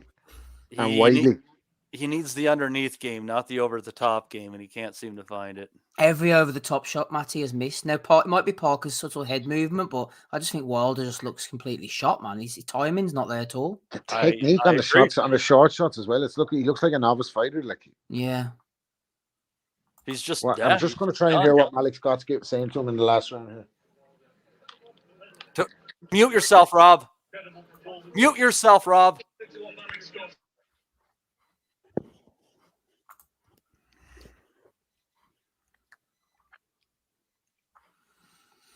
I don't know, man. You can't have the bleed through. 3 hours 41 we've done. Okay, so Bunsey and Richie Woodhall are Kane and Malik Scott saying there's been no urgency. As far as I can see, it's that guy Jay Diaz or whatever that's doing all the talking in the corner. Malik Scott's just having a look at him. I don't know if they fall out or did some Malik Scott fucking do something with his wife on OnlyFans. I don't know what the fuck's ever going on, but it doesn't seem like there's a disconnect between the two of them, and Diaz is giving the instructions, and they seem like bad ones again because, like we talked about in the last round, we said that he needs to stop looking for the over the right hand over the top, and they're telling him to do it, and now they have an exchange, and Wilder is throwing hammer fists UFC style in the clinch, so he's desperate. But again, he's looking for the right over the top, and Parker slipping it under. Yeah, I just can't seem to get it. Wilder going for it now in the 12th round. He's forcing the action. But Parker... Your man Dees is even like tactical information, like you need to move off to your right a little bit, and I'm thinking you kind of passed that stage. Yeah. That's what he said to him. It's a little desperate. Yeah. Like, what? I wonder what excuses we're going to get for this performance, Anna. Joseph Parker doing a fair bit of holding here, definitely knowing if anything's decent, he just has to see it to the end. Fighters, don't go to Costa Rica and take ayahuasca. No, do not take ayahuasca. It's not working. If you want a killer instinct, you don't want to fucking soften your opinion on humanity. You don't want to be on fucking at peace with the world. Fuck me, we need violent Wilder. Wilder's swinging for the fences now. That right hand by Caught Parker. Caught him momentarily with left hook. Parker standing up to it, grand, holding himself in the clinch. Minute and a half to go.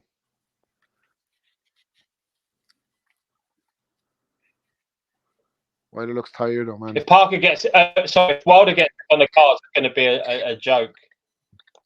If he gets it on the cards, but you forget boxing from now on, because this is the most one-sided fucking fight I've seen in a long, long time. Good jab from Parker. Parker not having it, mixing it with him. Oh! Wilder a fraction away with a big right hand. My God, that right hand that Wilder threw there was like a sent by pigeon carrier. Came in that late. Yeah. He's off. His timing is completely off. Missed it by miles. Where's my fucking beers? Yeah, he just cannot seem to find it.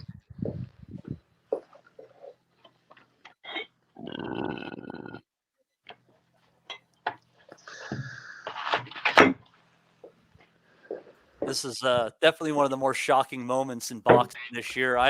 No matter what the odds say, I think this has to be upset of the year at this point in time. This has all come out fair and decent, guys. Spoiler for you, there's 15 seconds left, and it looks like it's only going one way. Wilder can't get off. He's finished, didn't he? He left it all in the Fury fight, man. His career ended in the ring. Should have never looked for that third fucking Fury fight. Oh. Should have got out where the going was good. Taking him to court and all rematches. Fuck that shit. Talking about egg weights. Fight's over, guys. Deontay Wilder ironically puts his fucking hand in the air for some reason. Andy and Joe know they got the fight done. No, Yep. So over. Maximum credit to Parker. The game plan was very good, and he made Wilder just didn't look box at all, did he? He just looked horrible tonight. Looks like he went to Saudi Arabia on holidays or something, doesn't it? It's like he didn't know he had a fight on. He was never going to beat Deontay Wilder in an exciting fight. This fight was exactly what it was. But to be honest, Wilder didn't do anything to make it exciting himself. He was entirely hesitant to throw anything. He couldn't commit to any of his shots whatsoever. It was not the same Deontay Wilder in there. I think that he is shot. And I think the sad thing about Deontay Wilder is I think that his confidence, his belief in himself is too much for him to say that he's shot. That's what Fury took from him. That was what Fury took from him, was his belief that he could knock anybody out. And without that, he's shot mentally now as well as physically. I can't believe he's parading around the ring like he thinks he's won this. It's embarrassing. I'm telling you. I'm telling you. Eddie's arse is making buttons on his seat right now. All right. This bout is a draw, ladies and gentlemen. Yeah, exactly.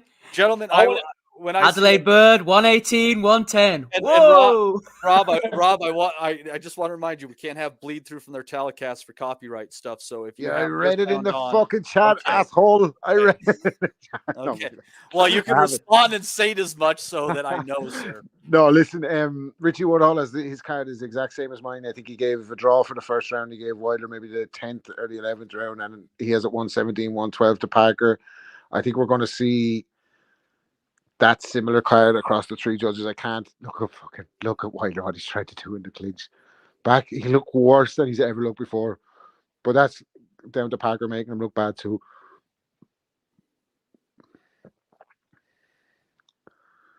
Nothing. Absolutely nothing performance from Wilder and everything from Joe Parker.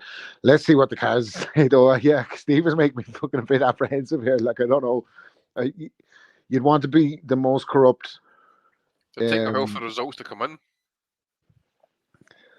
Waiting for His Excellency to get the nod, I think. Is this right? Are we giving this guy the thumb up or the thumbs down, isn't it? You want to see real power, Mauricio Suleiman? Right here, motherfucker. we don't have to. We're not going to appoint judges locally the same night. I'm going to walk. Take my time to get this result in. Yeah, Beat Bot Boops mentioning Dave Higgins. Sure, he was just hugging Parker about 10 seconds ago.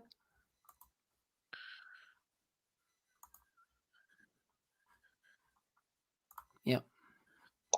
It's funny, Steve. Is it the Parker's ex-trainer, Barry?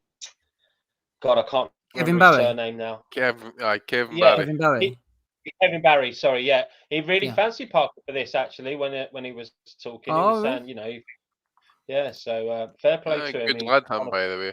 Yeah, Solid I fighter on thought his day. He's a good good fighter, trainer. wasn't he? Yeah, for Holyfield. Yeah, good fighter, good trainer. Yeah. All right. And when they get them together for the announcement here, I'm going to go on mute to check it out. Okay. And I'll be back when I think you guys have gotten all the info too. I'll be back. It's exciting, isn't it? Or else smoke crack. Take your time, though. I don't like this. Oh, I'm telling you, man. This Whittaker was Chavez. this was like, aye. Give me the drop. Give me the drop.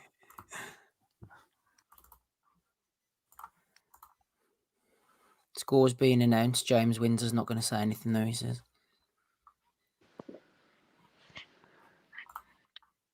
Yeah, it's been announced. Yeah, Get in there! Cheers. the right guy won.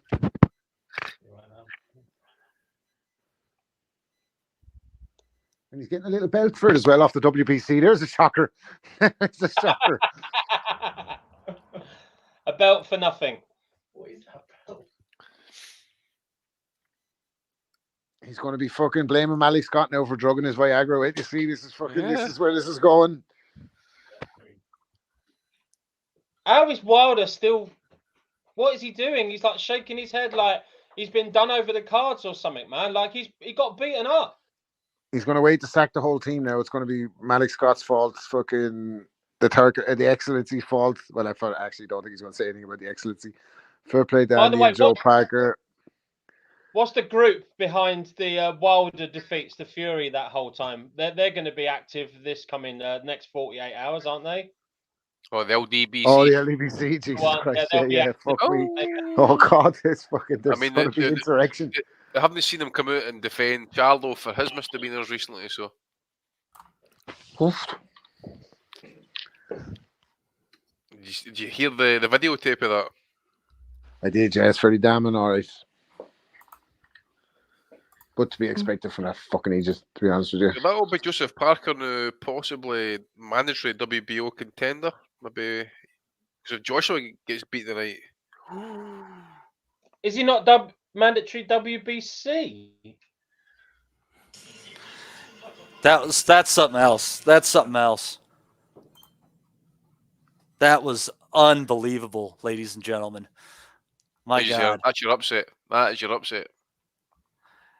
We had the wider with the odds makers was Caballel winning, but in the implications, I just got to say that this is the upset of the year.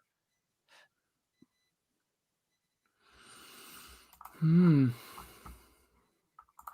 you think of another fight that upset the apple cart as much as sure there's a wee note here somewhere. There was one I can remember. Give me a second. Topalis over Akhmadaliev, maybe. I know, but on a scale, this is the one, isn't it? The oddest, like Zhang against Joyce, possibly. Well, he'd already beaten in the first. Carlos Takam against Tony Yoka. The widest with the books was when I think that Itoma lost earlier. Lopez against Joshua. Sorry, Lopez against Taylor. Sorry. And that was almost 50-50 with the books. You guys on scale, it's got to be this one, hasn't it? Compared to the scale of it. I mean, this bus open the division a wee bit actually. What's Wilder going to say? I think he'll go the whole, we've been on a journey, we love, and all this type of shit, isn't he? It's one of those things where I'm glad that I have the telecast on mute, I think. He needs to go back to the love wagon, I think, and just retire and enjoy his money. Time's up. People of the world, joy in hands, get on the love train, love train. What were the scorecards? Sorry, I missed the scorecards. 118, 110, 118, 111, 120, 108.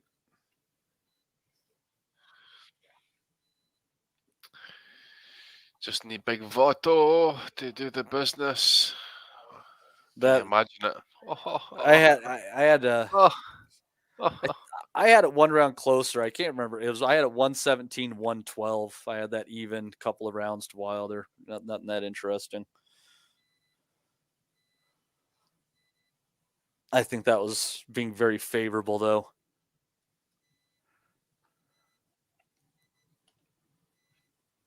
Man, here's a question for you, Danny. Let me throw this at you.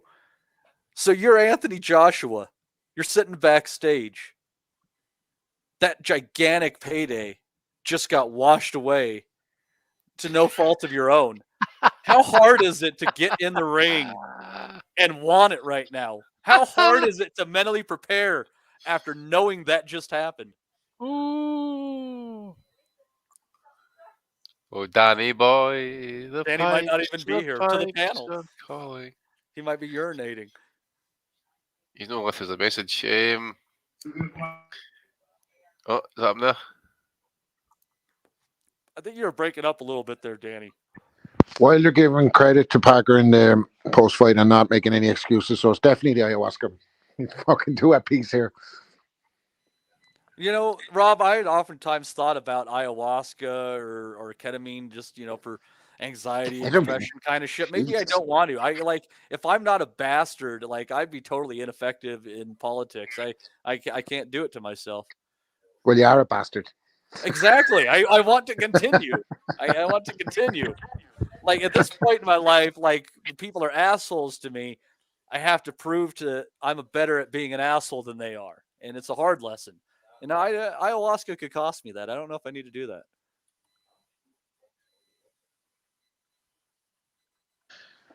Yeah, humble in defeat there from Wilder. Surprising. I thought he'd throw the toys out of the pram. Seems content with a performance like that, which I can't understand. But yeah, credit Joe Parker. It's not the result. Like as a guy, great for Joe Parker. Great guy. Seems like a good guy. Very willing to fight. I guess his fourth or fifth fight this year, third or fourth fight, something like that.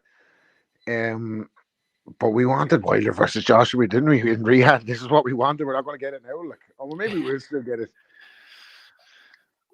Eddie's going to have to sell that shit fucking hard. But on that, you fancy it. Well, we have yet to see AJ, of course. Look at me. We're going to see what these two stooges are like. Timing was off a little bit, he says.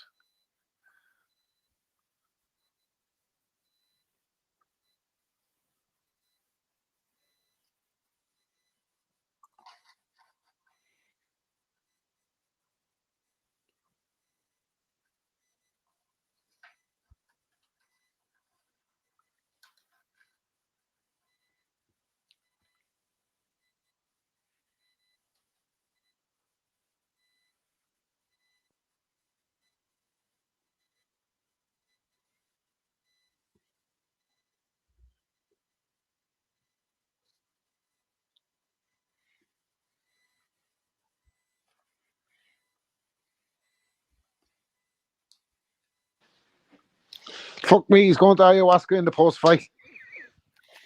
He's He said that he's on the ayahuasca and that's why he's so happy. He's going to keep wearing a smile all week. The ayahuasca's washed up Deontay Wilder. Fuck's sake.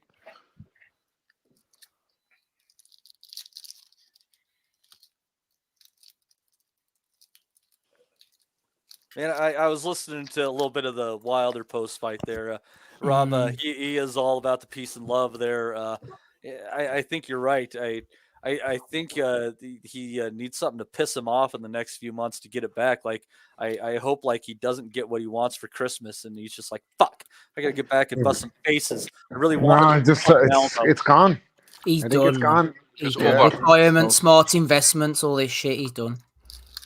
I just noticed in the chat there, Des is saying that Wilder was talking like he's got 1 foot in retirement, and I think he's pretty much bang on there. Like, Yeah. he's got both feet in retirement. You sound like you accept. He said if it's over, man, I appreciate everything. It's been great, basically, is what he said, and it has. I mean, the guy is an absolute legend. When in 50 years, people when they're talking about who are the hardest punchers in the history of boxing, Deontay Wilder's name is still going to be among those that are in that debate. So it's.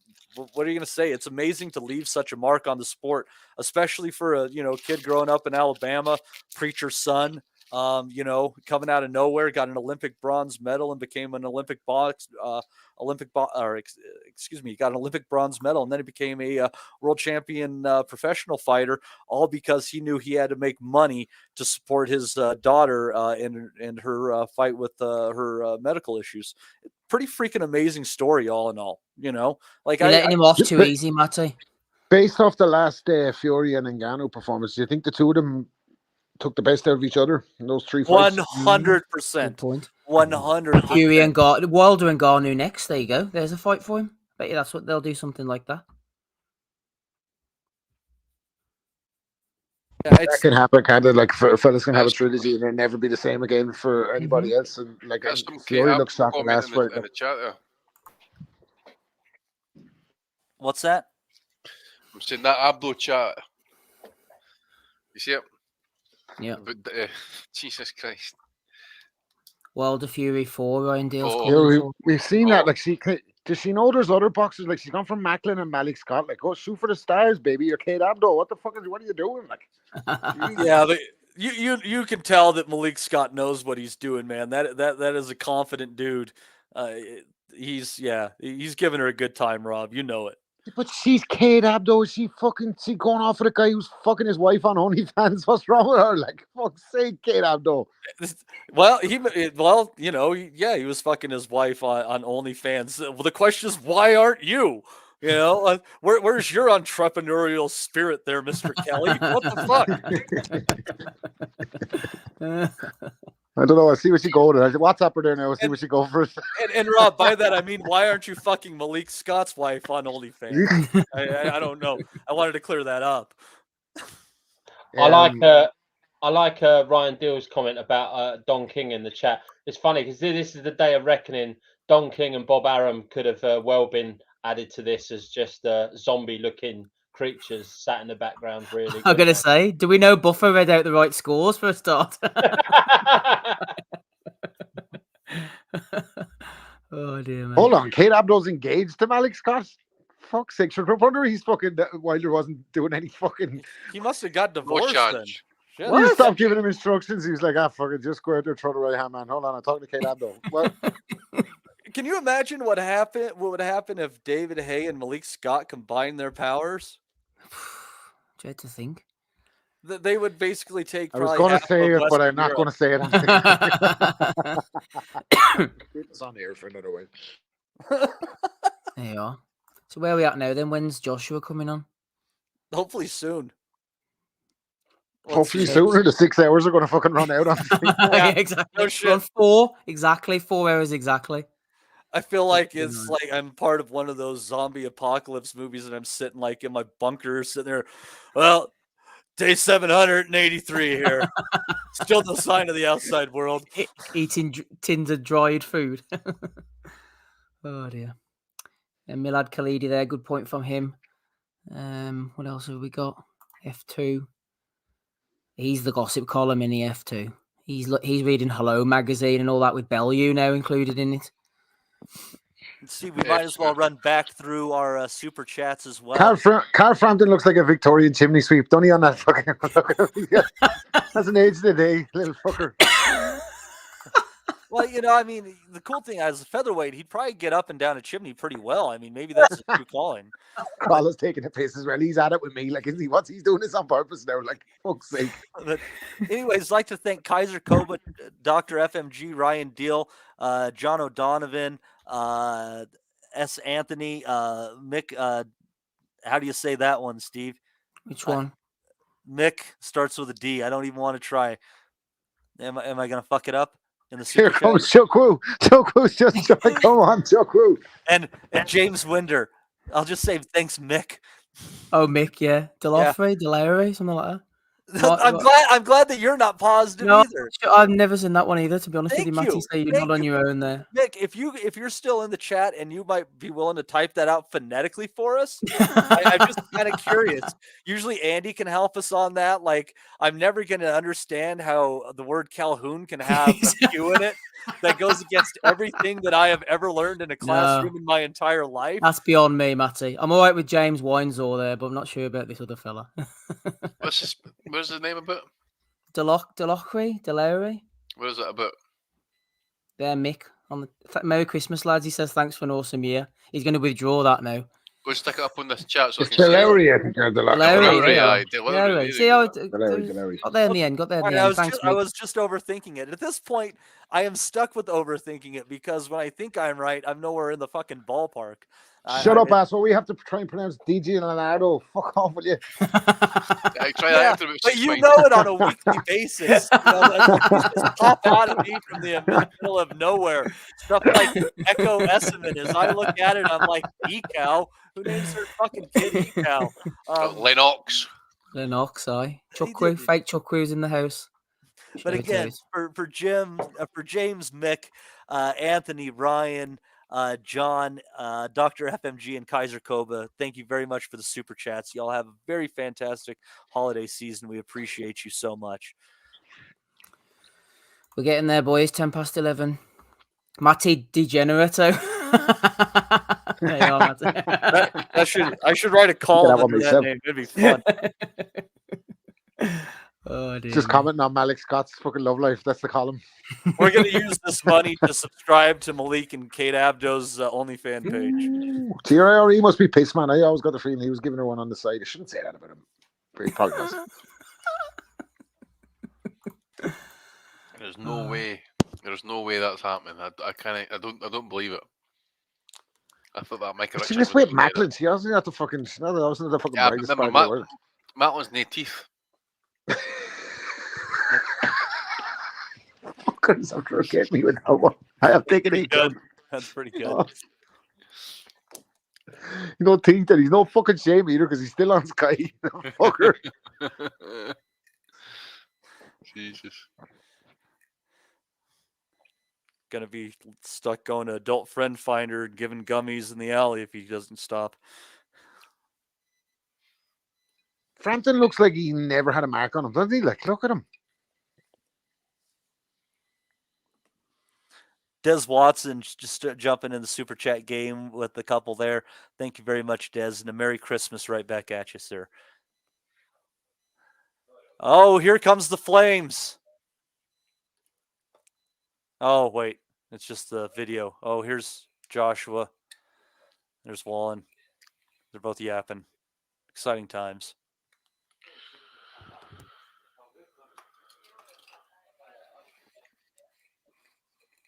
We'd like to take a break from this boxing telecast for Steve is a bastard. For scenes from the Patterson household. every time I fucking see Anthony Crowler's face now, I cannot stop fucking thinking of the fucking overdub that Wellington did with fucking Richard D. Hall's voice. I'm looking at him now and he's even talking to Richard D. Hall's voice is amazing. What's he telling you about now? What's the voice telling you? The big loud bang in the Manchester Arena. I think that's what he's talking about. We'll never forget. AJ, do us a favor, man. Go out and spark this guy in one round, will you? For fuck's sake, so we don't have to see Wallin versus Parker in Riyadh on a 6-hour show. You talk about someone who's got to be pissed, man. Andy Ruiz, who could have probably beaten that version of Wilder right there, and would set himself up with a trilogy with AJ. He's pissed and stoned, I think. It's kind of hard to be both, dude. That's what I found. But well, I don't know. I'm doing my best. I'll keep you posted. Let's see how we get on. Oh, you're talking pissed, drunk. I thought you were talking pissed off, angry. Sorry. Sometimes those the language colloquialisms slang. Yeah. Do you even know what an idiom is? A colloquial metaphor? Well, I'll give it the Muhammad Ali treatment. Whatever it says, if it's good, I'm that. I just see a comment here. Joseph Parker exposes another PBC hype job. Jesus Christ, he's a 38-year-old guy at the end of his career. Come on. The hate is real, man. I hope somebody goes to the senior center and kicks your grandma in the shins. Oh, honestly, the hate is real. Great. Now we're going to get kicked out for inciting violence because they told somebody to go kick someone's grandma in the shins.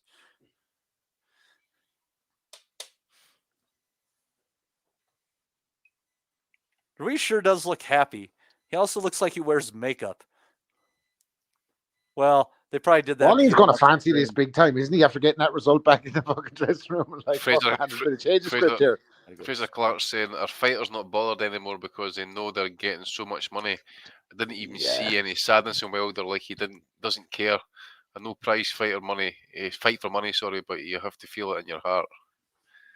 He seemed very much. I looked at a lot of the build up stuff this week, and I know I'm laughing about the ayahuasca stuff, but I honestly think he's off the fucking reservation anyway. Like a guy that'll make that 10-minute video with the spooky piano music and the kind of green screen and all after he lost the second Wilder, the second Fury fight. Like he's always fucking looked like a guy who's on the, and I think he's just gone over the other edge, gone over the other side now, isn't he? Like, and he's just kind of in a happy space, and he's made a ton of money. Like, but that was a performance where he looked like he was just there for the bread, didn't it? Like, it's just like fucking, I'm gonna hang in here. He seemed gun shy. He didn't look like he wanted to get hit. He looked like a fucking shell of his former self. Like, so I think there's an element to the money, but these guys have always been making money. Maybe this is just like one last fight for life-changing money, that way, and he's out. Like, maybe he hasn't got it anymore after like I said, those 3 fights against Tyson Fury must have taken a lot out of him. He's a guy that naturally weighs 212 pounds. Fury was 270 in one of those fights, wasn't he? Like, fucking battering him for fucking. He gave him a sustained beating over, but apart from the moments where Wilder had success in the third fight, but it was a sustained beating over the second 2 fights. And when you're taking fucking flush punches from a fella 50 pounds heavier, maybe the fucking fight's just beating out of him a bit. Like, I don't know. But that's definitely what it looked like. And as well as that, a good performance from Joe Parker, but it looked like a soft version of Deontay Wilder, didn't it? It'd be great now if you just get, says an Auto Wallin win, and then music just turns the tables next year. This could stand to be one of the stranger nights in boxing that we've seen in a while. I mean, that Cab, if you're looking at the numbers, man, that Kabayel win over Makhmudov. I mean, not only was that a huge upset, but the way that he did it, it was basically the inverse of what the book saw on it. It was insane. And what Kabayel is known for as well. Like, but I just wondered, does everything go out the fucking window when you go to Saudi? Because Ngannou nearly ripped up the script, didn't he, when he nearly knocked Fury out, like, and gave him a fucking hellish time in what was supposed to be a fucking canter. Deontay Wilder was supposed to blow through Justin Parker. Like, this was not in the script. I wonder, does this affect AJ now going into this? Like, well, it's interesting. Like, you almost have to look at it like from the way, like, if you were just like an average boxing fan and who could throw money around to get the things that you wanted done, what would you do? And maybe that's what we're looking at here. It's basically just basically an overgrown kid who just wants to buy the fights he wants to see. And yeah, and I'm with it. Yeah, like, I'm cool. totally with it. It just fucked up what we were getting. Like, if he was to do, see, my problem with it, not my problem with it, but my disappointment in it is that obviously, like, the heavyweight division is the money division. But if he, say for his excellency, like the lower weights, and he decided he was going to make Haney and Tank and fucking, I don't know, Matthias and all these, like, say he took the lightweights, the welterweights up and put them all on the fucking same night, he could probably do that at a fraction of the budget that he's used on this one. Like, so obviously with that money and the fact that, like, all the people where you need to pull the strings to make things happen in a country, like, it's just easy to make shit happen. Like, what's the permitting process? Calling your cousin? Fucking nothing. Ryan Deal throwing in another super chat. God love you, Ryan. Says Charles Martin wins all the belts back next year. Ooh, King Charles comes back. Parker rematch beats AJ. Yeah, you're going to be King Charles then by the time he finishes up. Do you think he'd be pissed off if you walked up to him and said, "Hey, what's up, Chuck Marty"? Big Charlie, man, he's back into the game. I think he'd be just happy that someone recognized him, to be honest with you. I don't know. Here comes Adam Wallin is on his way to the ring, as on my feed or not. So do you want me to pause it? So let's try when it gets so Rob, don't do anything yet. Pause it when you get to the opening bell, and then we'll hit play when these guys catch up, okay? Okay, cool. All right.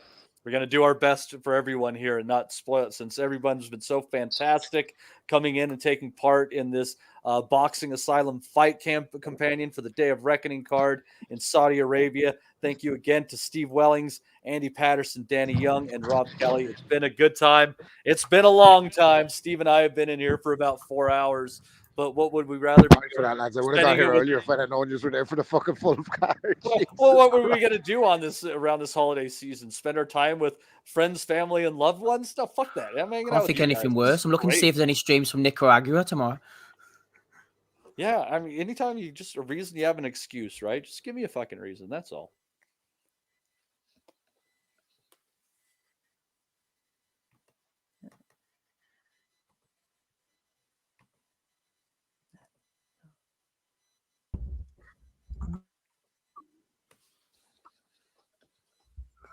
Yeah, I have a feeling AJ's ring walk is going to be pretty big, pretty produced. Holy shit! Well, they're doing some sort of an homage right now. Oh no, not now. It's quarter Yeah. past 2 local time, Yeah. says Matt Butters. I can't read what's on the screen. It looks like a bunch of squiggly lines, so that's clearly in Arabic. Is AJ going to go on another rant again? He's It's going to not a rant national himself to the anthem, ring. is it? Not bloody national anthems again, surely. Oh, no. Not now. We've We done do, so do you know well. what? We've not had a national anthem all night, so fair play to them. Yeah. Yeah. That's like I get it, and sometimes it's cool and stuff like that. But this is such a broadly international event. Who cares? Just treat it like a global event. I guess we should probably sing like "We Are the World." I guess then, huh? You should stand up, Matty, if you had any decency. Well, I don't Matty, want to. what's the odds on Ben Davison to throw in the towel on this fight? The odds, I haven't seen anything specifically on that one, but I'll have to look on the corner retirement right there. You just wonder when. Surely I'd be not. worried. Well, you know what? In that Warrington fight, he showed that he was willing to let Lee stand in there a Good little bit. point. Maybe he learned a little bit of a lesson. Yeah, but he did it for Wood against was it Lara in the first fight? Yeah. Yep. He wouldn't do it for AJ, would he? He wouldn't have thought, because he's more of a hired hand. He wouldn't dare. It's not like it's like he's not his fighter. He's sort of loaning AJ, isn't he? He's renting him out like Blockbuster Video. Yeah. God bless Blockbuster. Mm-hmm. Our good friend Captain Casual says, "No infamous Dr. FMG Hail Marys for me tonight. So, boys, you can have the pounds instead. Wallin to bring home the lambs Triple D slaughtered earlier in Africa." Excellent. Who was that? Damo that post says. Damo, that is, yeah. When in Africa, exactly. Well said. Yep. When in Africa, don't forget to check out the reigns. People While seem to we miss got them. with Damo on there, it just reminded me to big up Derek, who was the winner of the Yeah. Boxing Asylum Prediction League. Derek Well played, Eagers, Derek. man. Destroyed Yeah. us, didn't they? Absolutely murdered the lot of us. Yeah, So, he's brilliant. fair Well done, play. Derek. Do you think that Toto song actually offends some Africans who live in low-lying areas that get flooded often? Like, I guess if you live in a more mountainous village where you don't have to worry about getting wiped out, it's great. It's like, yeah, the rain's beautiful, but if threatens to take away your livelihood every spring, it sounds fucking awful. You just go on dissecting the 80s ayahuasca? pop songs. I sure am. What the fuck has been going on in your head? Just go on the ayahuasca, will you? Hey, why haven't you sampled Toto, Rob? That's Oh dear. James Windsor hasn't got a clue what you're talking about. Matty, he's only 24. Toto's hold the line, by the way. Jam to this day. Fuck me. Oh. Eddie just said he wants to go and vomit after that result. Was Michael McDonald the lead singer of fucking Toto? Or is that someone else? no, he was the lead singer of Doobie Brothers. Doobie their Brothers. second You're right. album. Hit the mountain, back in the day. Good one. What about Radio Africa, Matty? Do you remember that one? I do not remember that one. Do you not remember Radio Africa? No, who did it? I'm hearing only bad news. Oh, Nope. yeah, who sang that? Nope. Remember, let me find that out now. Latin Quarter? That must be on your side of the pond. Not a clue. No, 1985. Not sure where they were from. That's a good year. That's the year I was born. It's a good year. Steve, you're giving your rage away, mate. Stop. Yeah, maybe I should just stop. I remember 1985. I remember living through it and all that. Yeah, just be happy that was before you hit puberty, Rob. It's not that long ago. Yeah, they were a British music band, Matty. You're quite right. Yeah, there you go. Yeah, it's just some stuff just doesn't make it over here. Like, especially you guys have your dance music is a whole lot different than ours more often than not. Like, you guys have always kind of had that more EDM lean than we have. That's kind of caught up to some degree. Just not our thing. Here All comes right. AJ. He's walking out in the big white robe again. He's got the big white robe back. Now it's just because he just got out of it's because he just got out of the shower, Rob. The guards is probably running after him. It's like I got this from the hotel. It's great. What did he weigh in at? Oh I'm my obsessed by God! weights tonight. Look at that one, Steve. What? Ray is throwing in what is that? Euros? €23.99. No surname either, Matty. He's helping you out on every Big up, respect. Ray. Ray, God bless you, Ray. Says, lads, thanks for the content, unrivaled work. My big takeaway from boxing in 2023 is never put yourself in a situation where you have to call the cops. Hashtag boxing, hashtag bosh.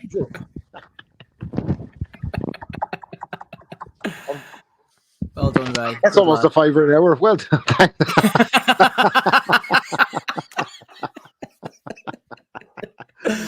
Oh dear me. This is We're going on strike in the first fucking year of the first month of fucking 2024. Podcasters' rights we're striking for. Ray, We so just did- Steve too busy to listen in. Pints of Guinness to be drank. Fuck Joshua. Go ahead, Dan. I was just going to say we're 20 quid short of Steve, your target for a turkey for Christmas. So £20 is all we need now, and Steve can get his turkey for Christmas Day. So. That means he's going to save. He's going to spare the real turkey that he has out in the fucking on the farm and just go and get a killed one. He's growing. There is a pheasant that's been teasing me all year, so I might go and get him. Steve, if you had a turkey, the kids would have given it a name, and you wouldn't have been able to. I would have felt bad about wringing its neck. Yeah, that's it. That's it. I did. I tell you what, like my old man was a butcher, like, and he brought me Uh-huh. to an abattoir when I was about like 7. It was probably 1985. Now that we think about it, and I remember thinking like, Dad, these cows all right? He was like, they know that's grand. They go on. They know that that's what they're here for. And this fucking beast was getting pulled up the abattoir, and he was like, no. He's like, no. And the fucking thing went into its head, and it was like, and it dropped in. And I was like, shit. I think that's what's wrong with me now that we fucking. Like, one of my favorite scenes in Napoleon Dynamite is when they're driving the school bus by and Lyle pops that cow in the head. And you know what they call it? An amnesty gun. So, true story, this guy I used to know, Cliff, worked at a meat processing plant about 30, 45 minutes from me. And the guys, they had the job where they have to shoot the cattle in the heads with those bolt guns. Yeah. Like, they have to, like, take 2 weeks off at a time because you just go totally fucking batshit if you don't get time away from the job of just shooting animals in the fucking head all day long. No, that's when I got legitimately scared of me dad. I was like, because he has no problem killing things. Like, he just kills fucking turkeys, fucking pigs, fucking cows, whatever the fuck. Like, some of the neighbors bringing the dogs over to get them put down. You know what I mean? You don't care. Like, you're using the wrong language, Rob. When I used to do it to the roosters, you have to use words like processed or dispatched. Dispatched him to live on a farm. Fuck me. I'll never forget the cow. I was like, you sure this cow's all right, Dad? He's like, I know, he knows what's happening. Fuck's sake. And this I was like, I think he's after getting the clue now when he donkey. sees the rest of his mates hanging on those hooks there in front of us. I think he's after fucking figuring this one out.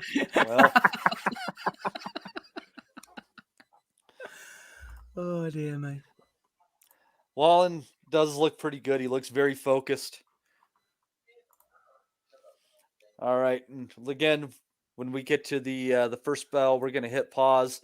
I don't know who's farthest behind, but Steve, I'm going to go off of your first bell call. Okay. Wallin's I'm getting getting Wallin introduced. introduced just now. Yeah, me too. Okay.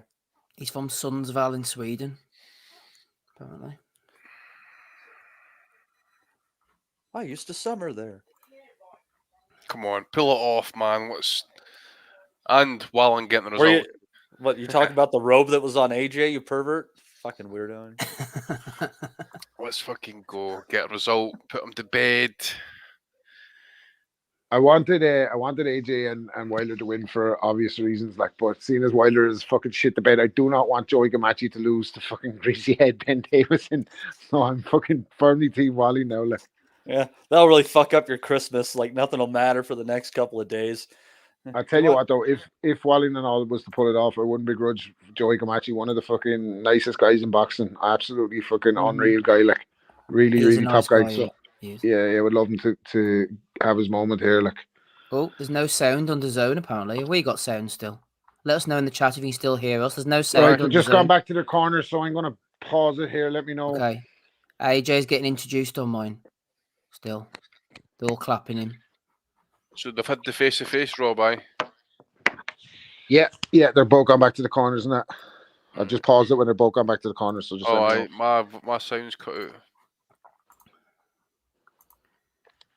The zone are going to redirect the feeds to us apparently, so everyone can listen to us.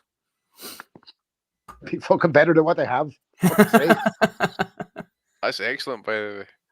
There's no need. Hey, we should capitalise on this. Get it tweeted out. Alternative commentary. We get shut down. RSPCA if it closing us down. Right. They're going back to the corners. You can see Wallin now. Yeah, okay. That's it. I'm gonna let it rock. No. I've got it paused on a close up of AJ's face and the look of fucking fear in his eyes. Actually, that's what I can see now. AJ's face and go. That's us. There we go. But won't the fucking listeners be ahead of us now? This is fucked up. Yeah, but they've no sound. So... Fuck them. Yeah, fuck the listeners. Here we go. Okay, so I'm at 250. yeah, same. AJ just tried to get out to the side there, but nice little step around by AJ. Nice little step around. Yeah, I see. He's been doing that Ben Davison training, unrivaled work, baby. Punching through the target. Looks a lot bigger, doesn't he? More imposing than Wallin. Well, the Wallin does not the job anyway. You give him that for the start. Yeah. Oh, good job, yeah.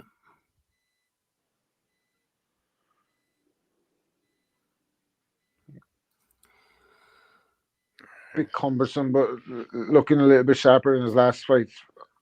1 minute into this one. Quicker anyway. Different gloves, I noticed. Different gloves. Yep, Everlast. And just a note, there is good body shot from AJ. Yeah, target the body, man. Wallin's got a bit of a belly, I think, you know. That hurt him, I think. You feel like he has a bit of a podgy belly. We won't hold that against him. No. Andy, are those? Is it? How do you pronounce those gloves? Is it Leone? Is it or Sierra Leone? Leone. Leone. Yeah. Is that what he's wearing? Yeah, those punchers gloves. Do we know? No, they're Italian ones, but I don't think they are, mate. It's was from a member of Prince's band. They're Leon E's. There you go then. Apologies for the audio issues. Prince was a man, boy. What did he put up some numbers? Oh my god! One of the most talented individuals, fucking during my both ways in my lifetime. Wonder if they're scanning the airwaves for us, actually. He had Vanity, didn't he? And Apollonia. That's a fucking hell of a resume. That's on fucking pound for pound greatness. Gave Carmen Electra her name. Incredible.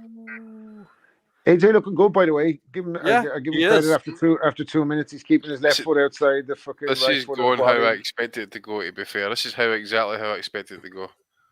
Wallin doesn't look great so far. No, looks a bit flat-footed. I think Wallin, doesn't he? Uncomfortable. The body shot hurt him. Body shot definitely hurt him. He's a wee fatty now. Little fat man. Ben Davison will jump up when he gets this win, by the way. Oh, I'm not going to be able to hear the end of him. But actually, if he's good for AJ, keep bullshitting together. Whatever works. AJ looking good so far. Wallin's, what's interesting is Wallin's the one who's pawing with the jab, and AJ's the one who's committing to it. Wallin has assumed the stance of Deontay Wilder after his first round, hasn't he? Starting on the outside, offering nothing. I think AJ might be pissed that his fucking payday was stolen from him. Bloody nose and some marking up around the nose as well from Wallin already. Wallin answers just on the bell, and AJ looked like he might have felt that one. Yeah, AJ looks good. That's what he needs to do. Front foot, isn't it? Be aggressive, I think. Put Wallin in his place. They're saying apologies for audio issues. This is hilarious. Imagine we were fucking on his own card. Amazing. Big fans of his excellency here. Anyway, I've noted that before. We're on record for being huge fans of his excellency. Absolutely, yeah, we are indeed. Aye, we didn't He's even thrown get in the a super paper. chat in a minute. We're going to Yep. retire. Yeah. Big Bentley outside the front door tomorrow morning. This card is hot. I mean, His Excellency, more like His Sexcellency. Chris Eubank Jr. there in a bomber jacket in Riyadh. Look at him. Look at him. You can see him. That's Eubank Jr., isn't it? Is it common to see bombers in Riyadh, Rob? You'll never forget. Now. That Oh, joke yeah. fucking wrote itself. Come on, gentlemen. Come on. Round You 2 just- started. For Wallin looks like he's trying to get a little bit closer. Oh, I thought he caught Joshua with something there. AJ looking good. I tell you what, right? I've noticed about AJ over the years. He always pawed with the jab a little bit, but he's doing good using it as a little bit of a fucking occupier for Wallin at the moment. He's keeping his left hand active. Yeah. Yeah, not a He's lot. really committing to the jab, isn't it? Nice jab, Uh-huh. that. Yeah, and especially considering the fact the Southpaw versus Orthodox, you're doing so much fencing of the jab because you just don't quite have the angle to land it, you know? It's, Well, like it's only a round gone or whatever, but so far AJ's done everything right with a southpaw. You got to keep him on a jab, as you Yep. said, and drill him with the right hand down the middle, and he's done that to the body and the head, and he's Left getting hook through as again to the well. body. He landed a nice left hook Yeah. there. I'll tell you what I'm noticing, and if it's something Davison worked on with AJ, full credit to him. But I noticed that every time that Wallin is able to get his right foot on the outside of Joshua's and get himself into position, Joshua pivots away. So as soon as he loses position, he's out. I like that. I really do. Good left hand from Wallin at about a minute 40, I think. Oh, big right hand from AJ. Oh, yep, that definitely caught his attention. Another one to follow it. Wallin holds it. AJ looks like he's going for it. Catching fire a little bit.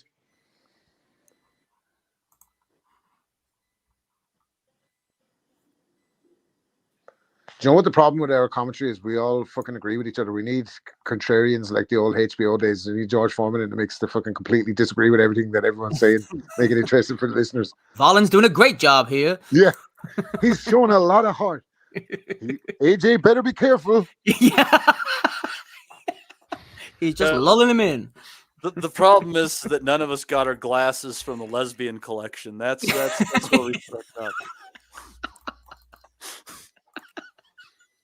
AJ looking nice and relaxed as well. Do you know that? He looked very tentative in his last 3 fights. He looked almost scared at points in the fight. He seems completely relaxed in here and confident enough. That's that Ben Davison psychology, mate. Championship mentality. But AJ, like, I'm not that surprised that that's a partnership that works, because AJ talks in riddles, boxer-size bullshit, doesn't he? Like, yeah, I think he would feed off something like that. Yeah, it's probably like fucking going to a foreign country when you're around them and hearing them talk. AJ's trying to stalk a little bit now. Joshua's starting to keep that left hand low. Wallin gets through the left, nothing on it, but just he's trying to be the aggressor a little bit more now. AJ just looks like he has the edge in speed and power here.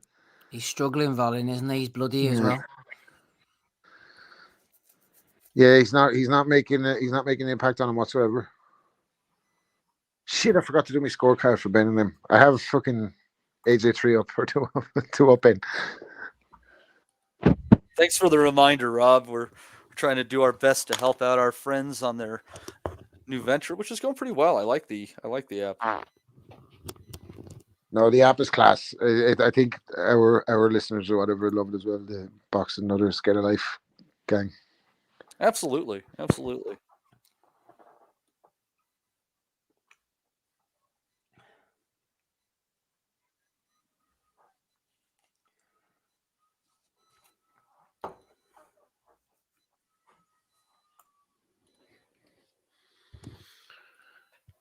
Start at round 3.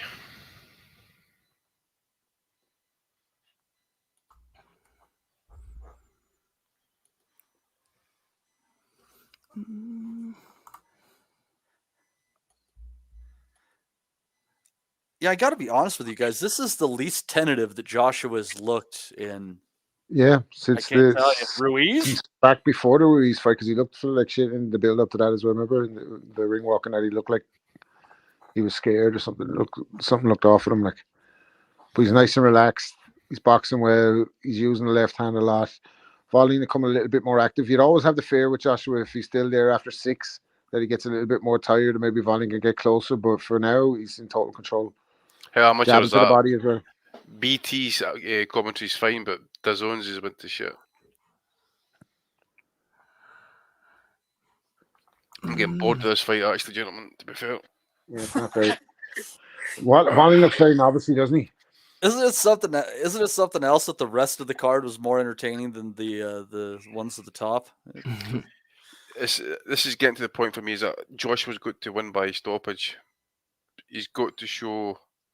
That was a nice right hand to the body by Joshua there. Really, he's certainly been more aggressive. He's letting the hands go more definitely, but he's got to get the stoppage. Hooking around the guard. I mean, he's good right hand. About minute 40.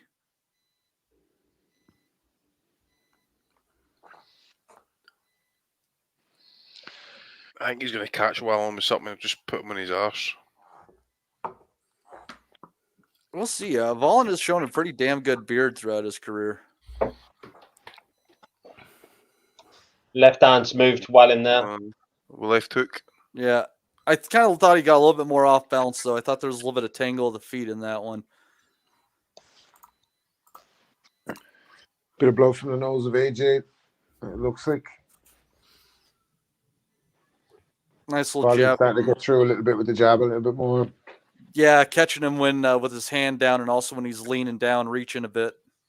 Yeah, he's abandoned that kind of occupier with the left hand now. He's gone back to form with it, hasn't he, AJ? He's not jabbing as much, and the left hand's looking a little bit looser. Wallin kind of throwing a throwaway right hook there, but I can kind of see what he's looking for there. Wallin swelling under the eye as well now.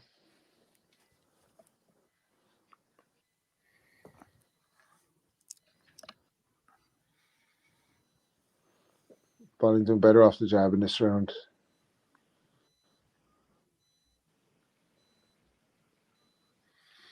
People are raging there on Twitter about the knee sound.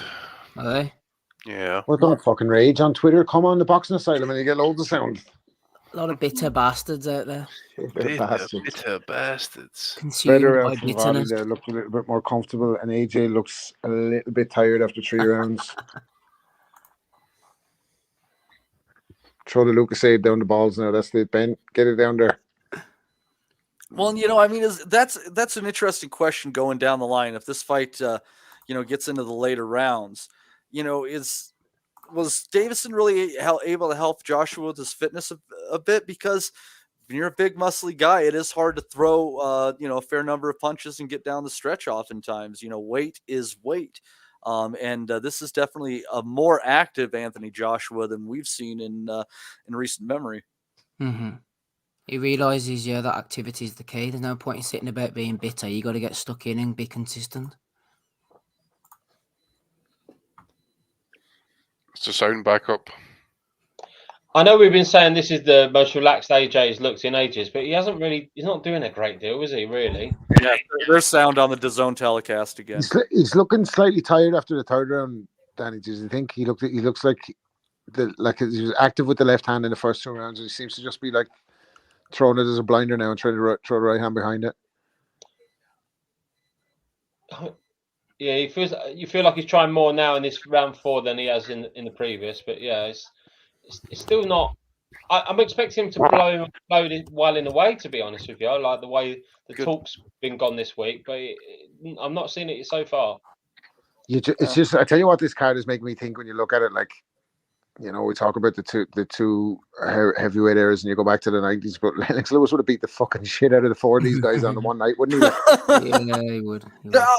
Lennox, by a lot of people, I think gets a bit underrated. I mean, he's a top 10 heavyweight in my opinion. I think when he was active, he was underrated, but in retrospect, he was hated when he was active. When he was active, he was massively underrated. The Americans hated him. Well, and he had a hard path too because wasn't he British born, fought for Canada? 88 Olympics, yeah. Wasn't it? And he was brought up on terrestrial television in the UK, and he wasn't that great, to be honest with you, in his early days. Like, I remember the broadcasters apologising for the quality of one of his fights against a guy called Irish Dan Murphy, who was about fucking looked like Big John Fisher, and Lennox couldn't get him out of there.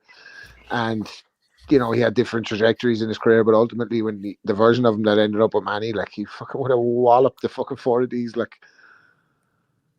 Kaiser Cobra says Ray Mercer at his best would have beaten these four. Merciless Ray, yeah. Yeah, Mercer was a good fighter. Lennox knew how to control people with a jab, but he knew when to put the foot down as well, didn't he, and get rid of people. Exactly. I couldn't see Lennox Lewis tolerating letting Otto Wallin stay with him for 4 rounds, you know that way? Yeah. Big right from AJ there, down the middle. Wallin held it. Wallin in a nice pair of blue suede shoes. Don't step on him if you're a southpaw fighting an orthodox. Here you go, right hook around the side. Little right hook by Wallin as AJ was stepping in. He's got AJ gone to the body. AJ looks like he's unloading now in the corner. Yeah, it was a nice right hand. Wallin looks tired and hurt. Oh, getting pushed down a little bit there. Referee he looks like he's ready to go, Wallin. Don't he? It feels like if AJ just stepped on the gas, he'd fucking be able to take him out. Stop him, I think so. I don't know. Nice little jab there by Wallin as AJ is stepping in.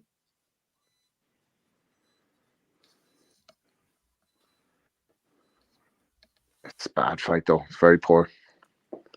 If I'm in Wallin's corner, I'd be saying, that's it. He's had 4 free rounds now. He needs to step on him a little bit because he's letting AJ just get away with whatever he wants. Really, it's pretty rubbish.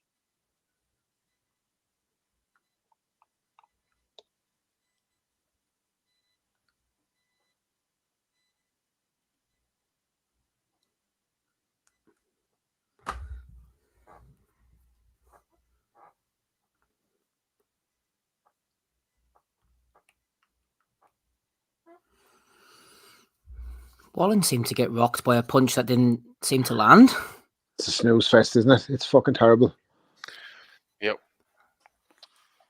4 poor versions of heavyweights tonight on display. Wilder's shot, obviously, the best version of Joe Parker, who's Joe Parker, and this fucking Wallin AJ fight. Like, it's not showing us much after 4 rounds, is it? That you deserve to be on a fucking podcast for 6 hours to watch. Just you think about Wilder's effort was so disappointing, but I got to look and see what his purse was and then go check the CompuBox stats and see how much money he made per punch thrown. That's got to be fucking incredible. Like in the tens of thousands, probably. Hundreds of thousands. Maybe now tens of thousands.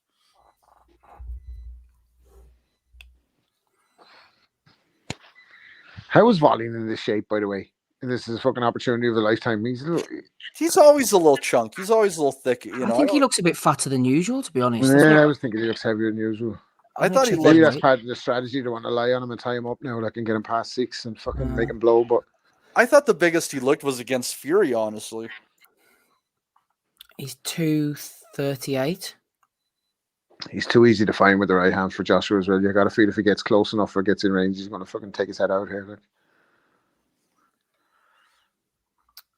Yeah, 238. He was about the same for Gassiev, right enough, Matty. AJ can't miss with a straight right hand, by the way. What was he for Fury? He was 236. Really? So he was only 2 pounds lighter. Huh, I thought he looked bigger that night. Interesting. So weight has no correlation over his performances, really. Well, I get maybe it's just the way he fought that night. He was so in Fury's chest. Maybe it just kind of inflated the way his size looked, just because he fought such a physical fight that evening. Yeah. AJ's dominating him right now. He really is. I mean, nothing big landing, nothing I'd be too worried about if I was in Wallin's corner, but he's definitely not winning the rounds at this point. It's just good stuff from AJ, isn't it? It's just right hand upstairs, downstairs, like keeping him on the jab. He's starting to pump the jab a little bit more. I wouldn't say good stuff, but it's just basic stuff. The fucking Wallin doesn't seem to have any answers. Like, does he? Oof. He's got him there, has he? Big shot there, isn't it? Oh, yeah, good hook by AJ. Big shot. Going to the body, back upstairs, going up again. Wallin trying to fly up, covered up. Wallin's face looking battered now, blooded. Getting under that shot, AJ. He's deflecting. Wallin's deflecting off the gloves now. He's definitely on the defensive, but I think he's got his wits about him. Not looking good though for the. Oh, he's swelling badly as well. Oh, big right hand from Joshua. I feel like the fight's already over and the listeners are fucking because we're about 30 seconds behind. And if you look at the chat, they're all oohing and ahhing. Like, I don't know what the fuck is going on.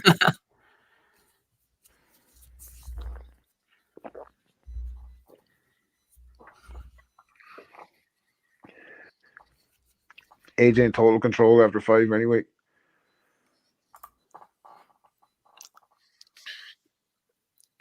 Could do by KO right now, like.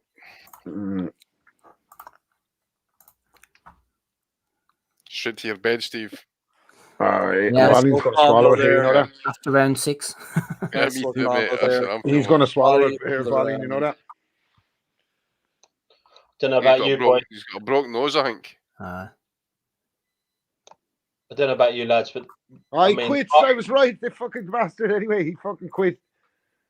No Feel a way. bit. Stool job. has he? Yeah. Oh yeah.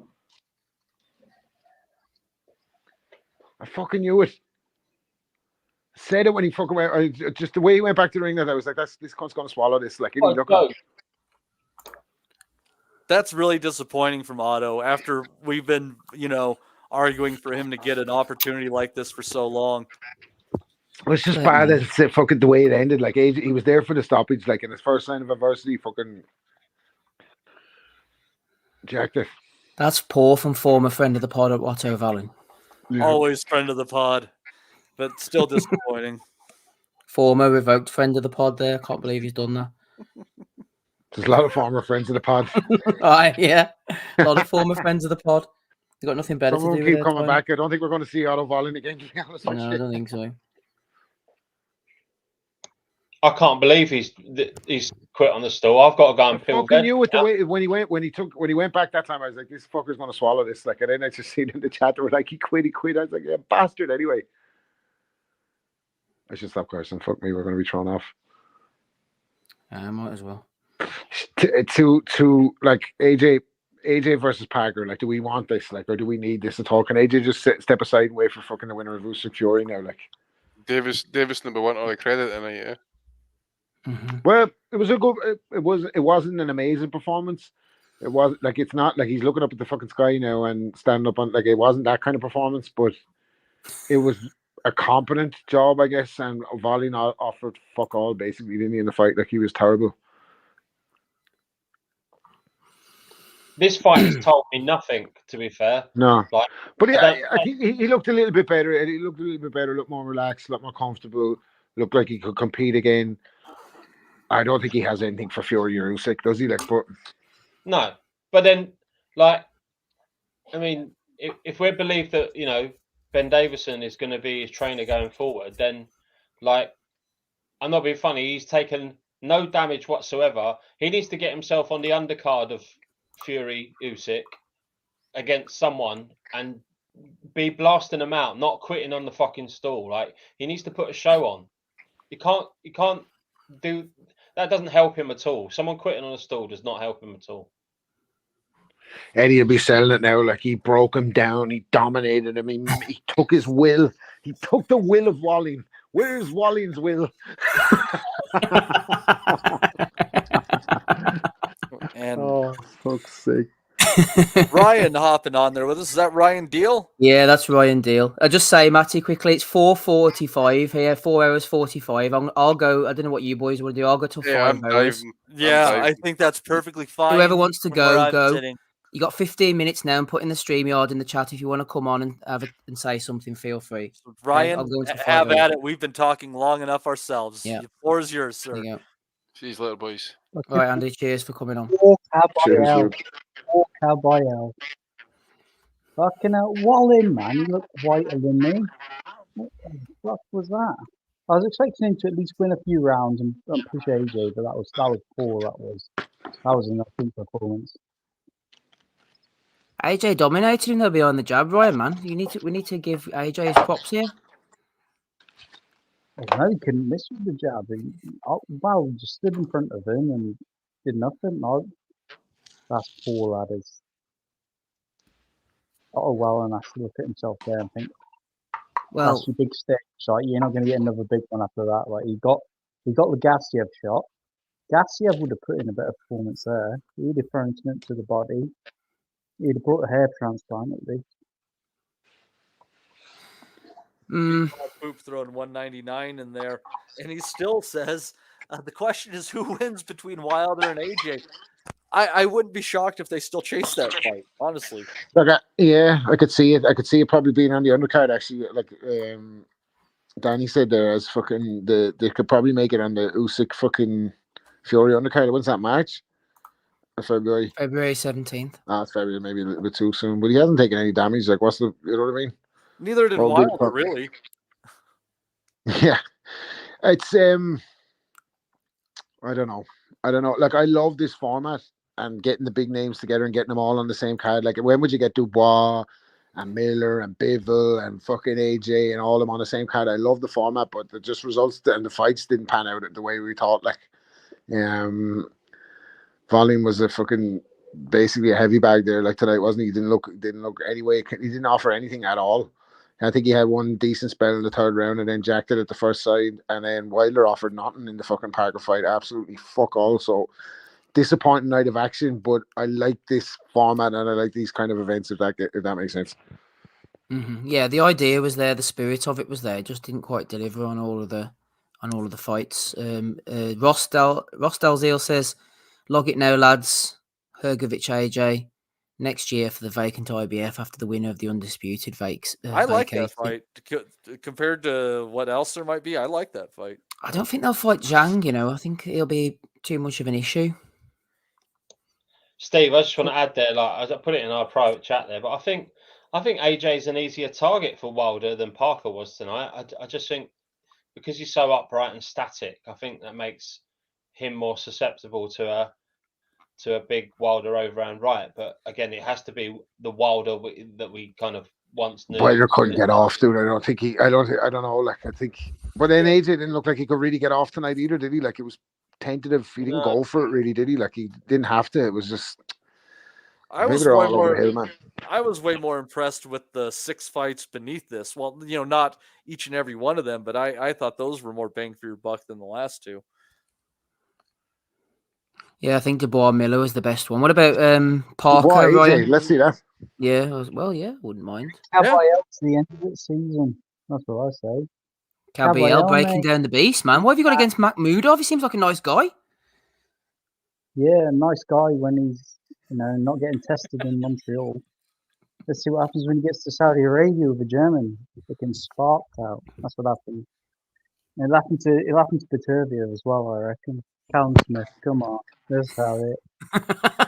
AJ's doing his post-fight speech there. I don't know what's going on in it, but it's not nice. Oh gosh, I dread to think. It'd be something about Palestine, I'm sure.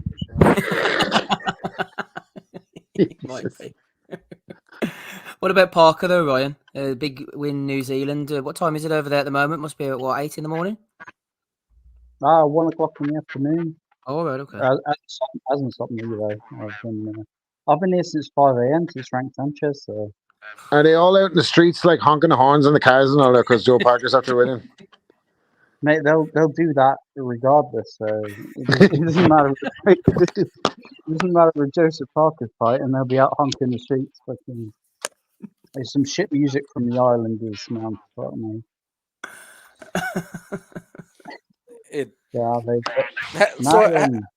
Joseph Parker put in the performance that he needed to, but he didn't do enough to win, and Wilder didn't do anything really. It's more Wilder. Yeah, we were saying that like we felt like fucking Parker was boxing within himself, wasn't he? Because he didn't have to kind of exert himself to get to the win. It was just he was just doing enough to win each round, like.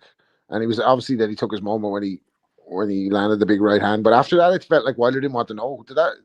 It's like, that slow motion replay. It's like when he blinked his eyes. It was like fucking first Bueller's Day Off or something. He was like, "What the fuck am I doing here? Fuck this! Like fuck boxing." He didn't want to engage after that. But I agree with you. Like Parker didn't have to go to the well or anything to beat him. It was just like a bad version of Wilder and a very bad version of Wallin, like, wasn't it?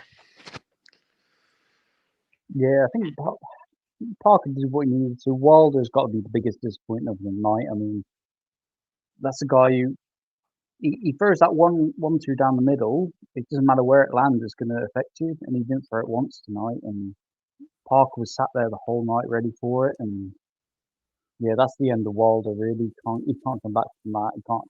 There's no way to justify that performance, is there? So I Yeah, mean, Parker goes on to the next one, but who does he really fight? Who does he really beat? He's not going to beat AJ in that form, is he? You know, we don't see that on a $28 DAZN fucking pay per view and no fucking audio, do we? Yeah, no.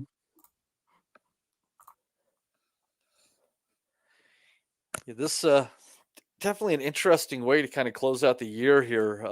I think the only thing that would be a little bit stranger than what happened to the things that happened tonight would be if we ended up seeing Topalis topple Inoue. That would be. Careful what you say, Matty. Be careful what you Nah, say. man. I Fucking know. no That is chance. not That's going to be a draw.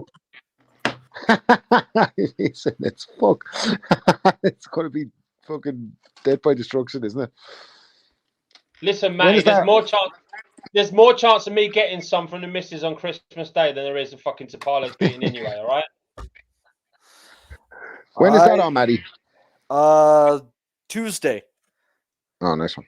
And That's it should there. be- Those Japanese cards are on a good time for us, aren't they? Yeah, about Lunchtime. lunchtime. About lunchtime, Yeah. I think. Maybe a little earlier.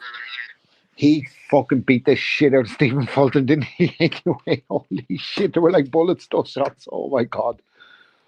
Yeah, I don't think Fulton's going to be the same after that loss either. I Like, don't think he is. Yeah, fuck me. it just He totally even sat shocked him that next I to could do that. Adam Yildirim from the Steve Wellington fucking hype train. It's Inoue's technique is fucking scary, and the sound of the punches when he lands on anyone, they're like fucking gunshots. Oh my god.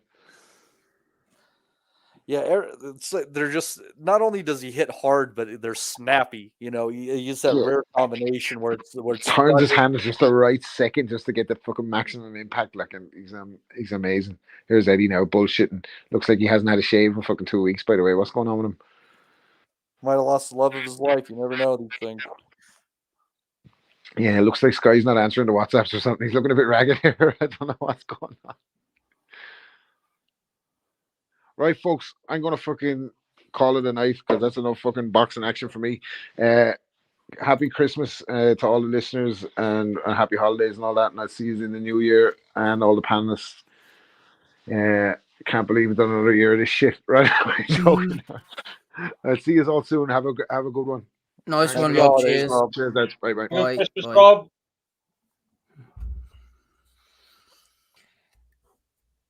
Right, 5 minutes, Matty. Do you want to wrap it up? Yeah, why don't we go ahead and wrap it up? This was a crazy night of boxing that we have seen, or afternoon or morning. It's been all over the place. I think between all the time zones, we've kind of wrapped up a full freaking 24-hour day somehow. So we kicked everything off with Frank Sanchez taking a win over Junior Fa. And then we had Filip Hrgovic knocking out Mark Demori in the first round.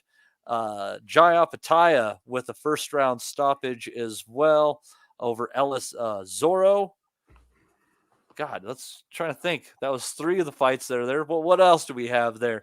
There's Bivol beat Arthur on points. Bivol beat Dubois Arthur on beat points. Miller. Shout out to Dubois. A good performance from Dubois tonight. He wrote a lot of opinions and yeah, he launchpad for the second stage of his career, I think. And the gad has just been left hanging for about 15-20 seconds by AJ as well. Both sides.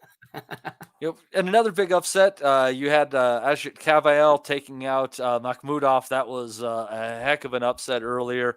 And then obviously Parker with the decision over Deontay Wilder, and AJ knocking out, getting retirement on the stool of Otto Wallin early on, far earlier than the over-under was. That's for damn sure. So what a night it was from Saudi Arabia. We had a good time. Ryan Deal hopped on here with us. We also had Rob Kelly, Andy Patterson, Danny Young, Steve Wellings. It's been a good time. Steve, did I miss anyone in that bunch there? Probably, but fuck them anyway. But Barry W throwing in a £5 super chat to end it says, "Cheers, lads! Happy Christmas to you and yours."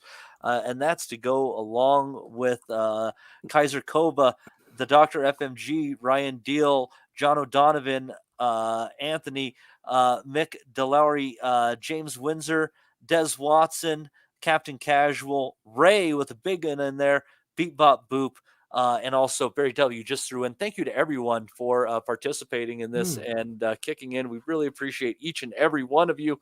And Steve, if you have nothing else to add, I'll just say post-fight pod after Inoue Tapales, all being well. We'll do that.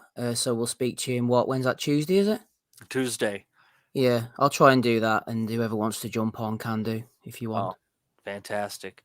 Well, we thank everybody for joining us and being part of this boxing fight companion for the Day of Reckoning card from Riyadh. I have been your host, Matt DiGianardo. You folks have a very Merry Christmas. Thank you, Matty. Good job. You got it. Let's knock it out with the good old outro. We'll never forget. Golly, that's good at me. Go to Adam move! We want to be honest, yeah? Crying like a little bitch. I've never met a fucking swank that can fight me. I fell asleep. I fell asleep.